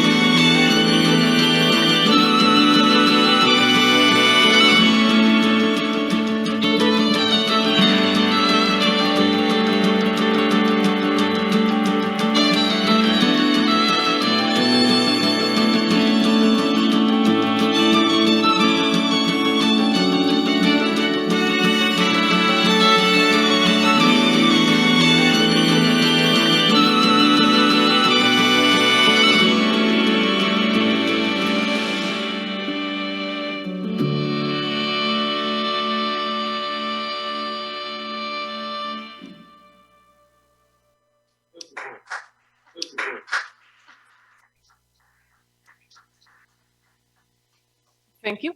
So every year, the museum organizes a great exhibition.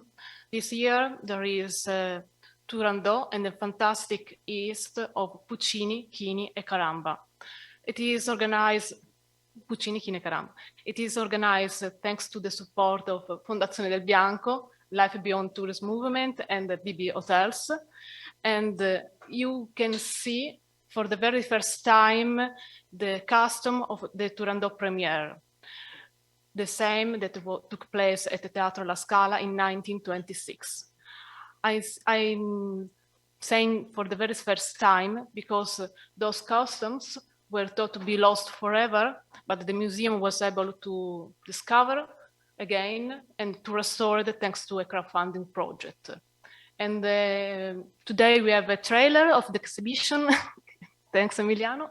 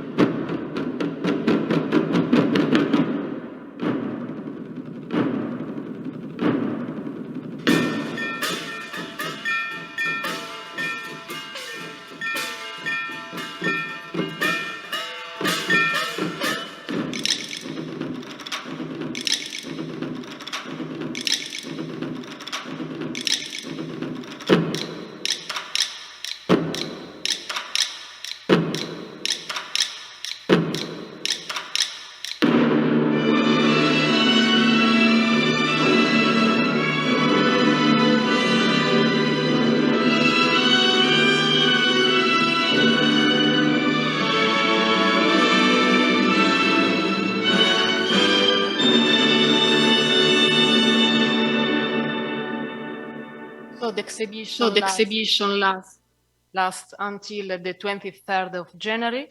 So, and I hope you see you again at the museum. Thank you.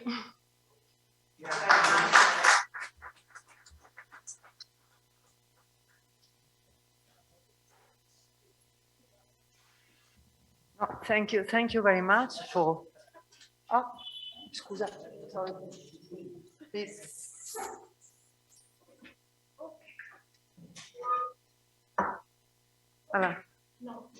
Thank you, Anais Di Bella, for your presentation. A big museum, a big activity. No, museum in a large definition.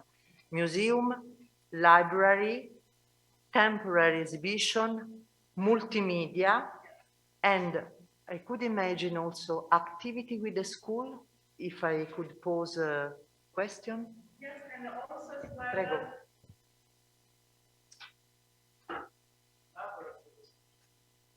Laboratory, yes, and also we have social projects.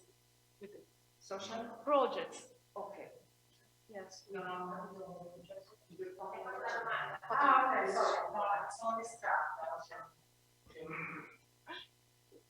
I would like also to mention that we have also the social projects that includes people that usually don't go to the museum.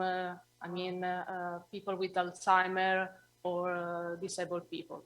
And it's important also to continue this project in this year that they didn't have the opportunity to go out outside. So, but the questions was about, we have also the laboratory. Yeah, we have schools.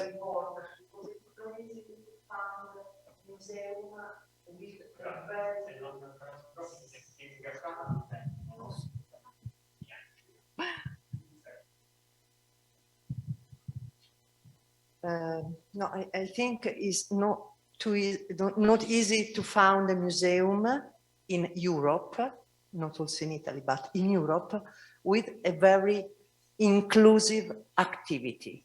Yes, we have schools from all Europe, and we have a project for families and for children that they are very young until teenagers. Okay, quindi inclusive not only with the school, but yes, with other project, social project. Thank you very much, Anastasio. Oh, thank you.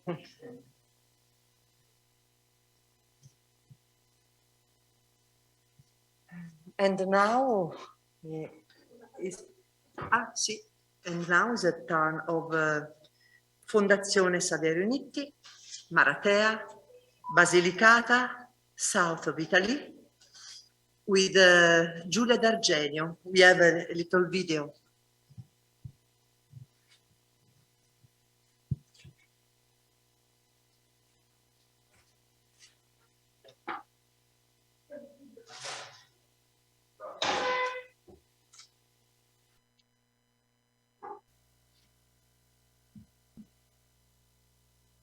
Hello everybody, I'm Giulia D'Argenio from Fondazione Francesco Saverio Nitti, and I'm here to explain you how our collaboration with Life Beyond Tourism Travel to Dialogue was born.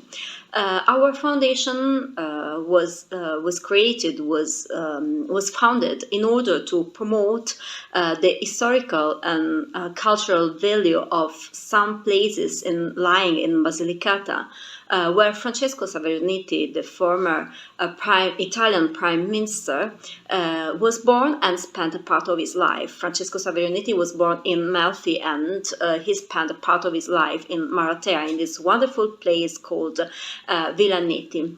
It lies on the Tyrrhenian coast of Basilicata, and Francesco Saverio Nitti moved with his family there in 1918.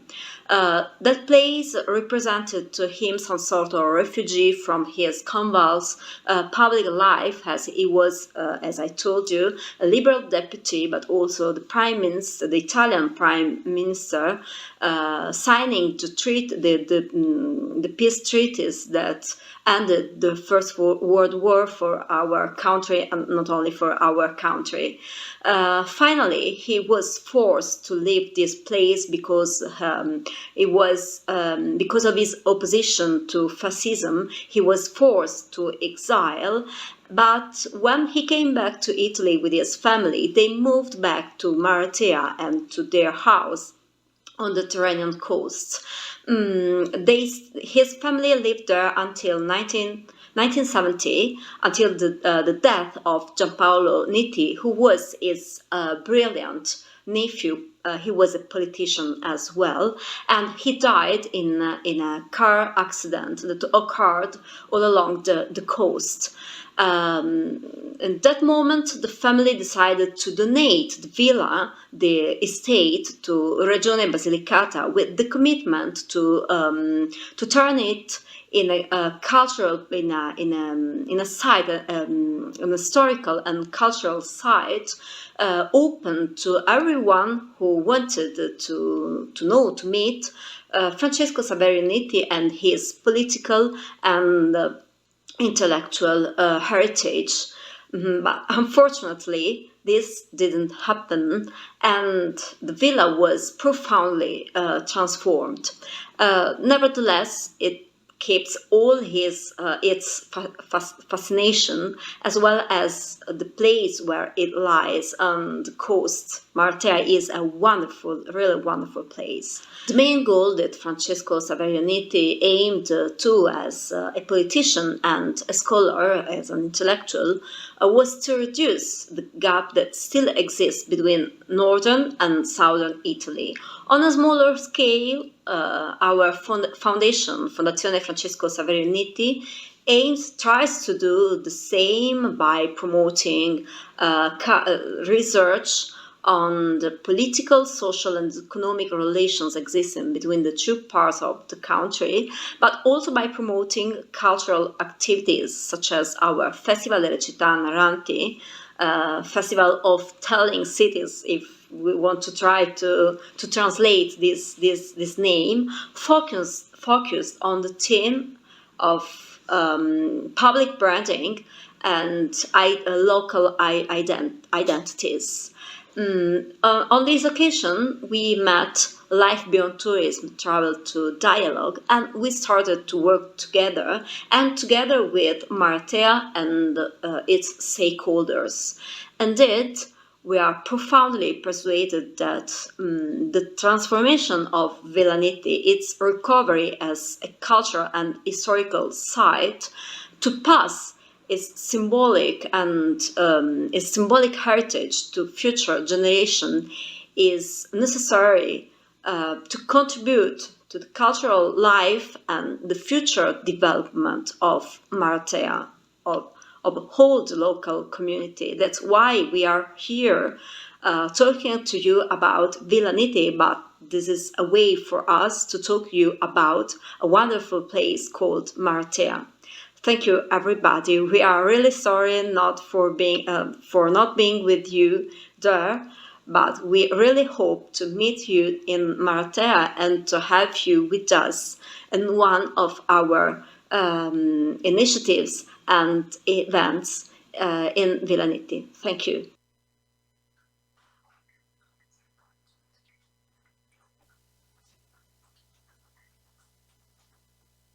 Thank you, Giulia, for your presentation. The heritage of Francesco Saverio Nitti is an important immaterial heritage. And Giulia spoke about Festival delle Città Narranti, talking. And in this program, Luoghi Parlanti, talking places. It's important that the territories elaborate their history. Io avrei concluso quello. Thank you. Certo, ci mancherebbe. Prego. Sì, non l'ho chiuso. Good afternoon. This afternoon has been a very interesting concentration of pearls from Italy. And I'm very proud of it because in a way, it's something that we have cultivated, no? in the last times. Actually, with the Museo del Tessuto di Prato, we have quite a long collaboration over 15 years. And we started with Costume Colloquium in 2006. So it has been a long friendship, and I have always seen a deep involvement, high quality, and interest in always evolve and exchange the offer, cultural offer. And one of the things I really appreciate is that they are not only a museum, they are a sort of hub. They are a meeting point for cultural institutes, and they are a meeting point for companies, designers that take inspiration from the textiles for their new designs and brands and so on. And I was thinking how to combine a visit in these days, and actually it's really too much stuff at the program, so we are not able to come. But for sure, the invitation that we will deliver also in the next days will be to go and to visit the exhibition, because it's full of values and close to our cultural exchange through arts, craftsmanship, and of course culture, where music, it is one of its best expression.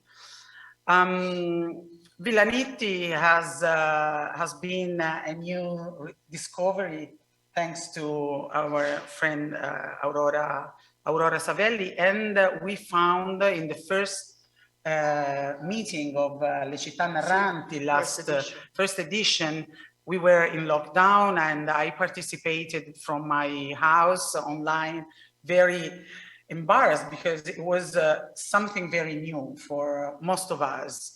But at the same time, it was a beginning. And we had Barbara Castellano from Life Beyond Tourism, who joined the meeting last 2 weeks ago, 3 weeks ago. And it was a first step of, let's say, interaction with the community, because it was a education session for the operators of the territory. So it means not only cultural institutions, but also destination promoters and the pro loco, or what is called the institution dedicated for the promotion of the place. It was a first opportunity to scale, let's say, the Life Beyond Tourism ethos, the program of Florence in the World, the World in Florence, into a combined occasion between culture, institutions, and people from the sector of the economy. And that was very, very important. And a local business, of course. So that was very important because we felt the need in these specific smaller towns to change the perspective, because everyone knows Maratea. But the problem is that they don't want to be known as with the same picture we can Google and find. So no more sea, for example. Yes, of course, they have a wonderful sea, one of the best. I mean, in Italy, we are quite fortunate, but they want to put the attention on the higher scale of the territory. So they want to make the visitors look beyond the totem, as it were called yesterday, because we need to go beyond, stay longer, understand, know better, and Fondazione Nitti is doing something exceptional. And finally, our latest friends from Allier, and thanks to Allier, le Tre Terre Canavesane, another discovery that we were fortunate to have met, I think no more than maybe August, when we went, we came and visited you. And I felt immediately after our common friend, Francesco Civita, invited me to come and know you, how incredible was the territory, the places, and how extraordinary would have been to host you in the festival representing Piemonte. Not Ivrea, not Torino, that of course are so famous and sort of brands internationally, but you have preserved the soul of the territory. You have plans to restart a new presentation of the places in a transversal way, making a longer stay, and inviting Italians and foreigners, tourists, not to be tourists, but to be temporary residents, as we say, because they have lots to see. And what I left in Allier when I came was that I have to come again, because I haven't seen anything. I have just to go and go deeper in the understanding of all what have been presented in the beautiful video, and that we need to know. And life is too short to see all the beauties that we have. We have, though, to go deeper and in a deepest way in the places we decide to go and visit. So I think it's the time not to continue to travel around just to match the places we have visited, because of course it's it's cool to say, I've been there, I've been there, I've been there. But at the end, you have been many places, but you have not understood almost anything. First of all, the soul of the people. And the first time that Francesco told me, listen, there are so many things happening in this small town of Allier. In 3 days, I'm here, that you cannot believe. And that was what I experimented, that there are so beautiful opportunities. So I'm very happy for this afternoon, because it is a concentration of big, let's say, opportunities to grow and to grow together, be network, and help each others to make one known by the others. So increase, of course, the business for everybody, because we have to survive, we have to have a positive balance at the end of the year. But if we do this with a different ethic, that balance, it's more, it's worthier. It has a worthier value. And I think that this is just the beginning. And what I am thinking and what I am asking to all the press that have been with us, and I see a new friend now, is help us communicate this program, because it is a way not to help the event. It's not the event. The event is something that starts and closes. This is a program. This is a sort of big train that wants to go and discover new places and make longer stops on the way. So we need to be well communicated. We need to be understood and presented in the best and properest way.